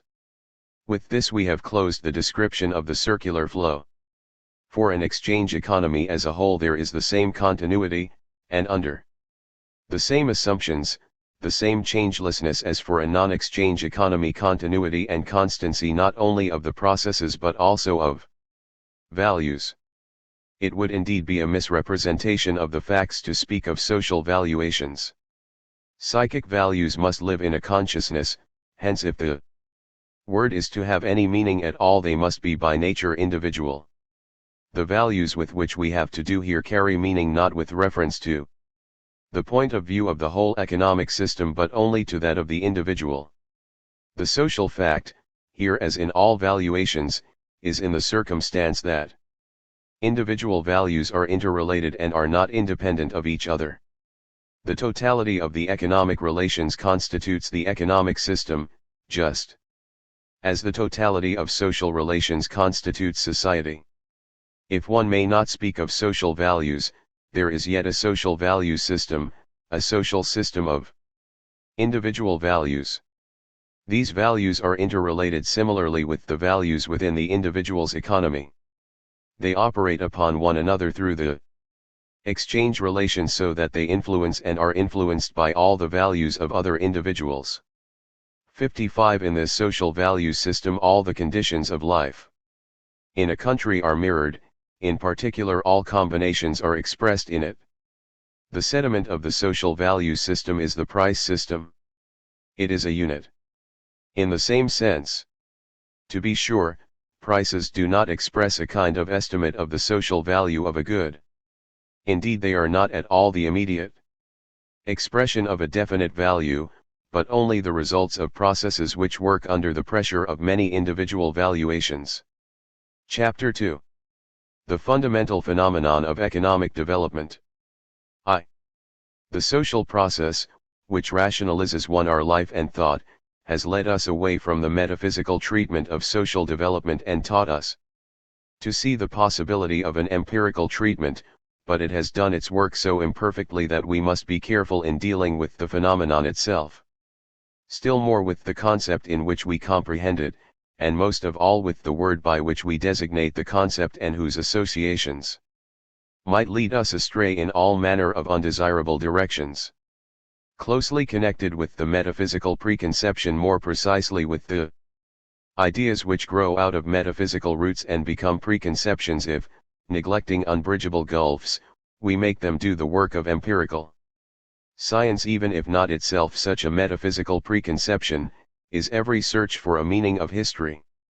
The same is true of the postulate that a nation, a civilization, or even the whole of mankind, must show some kind of uniform unilinear development, as even such a matter of fact mind as Rascher assumed and as the innumerable philosophers and theorists of history in the long brilliant line from Vico to Lamprecht took and still take for granted.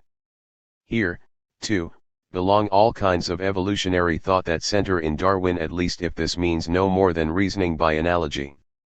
And also the psychological prejudice which consists in seeing more in motives and acts of volition than a reflex of the social process.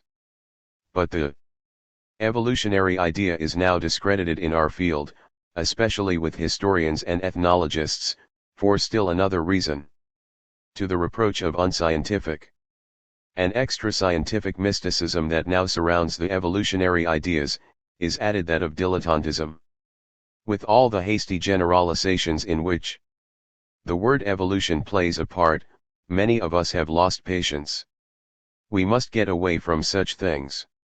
Then two facts still remain: first the fact of historical change, whereby social conditions become historical. Individuals in historical time. These changes constitute neither a circular process nor pendulum movements about a center. The concept of social development is defined by these two circumstances, together with the other fact, that whenever we do not succeed in adequately explaining a given historical state of things from the preceding one, we do indeed recognize the existence of an unsolved but not insoluble problem. This holds good, first of all, for the individual case. For example, we understand Germany's internal political history in 1919 as one of the effects of the preceding war. It also holds good, however, for more general problems.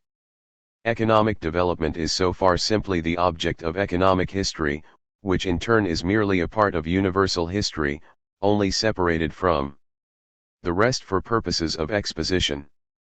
Because of this fundamental dependence of the economic aspect of things on everything else, it is not possible to explain economic change by previous economic conditions alone. For the economic state of a people does not emerge simply from the preceding economic conditions, but only from the preceding total situation. The expository and analytical difficulties which arise from this are very much diminished, practically if not in principle, by the facts which form the basis of economic interpretation of history. Without being compelled to take a stand for or against this view, we can state that the economic world is relatively autonomous because it takes up such a great part of a nation's life, and forms or conditions a great part of the remainder, wherefore writing economic history by itself is obviously a different thing from writing, say, military history. To this must be added still another fact which facilitates the separate description of any of the divisions of the social process. Every sector of social life is, as it were, inhabited by a distinct set of people. The heteronymous elements generally do not affect the social process in any such sector directly as the bursting of a bomb affects all things which happen to be in the room in which it explodes, but only through its data and the conduct of its inhabitants. And even if an event occurs like the one suggested by our metaphor of a bursting bomb, the effects only occur in the particular garb with which those primarily concerned dress them. Therefore, just as describing the effects of the counter-reformation upon Italian and Spanish painting always remains history of art, so describing the economic process remains economic history even where the true causation is largely non-economic. The economic sector, again, is open to an endless variety of points of view and treatments, which one can array, for example, according to the breadth of their scope, or we might just as well say according to the degree of generalization which they imply. From an exposition of the nature of the economic life of the Niederaltaic monastery in the 13th century to Sombert's exposition of the development of economic life in Western Europe, there runs a continuous, logically uniform thread. Such an exposition as Sombert's is theory, and indeed theory of economic development, in the sense in which we intend it for the moment.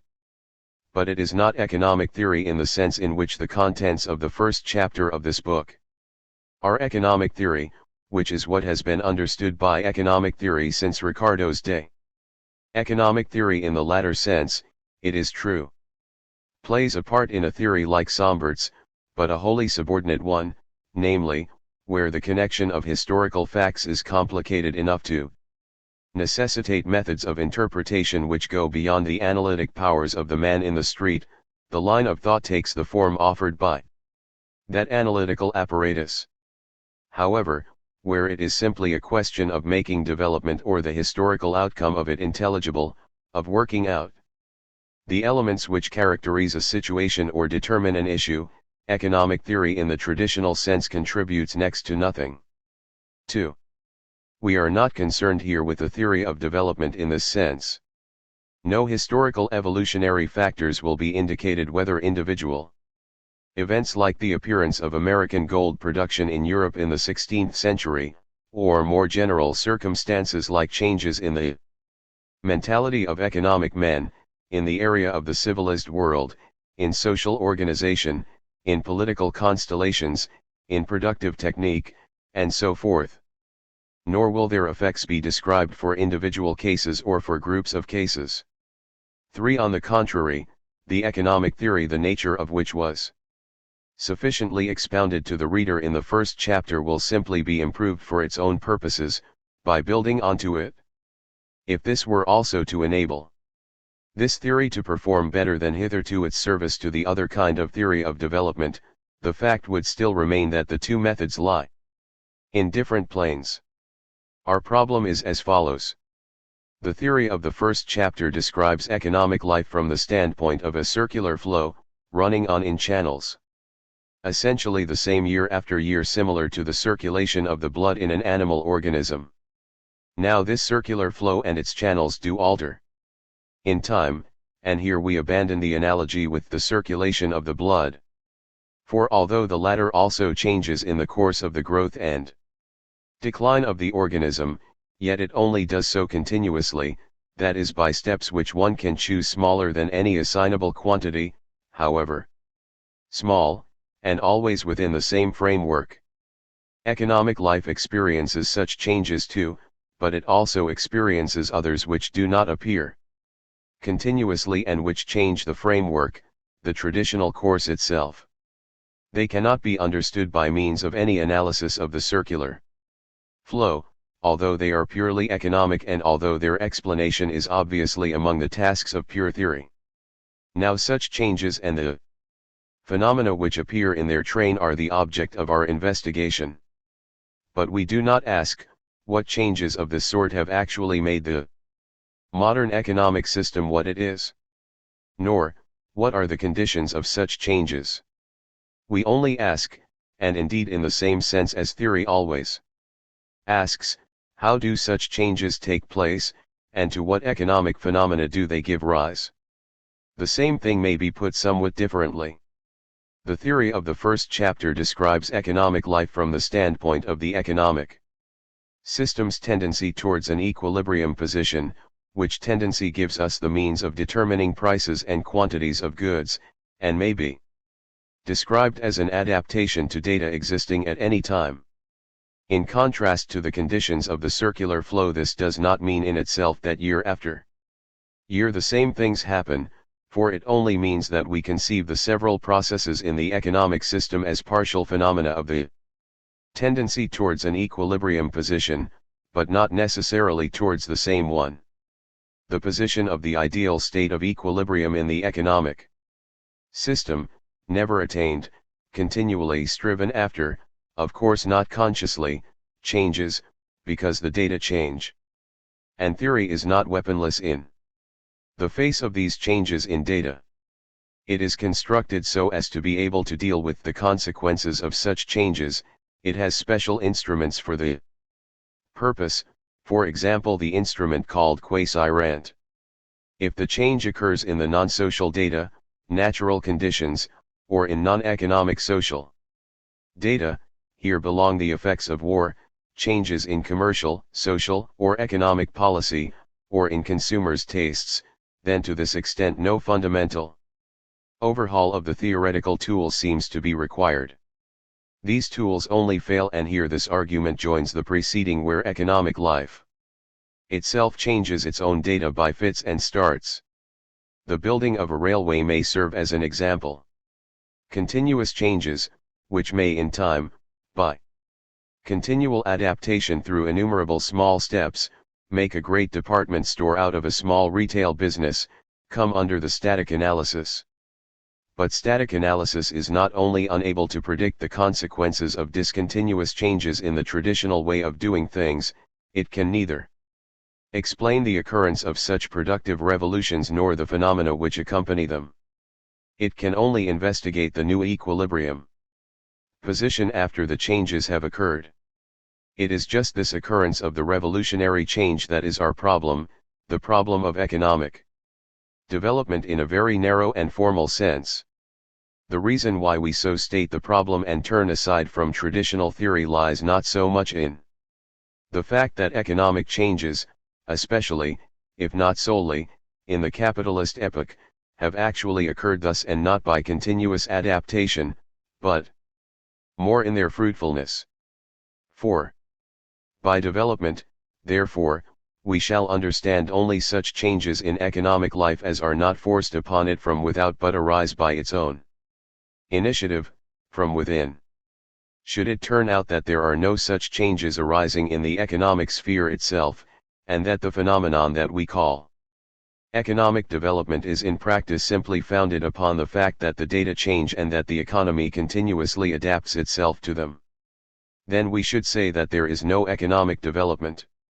By this we should mean that economic development is not a phenomenon to be explained economically, but that the economy, in itself without development, is dragged along by the changes in the surrounding world, that the causes and hence the explanation of the development must be sought outside the group of facts which are described by economic theory.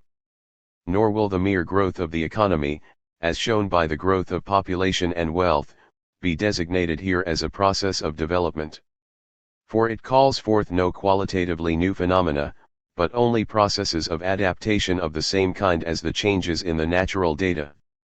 Since we wish to direct our attention to other phenomena, we shall regard such increases as changes in data. 5. Every concrete process of development finally rests upon preceding development. But in order to see the essence of the thing clearly, we shall abstract from this and allow the development to arise out of a position without development. Every process of development creates the prerequisites for the following. Thereby the form of the latter is altered, and things will turn out differently from what they would have been if every concrete phase of development had been compelled first to create its own conditions. However, if we wish to get at the root of the matter, we may not include in the data of our explanation elements of what is to be explained. But if we do not do this, we shall create an apparent discrepancy between fact and theory, which may constitute an important difficulty for the reader. If I have been more successful than in the first edition in concentrating the exposition upon essentials and in guarding against misunderstandings, then further special explanations of the words static and dynamic, with their innumerable meanings, are not necessary. Development in our sense is a distinct phenomenon, entirely foreign to what may be observed in the circular flow or in the tendency towards equilibrium. It is spontaneous and discontinuous change in the channels of the flow, disturbance of equilibrium, which forever alters and displaces the equilibrium state previously existing. Our theory of development is nothing but a treatment of this phenomenon and the processes incident to it. 6. 2. These spontaneous and discontinuous changes in the channel of the circular flow and these disturbances of the center of equilibrium appear in the sphere of industrial and commercial life, not in the sphere of the wants of the consumers of final products. Where spontaneous and discontinuous changes in consumers' tastes appear, it is a question of a sudden change in data with which the businessman must cope, hence possibly a question of a motive or an opportunity for other than gradual adaptations of his conduct, but not of such other conduct itself. Therefore, this case does not offer any other problems than a change in natural data or require any new method of treatment, wherefore we shall neglect any spontaneity of consumers' needs that may actually exist, and assume tastes as given. This is made easy for us by the fact that the spontaneity of wants is in general small. To be sure, we must always start from the satisfaction of wants, since they are the end of all production, and the given economic situation at any time must be understood from this aspect. Yet innovations in the economic system do not as a rule take place in such a way that first new wants arise spontaneously in consumers and then the productive apparatus swings round through their pressure. We do not deny the presence of this nexus. It is, however, the producer who as a rule initiates economic change, and consumers are educated by him if necessary.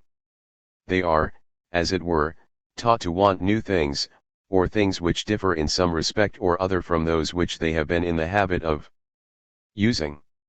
Therefore, while it is permissible and even necessary to consider consumers' wants as an independent and indeed the fundamental force in a theory of the circular flow, we must take a different attitude as soon as we analyze change. To produce means to combine materials and forces within our reach, cf. Supra, Chapter I. To produce other things, or the same things by a different method, means to combine these materials and forces differently. In so far as the new combination may in time grow out of the old by continuous adjustment in small steps, there is certainly change, possibly growth, but neither a new phenomenon nor development in our sense. In so far as this is not the case, and the new combinations appear discontinuously, then the phenomenon characterizing development emerges. 4. Reasons of expository convenience. Henceforth, we shall only mean the latter case when we speak of new combinations of productive means. Development in our sense is then defined by the carrying out of new combinations. This concept covers the following 5 cases. 1.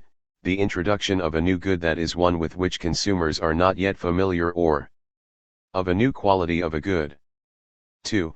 The introduction of a new method of production, that is one not yet tested by experience in the branch of manufacture concerned, which need by no means be founded upon a discovery scientifically new, and can also exist in a new way of handling a commodity commercially.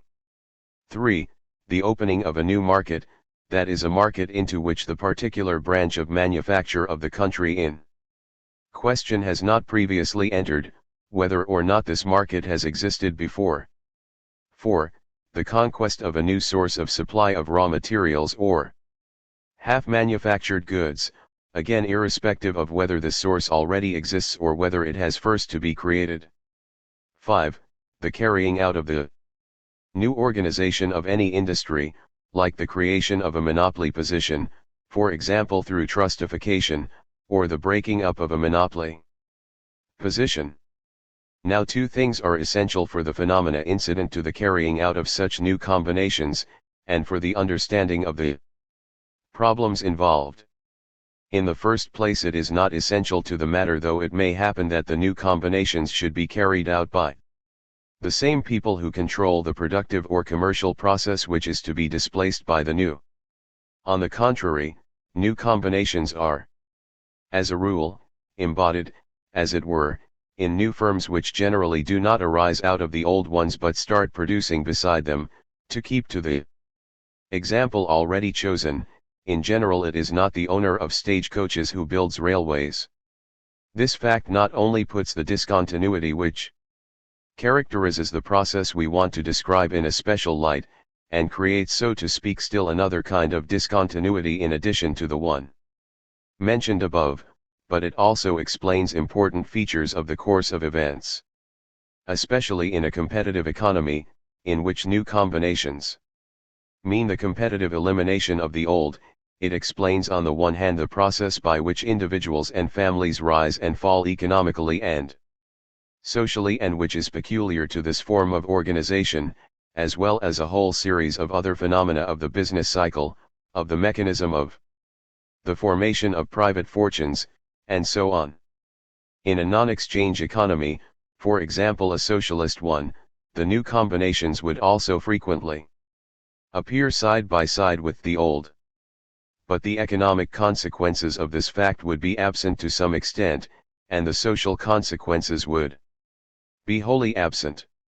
And if the competitive economy is broken up by the growth of great combines, as is increasingly the case today in all countries, then this must become more and more true of real life, and the carrying out of new combinations must become in ever greater measure the internal concern of one and the same economic body. The difference so made is great enough to serve as the watershed between 2 epochs in the social history of capitalism. We must notice secondly, only partly in connection with this element, that whenever we are concerned with fundamental principles, we must never assume that the carrying out of new combinations takes place by employing means of production which happen to be unused. In practical life, this is very often the case. There are always unemployed workmen, unsold raw materials, unused productive capacity, and so forth. This certainly is a contributory circumstance, a favorable condition and even an incentive to the emergence of new combinations, but great unemployment is only the consequence of non-economic events, as for example the World War, or precisely of the development which we are investigating. In neither of the two cases can its existence play a fundamental role in the explanation, and it cannot occur in a well-balanced circular flow from which we start. Nor would the normal yearly increment meet the case, as it would be small in the first place, and also because it would normally be absorbed by a corresponding expansion of production within the circular flow, which, if we admit such increments, we must think of as adjusted to this rate of growth. 7. As a rule, the new combinations must draw the necessary means of production from some old combinations, and for reasons already mentioned we shall assume that they always do so, in order to put in bold relief what we hold to be the essential contour line. The carrying out of new combinations means, therefore, simply the different employment of the economic systems existing. Supplies of productive means, which might provide a second definition of development in our sense. That rudiment of a pure economic theory of development which is implied in the traditional doctrine of the formation of capital always refers merely to saving and to the investment of the small yearly increase attributable to it. In this it asserts nothing false, but it entirely overlooks much more essential things. The slow and continuous increase in time of the national supply of productive means and of savings is obviously an important factor in explaining the course of economic history through the centuries, but it is completely overshadowed by the fact that development consists primarily in employing existing resources in a different way, in doing new things with them, irrespective of whether those resources increase or not. In the treatment of shorter epochs, moreover, this is even true in a more tangible sense. Different methods of employment, and not saving and increases in the available quantity of labor, have changed the face of the economic world in the last 50 years. The increase of population especially, but also of the sources from which savings can be made, was first made possible in large measure through the different employment of the then existing means. The next step in our argument is also self-evident: command over means of production is necessary to the carrying out of new combinations. Procuring the means of production is one distinct problem for the established firms which work within the circular flow. For they have them already procured, or else can procure them currently with the proceeds of previous production, as was explained in the first chapter. There is no fundamental gap here between receipts and disbursements, which, on the contrary, necessarily correspond to one another just as both correspond to the means of production offered and to the products demanded. Once set in motion, this mechanism works automatically. Furthermore, the problem does not exist in a non-exchange economy even if new combinations are carried out in it, for the directing organ, for example a socialist economic ministry, is in a position to direct the productive resources of the society to new uses exactly as it can direct them to their previous employments. The new employment may, under certain circumstances, impose temporary sacrifices, privations, or increased efforts upon the members of the community. It may presuppose the solution of difficult problems, for example the question from which of the old combinations the necessary productive means should be withdrawn, but there is no question of procuring means of production not already at the disposal of the economic ministry. Finally, the problem also does not exist in a competitive economy in the case of the carrying out of new combinations, if those who carry them out have the necessary productive means or can get them in exchange for others which they have or for any other property which they may possess. This is not the privilege of the possession of property per se, but only the privilege of the possession of disposable property, that is such as is employable either immediately for carrying out the new combination or in exchange for the necessary goods and services. 8. In the Contrary case, and this is the rule as it is the fundamentally interesting case, the possessor of wealth, even if it is the greatest combine, must resort to credit if he wishes to carry out a new combination, which cannot like an established business be financed by returns from previous production. To provide this credit is clearly the function of that category of individuals which we call capitalists. It is obvious that this is the characteristic method of the capitalist type of society, and important enough to serve as its differentia specified for forcing the economic system into new channels, for putting its means at the service of new ends, in contrast to the method of a non-exchange economy of the kind which simply consists in exercising the directing organ's power to command. It does not appear to me possible to dispute in any way the foregoing statement. Emphasis upon the significance of credit is to be found in every textbook. That the structure of modern industry could not have been erected without it, that it makes the individual to a certain extent independent of inherited possessions, that talent in economic life rides to success on its debts, even the most conservative orthodoxy of the theorists cannot well deny. Nor is the connection established here between credit and the carrying out of innovations, a connection which will be worked out later, anything to take offense at. For it is as clear a priori as it is established historically that credit is primarily necessary to new combinations, and that it is from these that it forces its way into the circular flow, on the one hand because it was originally necessary to the founding of what are now the old firms, on the other hand because its mechanism, once in existence, also seizes old combinations for obvious reasons. 9. First, a priori, we saw in the first chapter that borrowing is not a necessary element of production in the normal circular flow within accustomed channels, is not an element without which we could not understand the essential phenomena of the latter.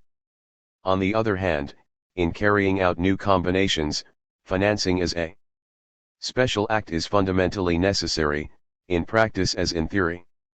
Second, historically, those who lend and borrow for industrial purposes do not appear early in history. The pre-capitalistic lender provided money for other than business purposes.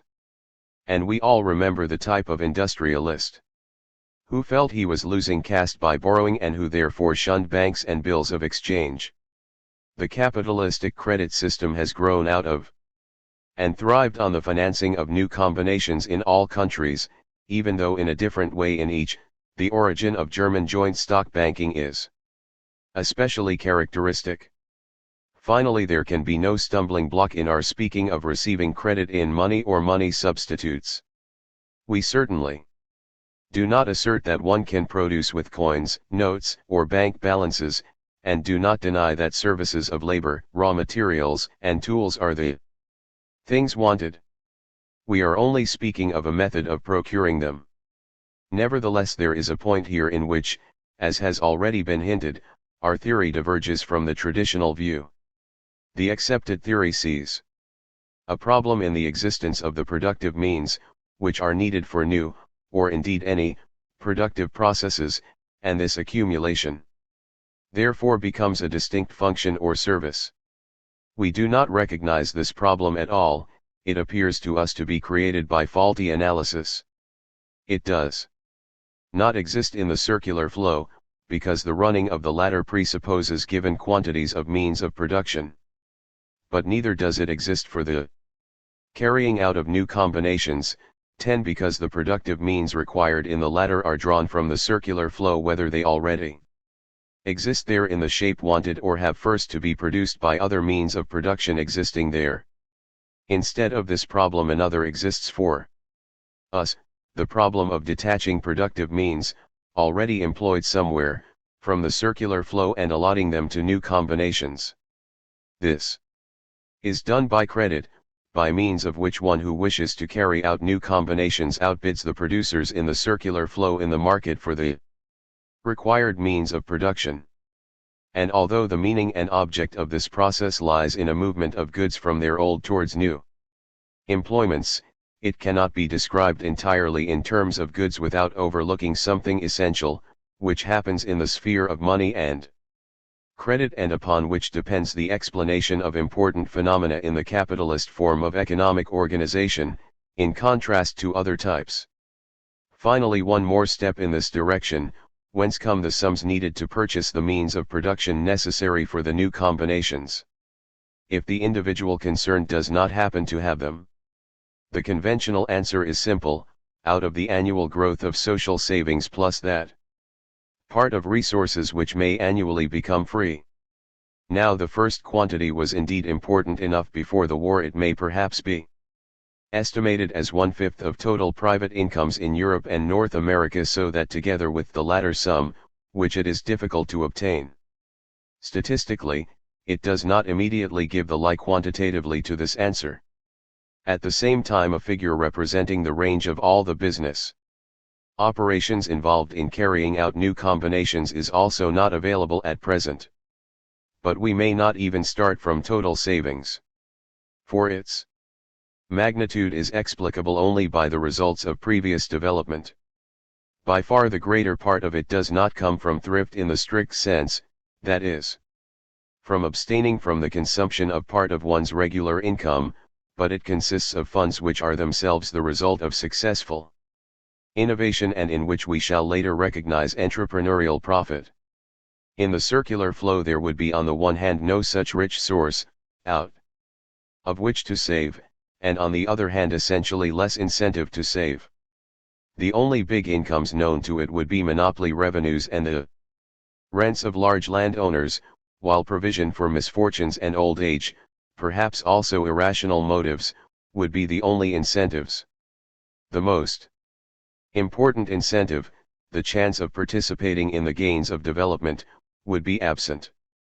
Hence, in such an economic system there could be no great reservoirs of free purchasing power, to which one who wished to form new combinations could turn, and his own savings would only suffice in exceptional cases. All money would circulate, would be fixed in definite established channels.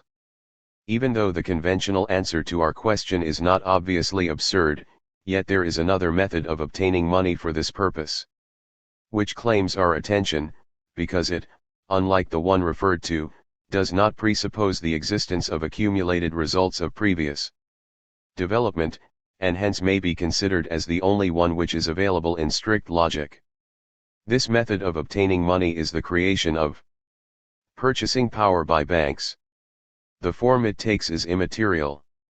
The issue of banknotes not fully covered by specie withdrawn from circulation is an obvious instance, but methods of deposit banking render the same service, where they increase the sum total of possible expenditure.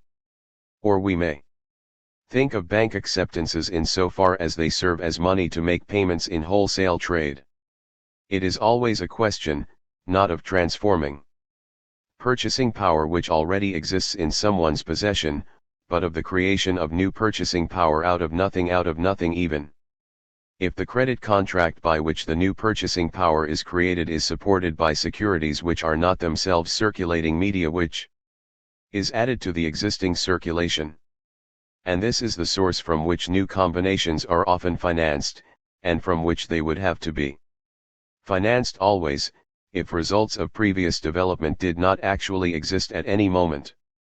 These credit means of payment, that is means of payment which are created for the purpose and by the act of giving credit, serve just as ready money in trade, partly directly, partly because they can be converted immediately into ready money for small payments or payments to the non-banking classes, in particular to wage earners.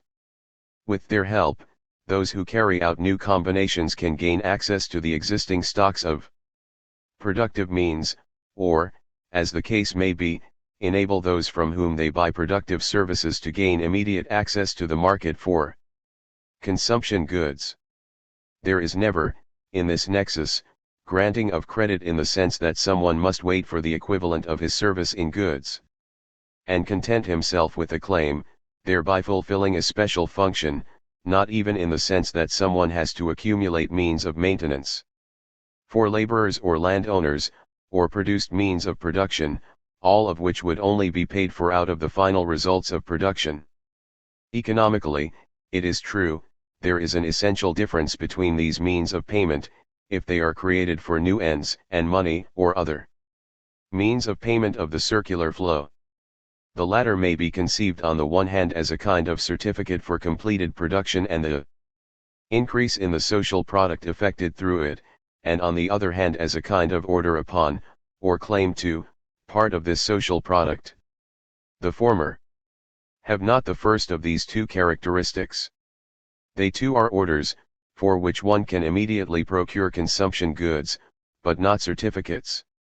For previous production, access to the national dividend is usually to be had only on condition of some productive service previously rendered or of some product previously sold. This condition is, in this case, not yet fulfilled. It will be fulfilled only after the successful completion of the new combinations. Hence this credit will in the meantime affect the price level. The banker, therefore, is not so much primarily a middleman in the commodity purchasing power as a producer of this commodity. However, since all reserve funds and savings today usually flow to him, and the total demand for free purchasing power, whether existing or to be created, concentrates on him, he has either replaced private capitalists or become their agent, he has himself become the capitalist par excellence. He stands between those who wish to form new combinations and the possessors of productive means. He is essentially a phenomenon of development, though only when no central authority directs the social process. He makes possible the carrying out of new combinations, authorizes people, in the name of society as it were, to form them. He is the effer of the exchange economy. 3. We now come to the third of the elements with which our analysis works, namely the new combination of means of production, and credit. Although all three elements form a whole, the third may be described as the fundamental phenomenon of economic development. The carrying out of new combinations we call enterprise, the individuals whose function it is to carry them out we call entrepreneurs. These concepts are at once broader and narrower than the usual. Broader, because in the first place we call entrepreneurs not only those independent businessmen in an exchange economy who are usually so designated, but all who actually fulfill the function by which we define the concept, even if they are, as is becoming the rule, dependent employees of a company, like managers, members of boards of directors, and so forth, or even if their actual power to perform the entrepreneurial function has any other foundations, such as the control of a majority of shares. As it is the carrying out of new combinations that constitutes the entrepreneur, it is not necessary that he should be permanently connected with an individual firm. Many financiers, promoters, and so forth are not, and still they may be entrepreneurs in our sense. On the other hand, our concept is narrower than the traditional one in that it does not include all heads of firms or managers or industrialists who merely may operate an established business, but only those who actually perform that function. Nevertheless, I maintain that the above definition does no more than formulate with greater precision what the traditional doctrine really means to convey. In the first place, our definition agrees with the usual one on the fundamental point of distinguishing between entrepreneurs and capitalists irrespective of whether the latter are regarded as owners of money, claims to money, or material goods. This distinction is common property today and has been so for a considerable time. It also settles the question whether the ordinary shareholder as such is an entrepreneur, and disposes of the conception of the entrepreneur as risk-bearer. 11. Furthermore, the ordinary characterization of the entrepreneur type by such expressions as initiative, authority, or foresight points entirely in our direction. For there is little scope for such qualities within the routine of the circular flow, and if this had been sharply separated from the occurrence of changes in this routine itself, the emphasis in the definition of the function of entrepreneurs would have been shifted automatically to the latter. Finally, there are definitions which we could simply accept. There is in particular the well-known one that goes back to J.B. Say, the entrepreneur's function is to combine the productive factors, to bring them together. Since this is a performance of a special kind only when the factors are combined for the first time, while it is merely routine work if done in the course of running a business, this definition coincides with ours. When Madija, in Ondernemergewin, defines the entrepreneur as one who receives profit, we have only to add the conclusion of the first chapter, that there is no profit in the circular flow, in order to trace this formulation back to ours. 12. And this view is not foreign to traditional theory, as is shown by the construction of the entrepreneur phase and ni benefice ni PERD, which has been worked out rigorously by Walras, but is the property of many other authors. The tendency is for the entrepreneur to make neither profit nor loss in the circular flow, that is, he has no function of a special kind there. He simply does not exist, but in his stead, there are heads of firms or business managers of a different type which we had better not designate by the same term. It is a prejudice to believe that the knowledge of the historical origin of an institution or of a type immediately shows us its sociological or economic nature. Such knowledge often leads us to understand it, but it does not directly yield a theory of it. Still more false is the belief that primitive forms of a type are also ipso facto the simpler or the more original, in the sense that they show their nature more purely and with fewer complications than later ones. Very frequently the opposite is the case, amongst other reasons because increasing specialization may allow functions and qualities to stand out sharply, which are more difficult to recognize in more primitive conditions when mixed with others. So it is in our case. In the general position of the chief of a primitive horde, it is difficult to separate the entrepreneurial element from the others. For the same reason, most economists up to the time of the Younger Mill failed to keep capitalist and entrepreneur distinct, because the manufacturer of 100 years ago was both, and certainly the course of events since then has facilitated the making of this distinction, as the system of land tenure in England has facilitated the distinction between farmer and landowner, while on the continent this distinction is still occasionally neglected, especially in the case of the peasant who tills his own soil. 13. But in our case there are still more of such difficulties.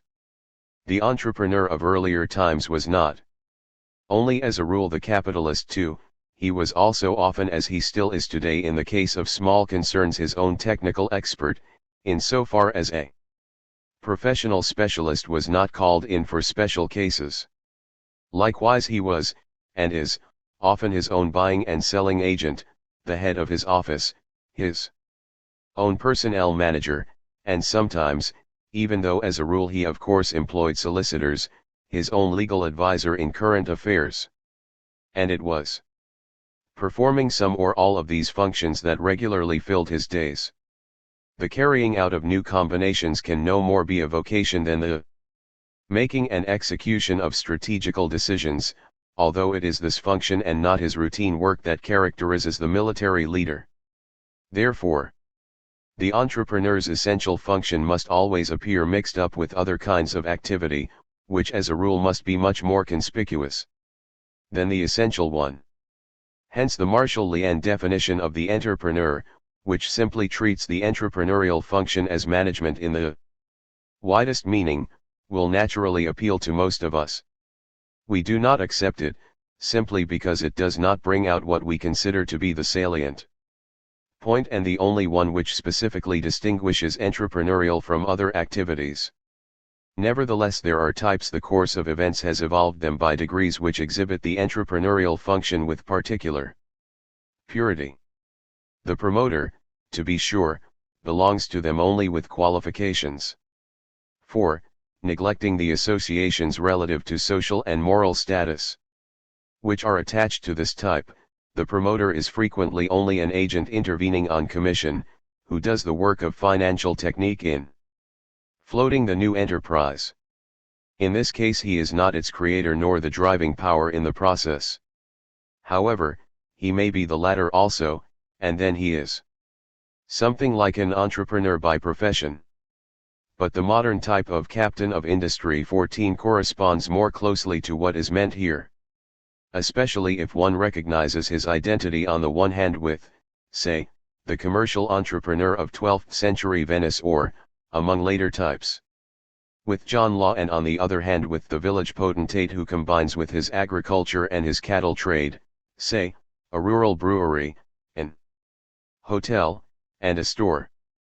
But whatever the type, everyone is an entrepreneur only when he actually carries out new combinations, and loses that character as soon as he has built up his business, when he settles down to running it as other people run their businesses.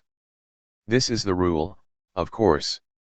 And hence it is just as rare for anyone always to remain an entrepreneur throughout the decades of his active life as it is for a businessman never to have a moment in which he is an entrepreneur, to however modest a degree. Because being an entrepreneur is not a profession and as a rule not a lasting condition, entrepreneurs do not form a social class in the technical sense, as, for example, landowners or capitalists or workmen do. Of course, the entrepreneurial function will lead to certain class positions for the successful entrepreneur and his family. It can also put its stamp on an epoch of social history, can form a style of life, or systems of moral and aesthetic values, but in itself it signifies a class position no more than it presupposes one. And the class position which may be attained is not as such an entrepreneurial position, but is characterized as landowning or capitalist, according to how the proceeds of the enterprise are used. Inheritance of the pecuniary result and of personal qualities may then both keep up this position for more than one generation and make further enterprise easier for descendants, but the function of the entrepreneur itself cannot be inherited, as is shown well enough by the history of manufacturing families. 15. But now the decisive question arises, why then is the carrying out of new combinations a special process and the object of a special kind of function? Every individual carries on his economic affairs as well as he can. To be sure, his own intentions are never realized with ideal perfection, but ultimately his behavior is molded by the influence on him of the results of his conduct, so as to fit circumstances which do not as a rule change suddenly. If a business can never be absolutely perfect in any sense, yet it in time approaches a relative perfection having regard to the surrounding world, the social conditions, the knowledge of the time, and the horizon of each individual or each group. New possibilities are continuously being offered by the surrounding world, in particular new discoveries are continuously being added to the existing store of knowledge. Why should not the individual make just as much use of the new possibilities as of the old, and, according to the market position as he understands it, keep pigs instead of cows, or even choose a new crop rotation, if this can be seen to be more advantageous? And what kind of special new phenomena or problems, not to be found in the established circular flow, can arise there? While in the accustomed circular flow every individual can act promptly and rationally because he is sure of his ground and is supported by the conduct, as adjusted to this circular flow, of all other individuals, who in turn expect the accustomed activity from him, he cannot simply do this when he is confronted by a new task. While in the accustomed channels his own ability and experience suffice for the normal individual, when confronted with innovations he needs guidance. While he swims with the stream in the circular flow which is familiar to him, he swims against the stream if he wishes to change its channel. What was formerly a help becomes a hindrance. What was a familiar datum becomes an unknown. Where the boundaries of routine stop, many people can go no further, and the rest can only do so in a highly variable manner. The assumption that conduct is prompt and rational is in all cases a fiction. But it proves to be sufficiently near to reality, if things have time to hammer logic into men. Where this has happened, and within the limits in which it has happened, one may rest content with this fiction and build theories upon it. It is then Not true that habit or custom or non-economic ways of thinking cause a hopeless difference between the individuals of different classes, times, or cultures, and that, for example, the economics of the stock exchange would be inapplicable, say, to the peasants of today or to the craftsmen of the Middle Ages. On the contrary, the same theoretical picture 16 in its broadest contour lines fits the individuals of quite different cultures, whatever their degree of intelligence and of economic rationality, and we can depend upon it that the peasant sells his calf just as cunningly and egotistically as the stock exchange member his portfolio of shares. But this holds good only where precedents without number have formed conduct through decades and, in fundamentals, through hundreds and thousands of years, and have eliminated unadapted behavior. Outside of these limits fiction loses its closeness to reality. 17 To cling to it there also, as the traditional theory does, is to hide an essential thing and to ignore a fact which, in contrast with other deviations of our assumptions from reality, is theoretically important and the source of the explanation of phenomena which would not exist without it. Therefore, in describing the circular flow one must treat combinations of means of production, the production functions, as data, like natural possibilities, and admit only small 18 variations at the margins, such as every individual can accomplish by adapting himself to changes in his economic environment, without materially deviating from familiar lines. Therefore, too, the carrying out of new combinations is a special function, and the privilege of a type of people who are much less numerous than all those who have the objective possibility of doing it. Therefore, finally, entrepreneurs are a special type, 19, and their behavior a special problem, the motive power of a great number of significant phenomena. Hence, our position may be characterized by three corresponding pairs of opposites. First, by the opposition of two real processes, the circular flow or the tendency towards equilibrium on the one hand, a change in the channels of economic routine or a spontaneous change in the economic data arising from within the system on the other. Secondly, by the opposition of two theoretical apparatuses, statics and dynamics. 23rdly, by the opposition of two types of conduct, which, following reality, we can picture as two types of individuals, mere managers and entrepreneurs. And therefore the best method of producing in the theoretical sense is to be conceived as the most advantageous among the methods which have been empirically tested and become familiar. But it is not the best of the methods possible at the time. If one does not make this distinction, the concept becomes meaningless and precisely those problems remain unsolved which our interpretation is meant to provide for. Let us now formulate precisely the characteristic feature of the conduct and type under discussion. The smallest daily action embodies a huge mental effort. Every schoolboy would have to be a mental giant, if he himself had to create all he knows and uses by his own individual activity. And every man would have to be a giant of wisdom and will, if he had in every case to create anew all the rules by which he guides his everyday conduct. This is true not only of those decisions and actions of individual and social life the principles of which are the product of tens of thousands of years, but also of those products of shorter periods and of a more special nature which constitute the particular instrument for performing vocational tasks.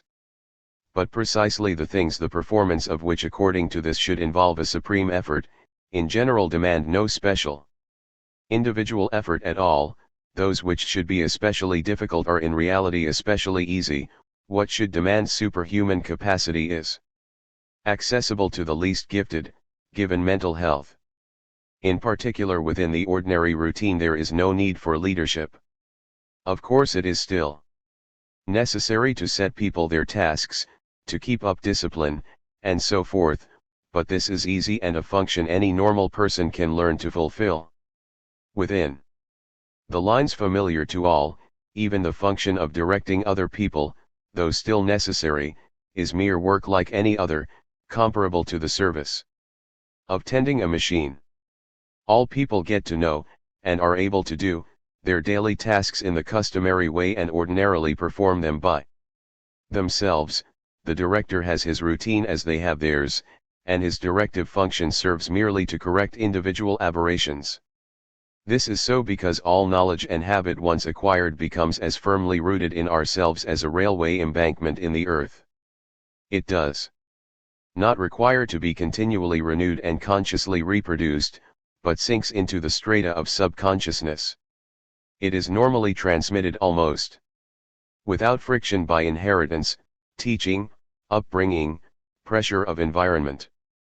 Everything we think, feel, or do often enough becomes automatic, and our conscious life is unburdened of it. The enormous economy of force, in the race and the individual, here involved is not great enough, however, to make daily life a light burden and to prevent its demands from exhausting the average energy all the same. But it is great enough to make it possible to meet the ordinary claims. This holds good likewise for economic daily life. And from this it follows also for economic life that every step outside the boundary of routine has difficulties and involves a new element. It is this element that constitutes the phenomenon of leadership.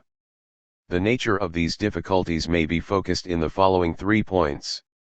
First, outside these accustomed channels the individual is without those data for his decisions and those rules of conduct which are usually very accurately known to him within them. Of course he must still foresee an estimate on the basis of his experience.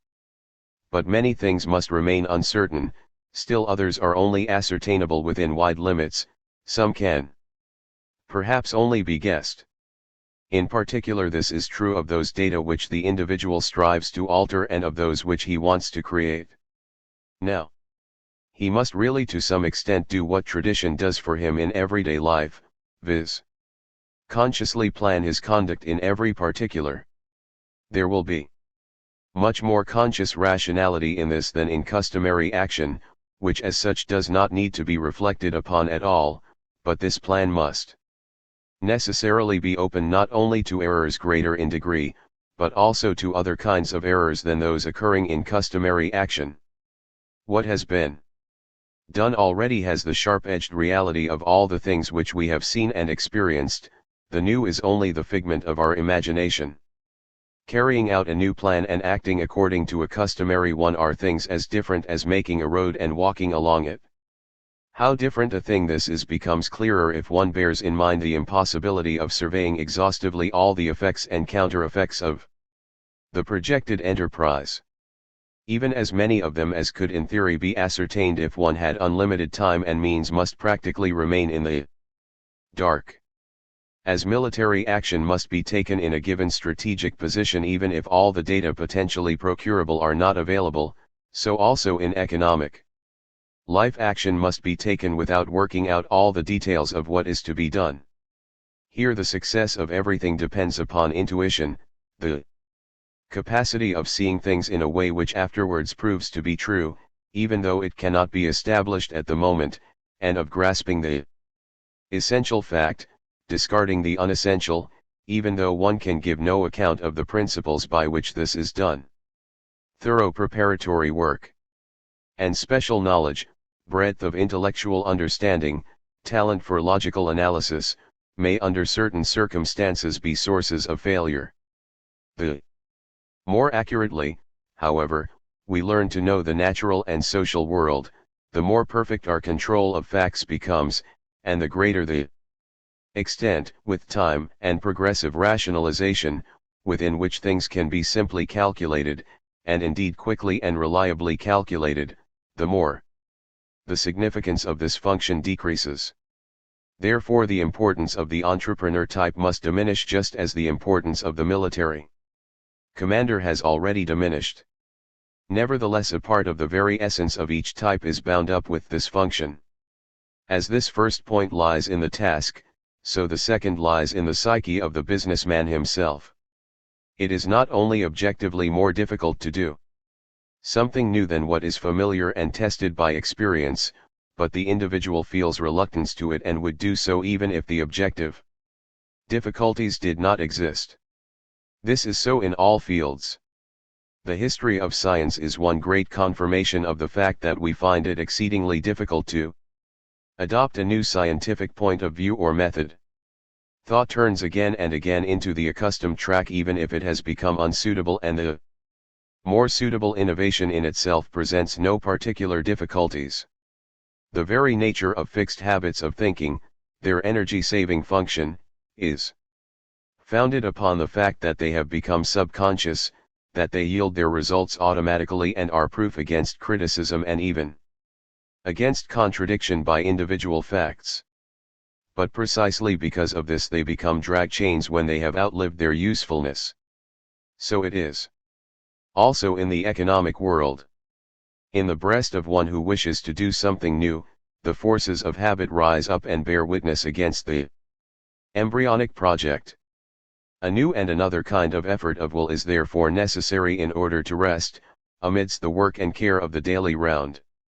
Scope and time for conceiving and working out the new combination, and to bring oneself to look upon it as a real possibility and not merely as a daydream.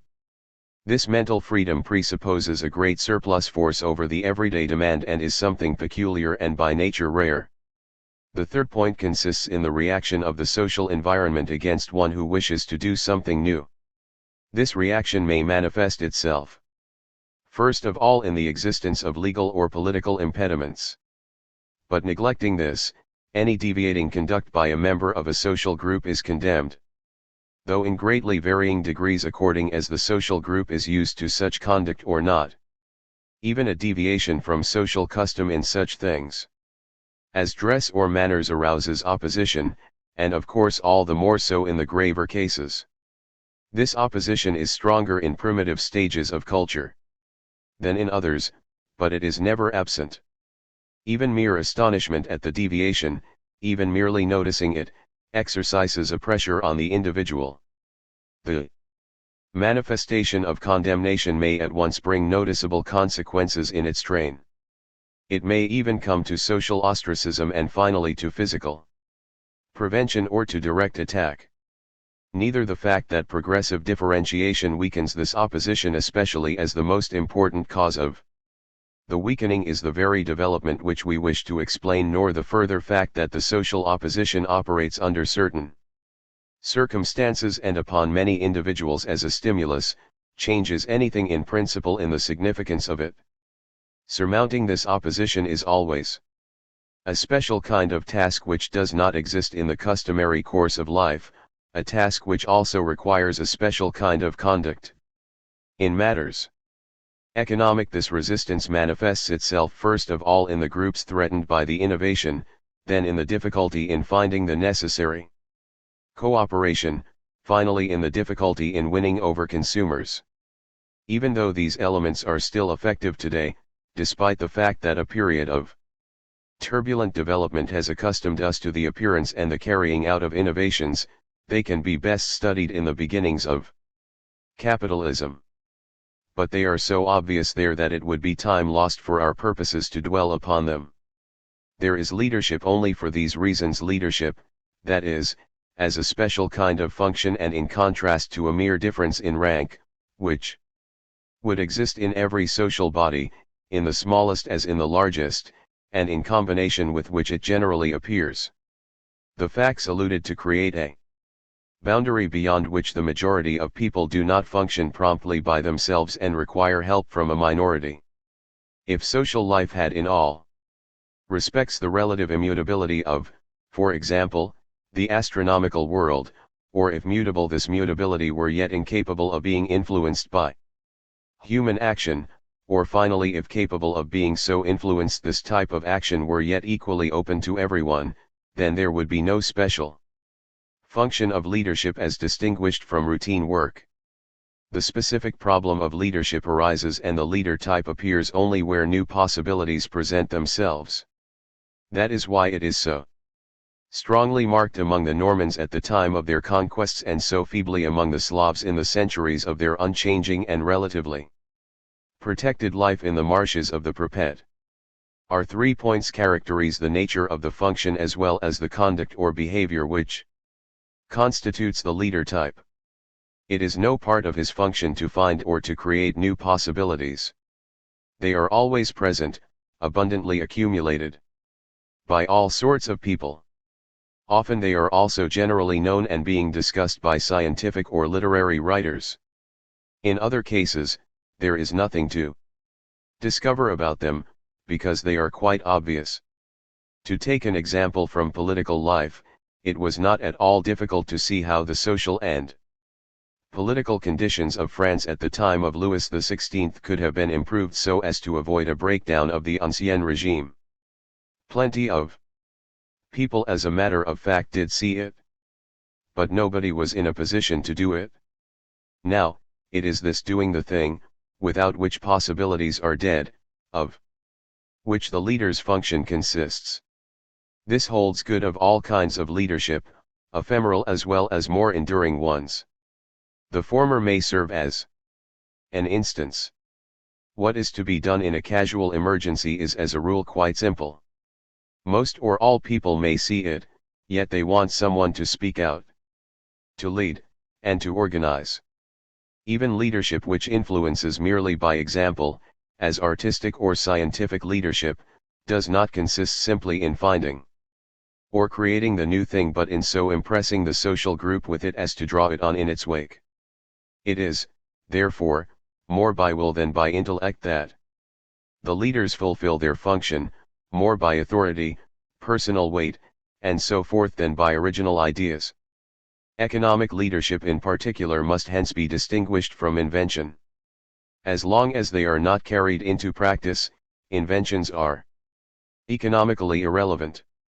And to carry any improvement into effect is a task entirely different from the inventing of it, and a task, moreover, requiring entirely different kinds of aptitudes.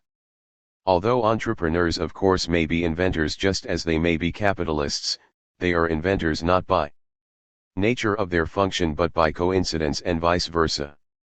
Besides, the innovations which it is the function of entrepreneurs to carry out need not necessarily be any inventions at all. It is, therefore, not advisable, and it may be downright misleading, to stress the element of invention as much as many writers do. The entrepreneurial kind of leadership, as distinguished from other kinds of economic leadership such as we should expect to find in a primitive tribe or a communist society, is of course colored by the conditions peculiar to it. It has none of that glamour which characterizes other kinds of leadership. It consists in fulfilling a very special task which only in rare cases appeals to the imagination of the public. For its success, keenness and vigor are not more essential than a certain narrowness which seizes the immediate chance and nothing else. Personal weight is, to be sure, not without importance. Yet the personality of the capitalistic entrepreneur need not, and generally does not, answer to the idea most of us have of what a leader looks like, so much so that there is some difficulty in realizing that he comes within the sociological category of leader at all. He leads the means of production into new channels. But this he does, not by convincing people of the desirability of carrying out his plan or by creating confidence in his leading in the manner of a political leader. The only man he has to convince or to impress is the banker who is to finance him, but by buying them or their services, and then using them as he sees fit. He also leads in the sense that he draws other producers in his branch after him. But as they are his competitors, who first reduce and then annihilate his profit, this is, as it were, leadership against one's own will. Finally, he renders a service, the full appreciation of which takes a specialist's knowledge of the case. It is not so easily understood by the public at large as a politician's successful speech or a general's victory in the field, not to insist on the fact that he seems to act, and often harshly, in his individual interest alone.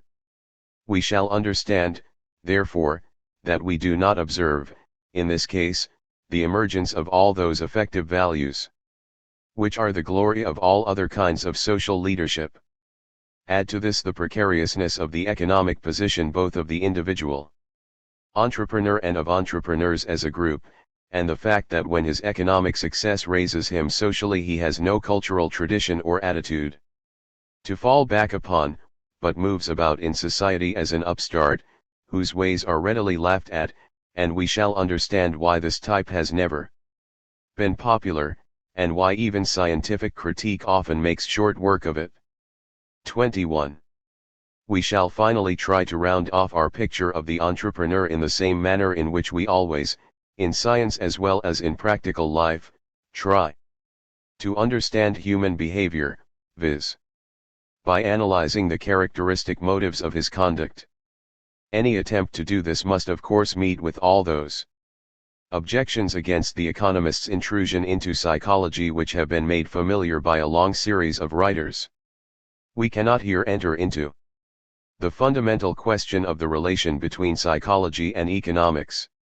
It is enough to state that those who on principle object to any psychological considerations in an economic argument may leave out what we are about to say without thereby losing contact with the argument of the following chapters.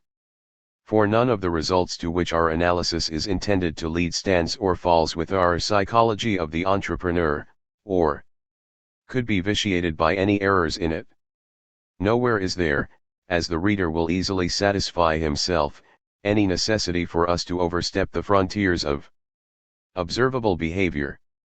Those who do not object to all psychology but only to the kind of psychology which we know from the traditional textbook, will see that we do not adopt any part of the time-honored picture of the motivation of the economic man.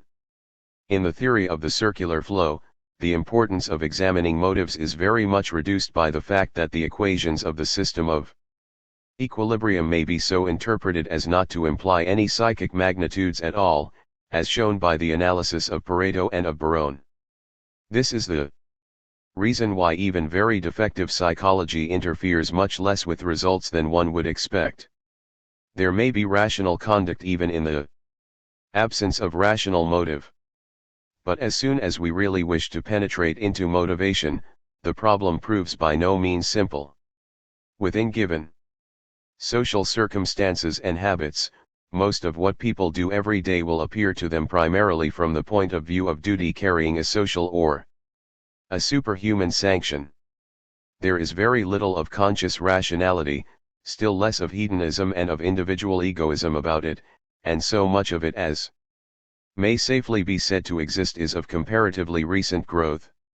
Nevertheless, as long as we confine ourselves to the great outlines of constantly repeated economic action, we may link it up with wants and the desire to satisfy them, on condition that we are careful to recognize that economic motive so defined varies in intensity very much in time, that it is society that shapes the particular desires we observe, that wants must be taken with reference to the group which the individual thinks of when deciding his course of action, the family or any other group, smaller or larger than the family, that action does not promptly follow upon desire but only more or less imperfectly corresponds to it, that the field of individual choices always, though in very different ways and to very different degrees, fenced in by social habits or conventions and the like, it still remains broadly true that, within the circular flow, everyone adapts himself to his environment so as to satisfy certain given wants of himself or others as best he can. In all cases, the meaning of economic action is the satisfaction of wants in the sense that there would be no economic action if there were no wants. In the case of the circular flow, we may also think of satisfaction of wants as the normal motive. The latter is not true for our type. In one sense, he may indeed be called the most rational and the most egotistical of all. For, as we have seen, conscious rationality enters much more into the carrying out of new plans, which themselves have to be worked out before they can be acted upon, than into the mere running of an established business, which is largely a matter of routine. And the typical entrepreneur is more self-centered than other types, because he relies less than they do on tradition and connection, and because his characteristic task theoretically as well as historically consists precisely in breaking up old, and creating new, tradition. Although this applies primarily to his economic action, it also extends to the moral, cultural, and social consequences of it. It is, of course, no mere coincidence that the period of the rise of the entrepreneur type also gave birth to utilitarianism. But his conduct and his motive are rational in no other sense. And in no sense is his characteristic motivation of the hedonist kind. If we define hedonist motive of action as the wish to satisfy one's wants, we may indeed make wants include any impulse whatsoever, just as we may define egoism so as to include all altruistic values too, on the strength of the fact that they also mean something in the way of self-gratification. But this would reduce our definition to tautology. If we wish to give it meaning, we must restrict it to such wants as are capable of being satisfied by the consumption of goods, and to that kind of satisfaction which is expected from it. Then it is no longer true that our type is acting on a wish to satisfy his wants. For unless we assume that individuals of our type are driven along by an insatiable craving for hedonist satisfaction, the operations of Gausson's law would in the case of business leaders soon put a stop to further effort. Experience teaches, however, that typical entrepreneurs retire from the arena only when and because their strength is spent and they feel no longer equal to their task. This does not seem to verify the picture of the economic man, balancing probable results against disutility of effort and reaching in due course a point of equilibrium beyond which he is not willing to go. Effort, in our case, does not seem to weigh at all in the sense of being felt as a reason to stop. An activity of the entrepreneurial type is obviously an obstacle to hedonist enjoyment of those kinds of commodity which are usually acquired by incomes beyond a certain size, because their consumption presupposes leisure. Hedonistically, therefore, the conduct which we usually observe in individuals of our type would be irrational. This would not, of course, prove the absence of hedonistic motive. Yet it points to another psychology of non-hedonist character, especially if we take into account the indifference to hedonist enjoyment which is often conspicuous in outstanding specimens of the type and which is not difficult to understand. First of all, there is the dream and the will to found a private kingdom, usually, though not necessarily, also a dynasty. The modern world really does not know any such positions, but what may be attained by industrial or commercial success is still the nearest approach to medieval lordship possible to modern man. Its fascination is specially strong for people who have no other chance of achieving social distinction. The sensation of power and independence loses nothing by the fact that both are largely illusions. Closer analysis would lead to discovering an endless variety within this group of motives, from spiritual ambition down to mere snobbery. But this need not detain us. Let it suffice to point out that motives of this kind, although they stand nearest to consumers' satisfaction, do not coincide with it. Then there is the will to conquer, the impulse to fight, to prove oneself superior to others, to succeed for the sake, not of the fruits of success, but of success itself.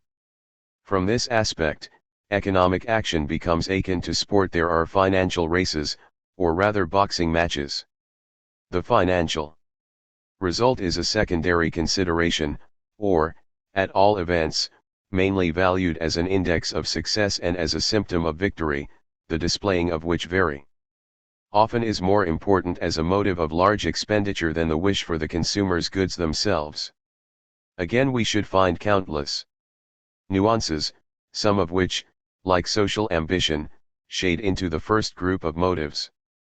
And again we are faced with a motivation characteristically different from that of satisfaction of wants in the sense defined above, or from, to put the same thing into other words, hedonistic adaptation. Finally, there is the joy of creating, of getting things done, or simply of exercising one's energy and ingenuity. This is akin to a ubiquitous motive. but nowhere else does it stand out as an independent factor of behavior with anything like the clearness with which it obtrudes itself in our case. Our type seeks out difficulties, changes in order to change, delights in ventures. This group of motives is the most distinctly anti-hedonist of the three.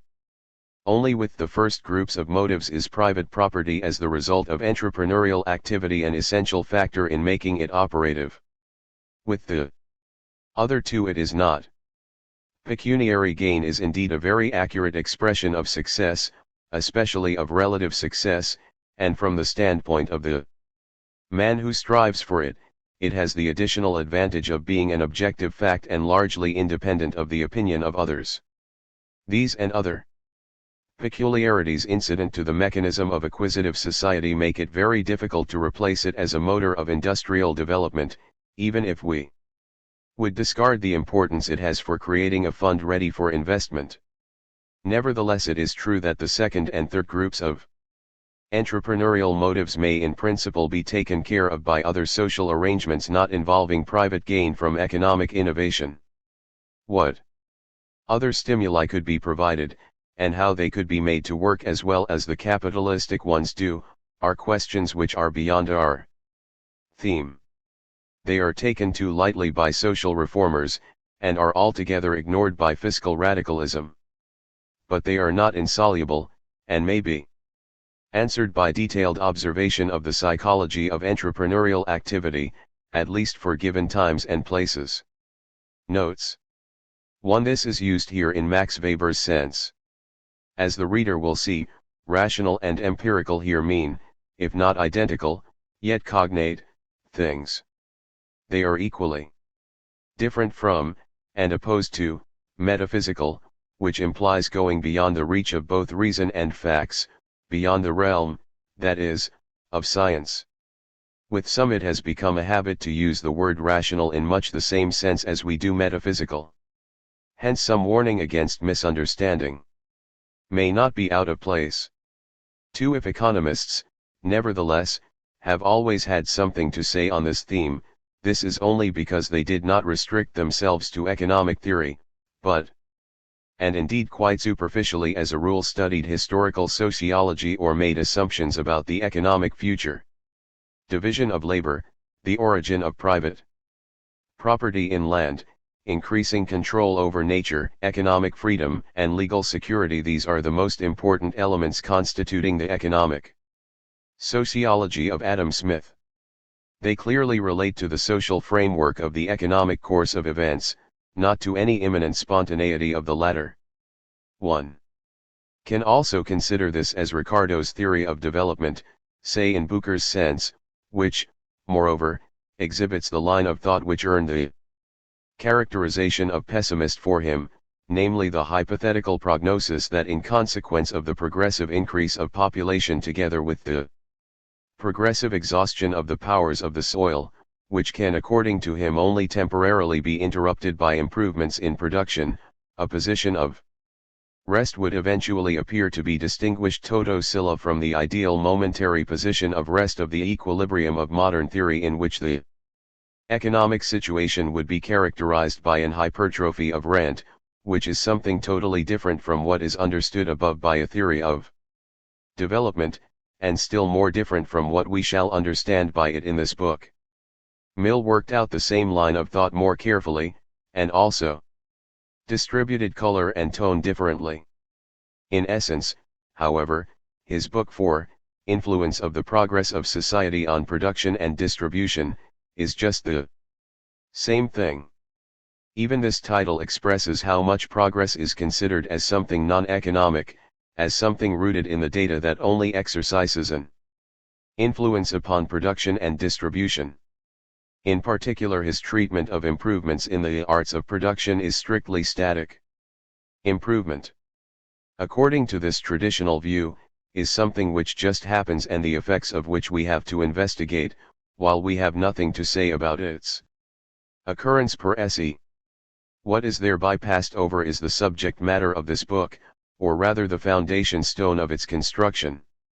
J. B. Clark, Essentials of Economic Theory, whose merit is in having consciously separated statics and dynamics, saw in the dynamic elements a disturbance of the static equilibrium.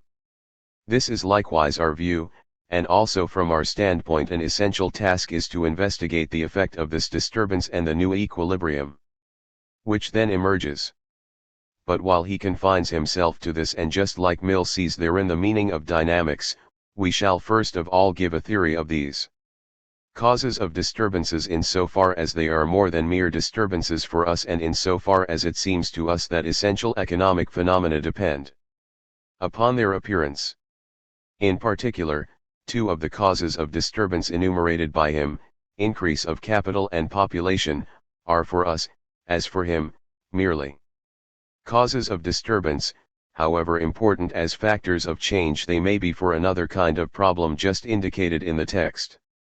The same is true of a third: changes in the direction of consumers' tastes, which will later be substantiated in the text. But the other two, changes in technique and in productive organization, require special analysis and evoke something different again from disturbances in the theoretical sense. The non-recognition of this is the most important single reason for what appears unsatisfactory to us in economic theory.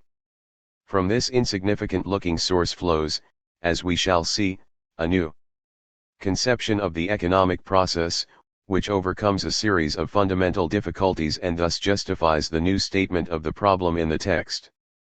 This statement of the problem is more nearly parallel to that of Marx.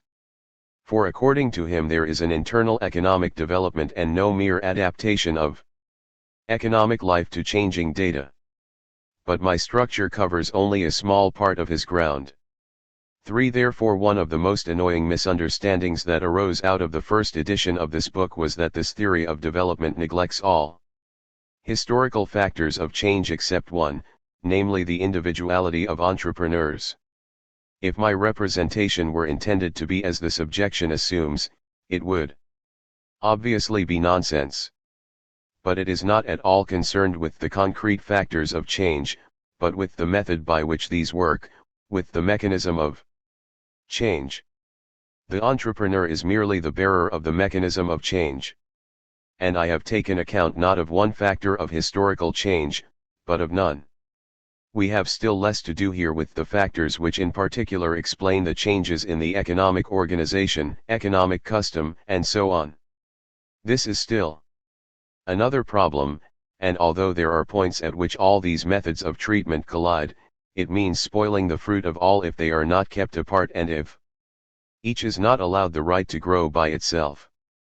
For the problems of capital, credit, entrepreneurial profit, interest on capital, and crises or business cycles, are the ones in which this fruitfulness will be demonstrated here. Yet it is not thereby exhausted. For the expert theorist I point, for example, to the difficulties which surround the problem of increasing return, the question of multiple points of intersection between supply and demand curves, and the element of time, which even Marshall's analysis has not overcome. 5. We do this because these changes are small per annum and therefore do not stand in the way of the applicability of the static method. Nevertheless, their appearance is frequently a condition of development in our sense. But even though they often make the latter possible, yet they do not create it out of themselves. 6. In the first edition of this book, I called it dynamics.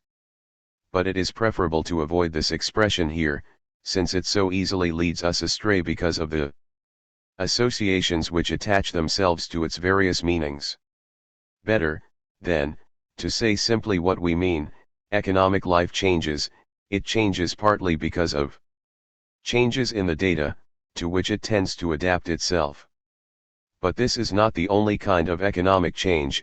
There is another which is not accounted for by influence on the data from without, but which arises from within the system, and this kind of change is the cause of so many important economic phenomena that it seems worthwhile to build a theory for it, and, in order to do so, to isolate it from all the other factors of change.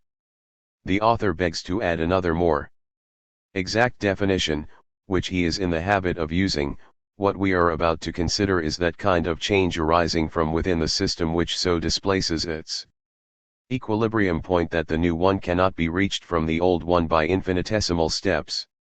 Add successively as many mail coaches as you please, you will never get a railway thereby. 7. On the whole, it is much more correct to say that population grows slowly up to the possibilities of any economic environment than that it has any tendency to outgrow it and to become thereby an independent cause of change. 8. A privilege which the individual can also achieve through saving. In an economy of the handicraft type, this element would have to be emphasized more. Manufacturers' reserve funds assume an existing development. 9. The most important of which is the appearance of productive interest, as we shall see in Chapter V. As soon as interest emerges somewhere in the system, it expands over the whole of it. 10. Of course, the productive means do not fall from heaven. In so far as they are not given by nature or non-economically, they were and are created at some time by the individual waves of development in our sense, and henceforth incorporated in the circular flow. But every individual wave of development and every individual new combination itself proceeds again from the supply of productive means of the existing circular flow, a case of the hen and the egg. 11. Risk obviously always falls on the owner of the means of production or of the money capital which was paid for them, hence never on the entrepreneur as such. See Chapter 4. A shareholder may be an entrepreneur. He may even owe to his holding a controlling interest the power to act as an entrepreneur. Shareholders per se, however, are never entrepreneurs, but merely capitalists, who in consideration of their submitting to certain risks participate in profits. That this is no reason to look upon them as anything but capitalists is shown by the facts: first, that the average shareholder has normally no power to influence the management of his company, and secondly, that participation in profits is frequent in cases in which everyone recognizes the presence of a loan contract. Compare, for example, the Greco-Roman Fonus Nauticum. Surely this interpretation is more true to life than the other one, which, following the lead of a faulty legal construction which can only be explained historically, attributes functions to the average shareholder which he hardly ever thinks of discharging. 12. The definition of the entrepreneur in terms of entrepreneurial profit instead of in terms of the function the performance of which creates the entrepreneurial profit is obviously not brilliant. But we have still another objection to it. We shall see that entrepreneurial profit does not fall to the entrepreneur by necessity in the same sense as the marginal product of labor does to the worker. 13. Only this neglect explains the attitude of many socialistic theorists towards peasant property. For smallness of the individual possession makes a difference only for the petit bourgeois, not for the socialist. The criterion of the employment of labor other than that of the owner and his family is economically relevant only from the standpoint of a kind of exploitation theory which is hardly tenable any longer. 14. Cf. for example the good description in Wiedenfeld, Das Personenliche im modernen Unternehmertum. Although it appeared in Schmaller's Jahrbuch in 1910, this work was not known to me when the first edition of this book was published. 15. On the nature of the entrepreneurial function also compare my statement in the article Unternehmer in the Handwerkerbuch der Staatswissenschaften. 16. The same theoretical picture, obviously not the same sociological, cultural, and so forth.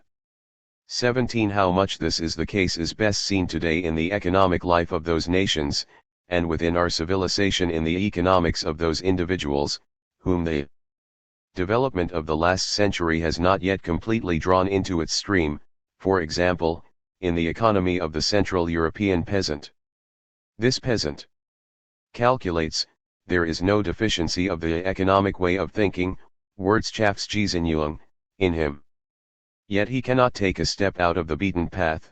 His economy has not changed at all for centuries, except perhaps through the exercise of external force and influence. Why? Because the choice of new methods is not simply an element in the concept of rational economic action, nor a matter of course, but a distinct process which stands in need of special explanation. 18 small disturbances which may indeed, as mentioned earlier, in time add up to great amounts.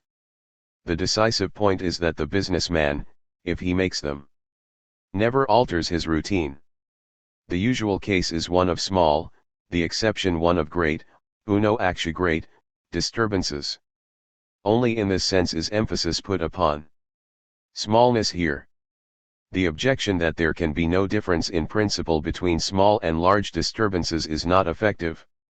For it is false in itself, in so far as it is based upon the disregard of the principle of the infinitesimal method, the essence of which lies in the fact that one can assert of small quantities, under certain circumstances, what one cannot assert of large quantities. But the reader who takes umbrage at the large-small contrast may, if he wishes, substitute for it the contrast adapting spontaneous. Personally, I am not willing to do this because the latter method of expression is much easier to misunderstand than the former and really would demand still longer explanations. 19. In the first place, it is a question of a type of conduct and of a type of person insofar as this conduct is accessible in very unequal measure and to relatively few people, so that it constitutes their outstanding characteristic. Because the exposition of the first edition was reproached with exaggerating and mistaking the peculiarity of this conduct, and with overlooking the fact that it is more or less open to every businessman, and because the exposition in a later paper, Wellenbewegung de Wirtschaftslebens, Archiv für Sozialwissenschaft, was charged with introducing an intermediate type, half-static businessmen. The following may be submitted. The conduct in question is peculiar in two ways. First, because it is directed towards something different and signifies doing something different from other conduct. One may indeed in this connection include it with the latter in a higher unity, but this does not alter the fact that a theoretically relevant difference exists between the two, and that only one of them is adequately described by traditional theory. Secondly, the type of conduct in question not only differs from the other in its object, innovation being peculiar to it, but also in that it presupposes aptitudes differing in kind, and not only in degree from those of mere rational economic behavior. Now these aptitudes are presumably distributed in an ethically homogeneous population just like others, that is, the curve of their distribution has a maximum ordinate, deviations on either side of which become rarer the greater they are. Similarly, we can assume that every healthy man can sing if he will. Perhaps half the individuals in an ethically homogeneous group have the capacity for it to an average degree, a quarter in progressively diminishing measure, and, let us say, a quarter in a measure above the average, and within this quarter, through a series of continually increasing singing ability and continually diminishing number of people who possess it, we come finally to the Carusos. Only in this quarter are we struck in general by the singing ability, and only in the supreme instances can it become the characterizing mark of the person. Although practically all men can sing, singing ability does not cease to be a distinguishable characteristic and attribute of a minority, indeed not exactly of a type, because this characteristic unlike ours affects the total personality relatively little. Let us apply this, again, a quarter of the population may be so poor in those qualities, let us say here provisionally, of economic initiative that the deficiency makes itself felt by poverty of their moral personality, and they play a wretched part in the smallest affairs of private and professional life in which this element is called for. We recognize this type and know that many of the best clerks, distinguished by devotion to duty, expert knowledge, and exactitude, belong to it. Then comes the half, the normal. These prove themselves to be better in the things which even within the established channels cannot simply be dispatched, Orldigen, but must also be decided, entschieden, and carried out, durchsetzen. Practically all business people belong here. Otherwise they would never have attained their positions. Most represent a selection individually or hereditarily tested. A textile manufacturer travels no New road when he goes to a wool auction. But the situations there are never the same, and the success of the business depends so much upon skill and initiative in buying wool that the fact that the textile industry has so far exhibited no trustification comparable with that in heavy manufacturing is undoubtedly partly explicable by the reluctance of the cleverer manufacturers to renounce the advantage of their own skill in buying wool. From there, rising in the scale, we come finally into the highest quarter, to people who are a type characterized by supernormal qualities of intellect and will. Within this type, there are not only many varieties, merchants, manufacturers, financiers, etc., but also a continuous variety of degrees of intensity in initiative. In our argument, types of every intensity occur. Many a one can steer a safe course, where no one has yet been, others follow where first another went before, still others only in the crowd, but in this among the first. So also the great political leader of every kind and time is a type, yet not a thing unique, but only the apex of a pyramid from which there is a continuous variation down to the average and from it to the subnormal values. And yet not only is leading a special function, but the leader also something special, distinguishable, wherefore there is no sense in our case in asking, where does that type begin then, and then to exclaim, this is no type at all. 20. It has been objected against the first edition that it sometimes defines statics as a theoretical construction, sometimes as the picture of an actual state of economic life. I believe that the present exposition gives no ground for this opinion. Static theory does not assume a stationary economy, it also treats of the effects of changes in data. In itself, therefore, there is no necessary connection between static theory and stationary reality.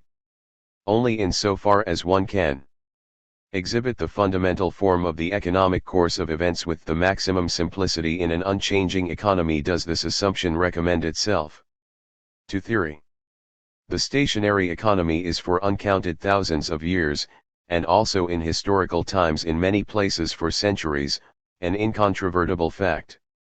Apart from the fact, moreover, which Sombart emphasized, that there is a tendency towards a stationary state in every period of depression. Hence it is readily understood how this historical fact and that theoretical construction have allied themselves in a way which led to some confusion. The words statics and dynamics the author would not now use in the meaning they carry above, where they are simply short expressions for theory of the circular flow and theory of development. One more thing, theory employs two methods of interpretation, which may perhaps make difficulties.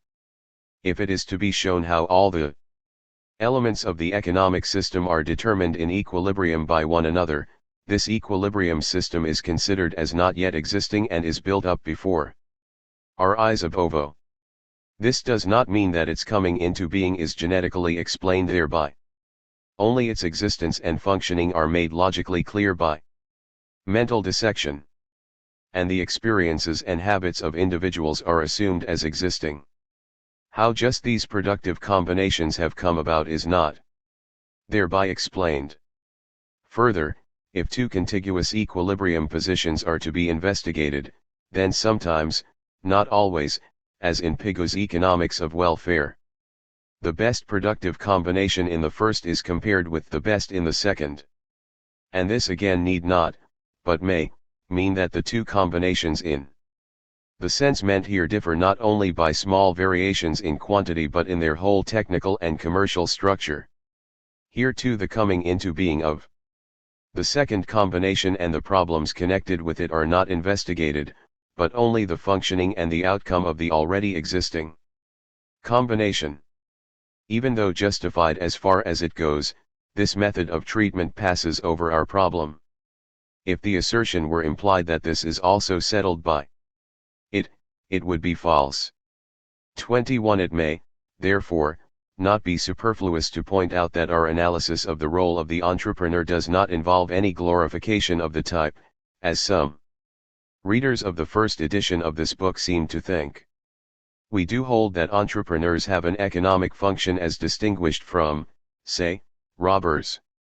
But we neither style every entrepreneur a genius or a benefactor to humanity, nor do we wish to express any opinion about the comparative merits of the social organization in which he plays his role, or about the question whether what he does could not be effected more cheaply or efficiently in other ways.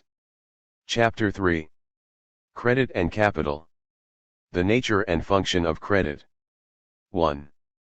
The fundamental notion that the essence of economic development consists in a different employment of existing services of labor and land leads us to the statement that the carrying out of new combinations takes place through the withdrawal of services of labor and land from their previous employments. For every form of economy in which the leader has no direct power of disposal over these services, this again leads us to two heresies, first to the heresy that money, and then to the second heresy that also other means of payment, perform an essential function, hence that processes in terms of means of payment are not merely reflexes of processes in terms of goods. In every possible strain, with rare unanimity, even with impatience and moral and intellectual indignation, a very long line of theorists have assured us of the opposite. Economics, almost since it became a science, has continually resisted the popular errors which cling to the phenomenon of money quite rightly. This has been one of its fundamental services. And whoever thinks through what has been said so far will easily be convinced that none of these errors is maintained in it.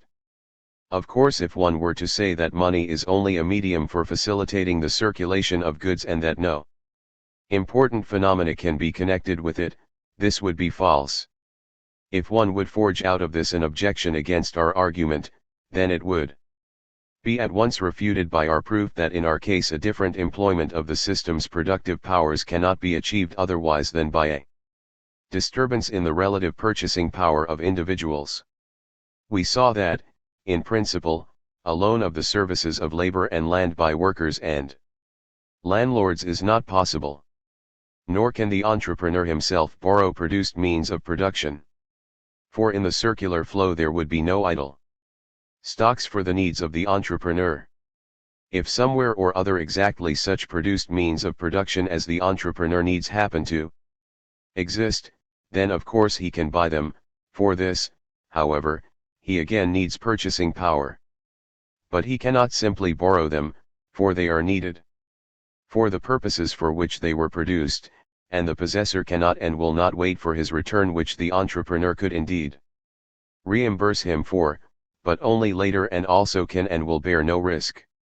If someone nevertheless does this, then two transactions occur, a purchase and an extension of credit. Both are not only two legally distinct parts of one and the same economic process, but two very different economic processes, to each of which very different economic phenomena adhere, as will be seen later. Finally, the entrepreneur also cannot advance two consumption goods to workers and landlords, simply because he has none. If he buys them, then he needs purchasing power for that purpose. We cannot get over this point, since it is always a question of drawing goods out of the circular flow. With respect to the loan of consumption goods, the same holds true as for the loan of produced means of production. Thus we are asserting nothing mysterious or strange. It is clear that there would be no sense in objecting that nothing essential can depend upon money. Actually, purchasing power is the vehicle of an essential process, of this there can be no doubt. Moreover, the objection cannot really be made at all, because everyone acknowledges the analogous phenomenon that changes in the quantity or distribution of money can have very far-reaching effects. But this observation has stood on a side track so far. Yet the comparison is quite instructive. Here too there is not necessarily a change in the sphere of goods, a preceding cause on the commodity side, which could be resorted to for explanation. Goods behave quite passively in any case. Nevertheless, their kind and quantity are, as everybody knows, very much influenced by such changes. Our second heresy is also far from being as dangerous as it seems. It also rests, in the ultimate analysis, on a fact that is not merely demonstrable, and even obvious but also generally acknowledged. Means of payment are created in the economic system which are, in their external form, it is true, represented as mere claims to money, but which differ essentially from claims to other goods in that they perform exactly the same service, at least temporarily, as the good in question itself, so that they may under certain circumstances take its place. 3. Not only is this recognized in the literature on money and banking, but also in theory in the narrower sense. This can be seen in any textbook. We have nothing to add to the observation, but only to the analysis. The problems the discussion of which had most to do with the recognition of the fact were the questions of the concept and value of money. When the quantity theory set up its formula for the value of money, the critics first seized upon the fact of other means of payment. It is well known too that the old question whether these means of payment, more especially bank credits, are money has been answered affirmatively by many of the best writers. But it is sufficient that it was put. In any case, the fact with which we are concerned has been recognized without exception so far as I know, even by those writers who answered the question negatively. It was also always explained, in more or less detail, how and in what forms the matter is technically possible. This implies recognizing that the circulating media so created do not merely represent an equal quantity of metal money, but that they exist in such quantities that they could not possibly all be redeemed at once, and further, that they not only replace, for the sake of convenience, sums of money which previously circulated, but also appear newly created side by side with the existing sums. Likewise the point, by no means essential for us, but which we maintain for purposes of exposition, that this creation of means of payment centers in the banks and constitutes their fundamental function, we find agrees with the prevailing conception. The creation of money by the banks establishing claims against themselves, which is described by Adam Smith, and indeed by still earlier authors in a way quite free from popular errors, has become a commonplace today. Whereupon I hasten to add that for our purposes it is all the same whether or not one regards the expression creation of money as theoretically correct. Our deductions are completely independent of the particulars of any monetary theory. Finally, there can be no doubt that these circulating media come into being in the process of granting credit and are created especially. Neglecting the cases in which it is only a question of avoiding the transport of metal money for the purpose of granting credit. A bank is, according to Feder, Principles of Economics, p. 462, a business whose income is derived chiefly from lending its promises to pay. So far I have said nothing controversial, and so far I do not even see the possibility of a difference of opinion. No one can reproach me with offending against, say, Ricardo's statement that banking operations cannot increase a country's wealth, or with making myself guilty of, say, a vapory speculation for in law's sense.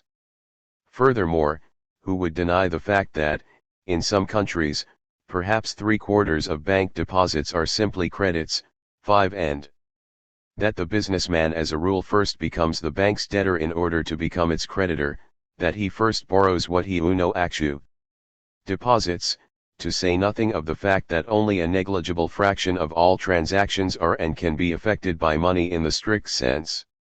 Therefore I shall not consider these things more closely. There is really no purpose in advancing explanations here which anyone to whom they offer anything new can find in every elementary book. That all forms of credit, from the banknote to book credits, are essentially the same thing. And that in all these forms credit increases the means of payment, is also held to be uncontroversial. 6. So far only one point can be controversial. Most of these circulating media obviously cannot be created without a basis consisting of legal tender or commodities. I believe I do not err when I Say that to the businessman as well as to the theorist the producer's bill of exchange appears as the typical example of such circulating media. The producer, after completing his production and selling the product, draws on his customers, in order to turn his claim into money immediately. Then these products serve as the basis in con serie to say bills of lading, and even if the bill is not backed by existing money, it is based instead upon existing goods, and so still in a certain sense upon existing purchasing power. The deposits mentioned above obviously also arise to a great extent from the discounting of commercial paper of this kind. This could well be considered as the normal case of granting credit or putting credit instruments into the channels of commerce, and every other case might be called abnormal. 7. But even in those cases where there is no question of settling a normal commodity transaction, collateral is usually demanded, and therefore what we call creation would only be a question of the mobilization of existing assets. At this point we should therefore come back again to the traditional conception. In fact, the latter seems to triumph, because then there would not only be no circulating media without a basis, but even money could be abstracted from, and hence everything would be traced back to the exchange of commodities for commodities, that is, purely to processes in the sphere of goods. This interpretation also explains why it is generally believed that the creation of money is merely a technical matter, with no deeper significance for the general theory of economic life, which can safely be relegated to a chapter on banking methods. We do not wholly agree with this. For the time being it need only be emphasized that what practice designates as abnormal is only the creation of circulating media which pretend to be the result of regular commodity transactions, without such being the case.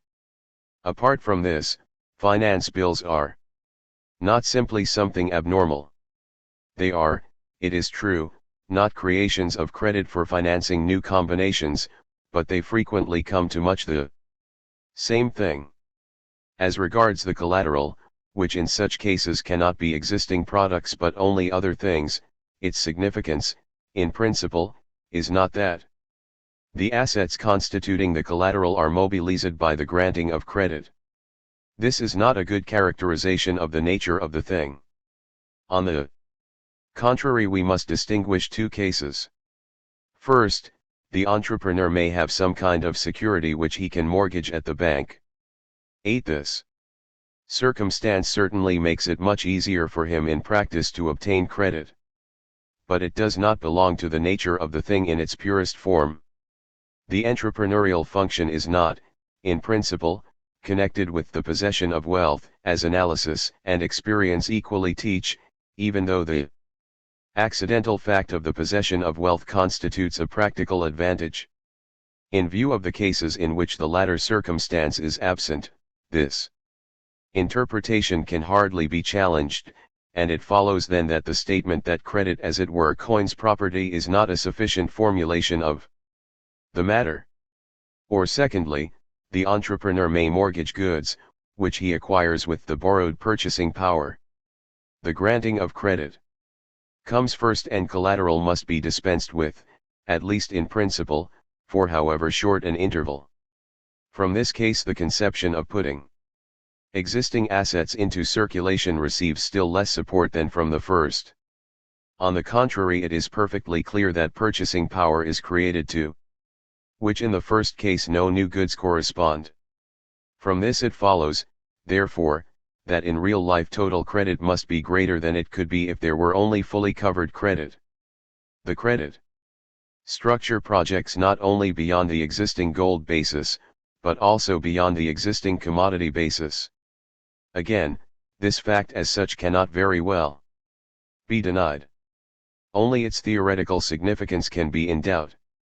The distinction between normal and abnormal credit is, however, important for us.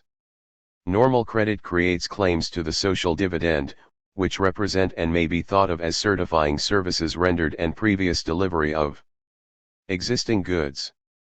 That kind of credit, which is designated by traditional opinion as abnormal, also creates claims to the social product, which, however, in the absence of past productive services could only be described as certificates of future services or of goods yet to be produced. Thus, there is a fundamental difference between the two categories, in their nature as well as in their effects. Both serve the same purpose as means of payment and are externally indistinguishable. But the one embraces means of payment to which there is a corresponding contribution to the social product, the other means of payment to which so far nothing corresponds, at least no contribution to the social product, even though this deficiency is often made up by other things. After these introductory remarks, the shortness of which it is hoped will cause no misunderstanding, I proceed to the theme of this chapter. First, we must prove the statement, so strange at first sight, that in principle no one other than the entrepreneur needs credit or the corollary, but at once much less strange statement that credit serves industrial development. It has already been established that the entrepreneur in principle and as a rule does need credit, in the sense of a temporary transfer to him of purchasing power, in order to produce at all, to be able to carry out his new combinations, to become an entrepreneur. And this purchasing power does not flow towards him automatically, as to the producer in the circular flow, by the sale of what he produced in preceding periods. If he does not happen to possess it, and if he did, then it would simply be the consequence of former development, he must borrow it. If he does not succeed, then obviously he cannot become an entrepreneur. In this there is nothing fictitious, it is merely the formulation of generally known facts. He can only become an entrepreneur by previously becoming a debtor. He becomes a debtor in consequence of the logic of the process of development, or, to put it in still another way, his becoming a debtor arises from the necessity of the case and is not something abnormal, an accidental event to be explained by particular circumstances. What he first wants is credit. Before he requires any goods whatever, he requires purchasing power. He is the typical debtor in capitalist society. 9. The argument must now be completed by the negative proof that the same cannot be said of any other type, and that no one else is a debtor by the nature of his economic function. Of course there are in reality many other motives for borrowing or lending. But the point is that the granting of credit does not then appear as an essential element of the economic process. This holds good first of all for consumptive credit. Neglecting the fact that its significance can only be a limited one, it is not an element in the fundamental forms and necessities of industrial life. It is not part of the economic nature of any individual that he should contract consumptive loans, or of the nature of any productive process that the participators should incur debts for the purposes of their consumption. Therefore the phenomenon of consumptive credit is of no further interest for us here, and in spite of all its practical importance we exclude it from our consideration. This involves no abstraction, we recognize it as a fact, only we have nothing particular to say about it. Exactly the same holds good for those cases in which a credit requirement arises solely for the maintenance of a business which has been disturbed, perhaps by misfortunes. These cases, which I embrace under the concept of consumptive productive credits, are also no part of the nature of an economic process in the sense that their treatment appertains to the understanding of the life of the economic organism. They too are of no further interest to us here. Since every kind of extension of credit for purposes of innovations is by definition the granting of credit to the entrepreneur, and forms an element of economic development, then the only kind of granting of credit left for consideration here is credit for running a business in the circular flow, Betriebscredit. Our proof is achieved if we can explain it as unessential in our sense. What of it then? We saw in the first chapter that it is not part of the nature of the circular flow that credit, Betriebscredit, is currently taken and given.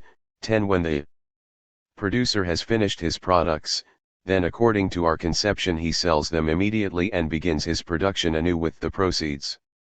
To be sure, things do not always happen thus. It may be that he wishes to begin producing before he has delivered the products to his customer. But the decisive point is that we can, without overlooking anything essential, represent the process within the circular flow as if production were currently financed by receipts. Credit in the ordinary routine of established business owes its practical importance solely to the fact that there is development and that this development carries with it the possibility of employing sums of money which are temporarily idle. Hence every businessman will turn these receipts to account as promptly as possible and will then borrow what purchasing power he may require. If there were no development, then the sums of money necessary to carry out transactions would normally have to be actually kept in every firm and household, and during the time when they were not needed would have to lie idle. It is development that alters this. It soon sweeps away those types whose pride it was that they never took any credit. And when in the end all businesses old as well as new ones are drawn into the circle of the credit phenomenon, bankers will even prefer this kind of credit on account of the smaller risk it involves. Many banks, particularly of the deposit type and also almost all old established houses, actually do this and restrict themselves more or less to such current credit. But this is only a consequence of development already in full swing. This interpretation does not place us in opposition to the prevailing one as much as might be thought.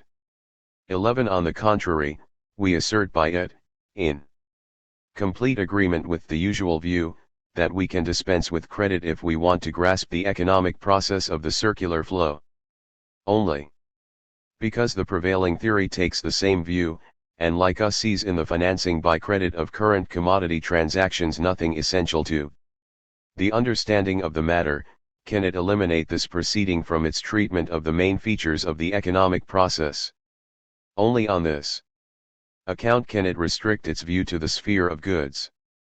Within the world of goods something like credit transactions may of course be found, but we have already come to an understanding on this. At all events the prevailing theory recognizes the necessity of creating new purchasing power at this point just as little as we do, and the fact that it also does not see such a necessity at any other point shows again that it is merely static. This current credit can therefore be eliminated from our treatment with the same justification as consumptive credit. From the knowledge that it involves only a question of a technical expedient of exchange in the circular flow, of course, because with development it would be something different for the reason mentioned, an expedient which has no further effect upon the economic process, we come to the following conclusion. In order to contrast current credit sharply with that credit which does play a fundamental role and without which complete understanding of the economic process is impossible, we shall assume in the case of the circular flow that all exchanges are effected by metal money which exists once for all in given quantities and with a given rapidity of circulation. Obviously the whole circulation of an economy without development may also consist of credit means of payment. Since these means of payment, however, would function just like metal money in that they are certificates for existing goods and past services, and since there is therefore no essential difference between them and metallic money, by using this expository device we merely indicate that what we regard as the essential element in the credit phenomenon is not to be found in current credit within the circular flow. By this we have both proved our thesis and precisely formulated the sense in which it is meant. Only the entrepreneur then, in principle, needs credit.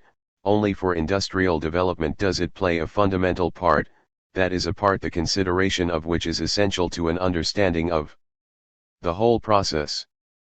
Furthermore, it is seen at once from the arguments of the second chapter that the correlative of the thesis also holds good. Namely the statement that where there is no direct power of disposal by leaders over means of production, development is in principle impossible. Without credit, the essential function of credit in our sense consists in enabling the entrepreneur to withdraw the producer's goods which he needs from their previous employments, by exercising a demand for them, and thereby to force the economic system into new channels.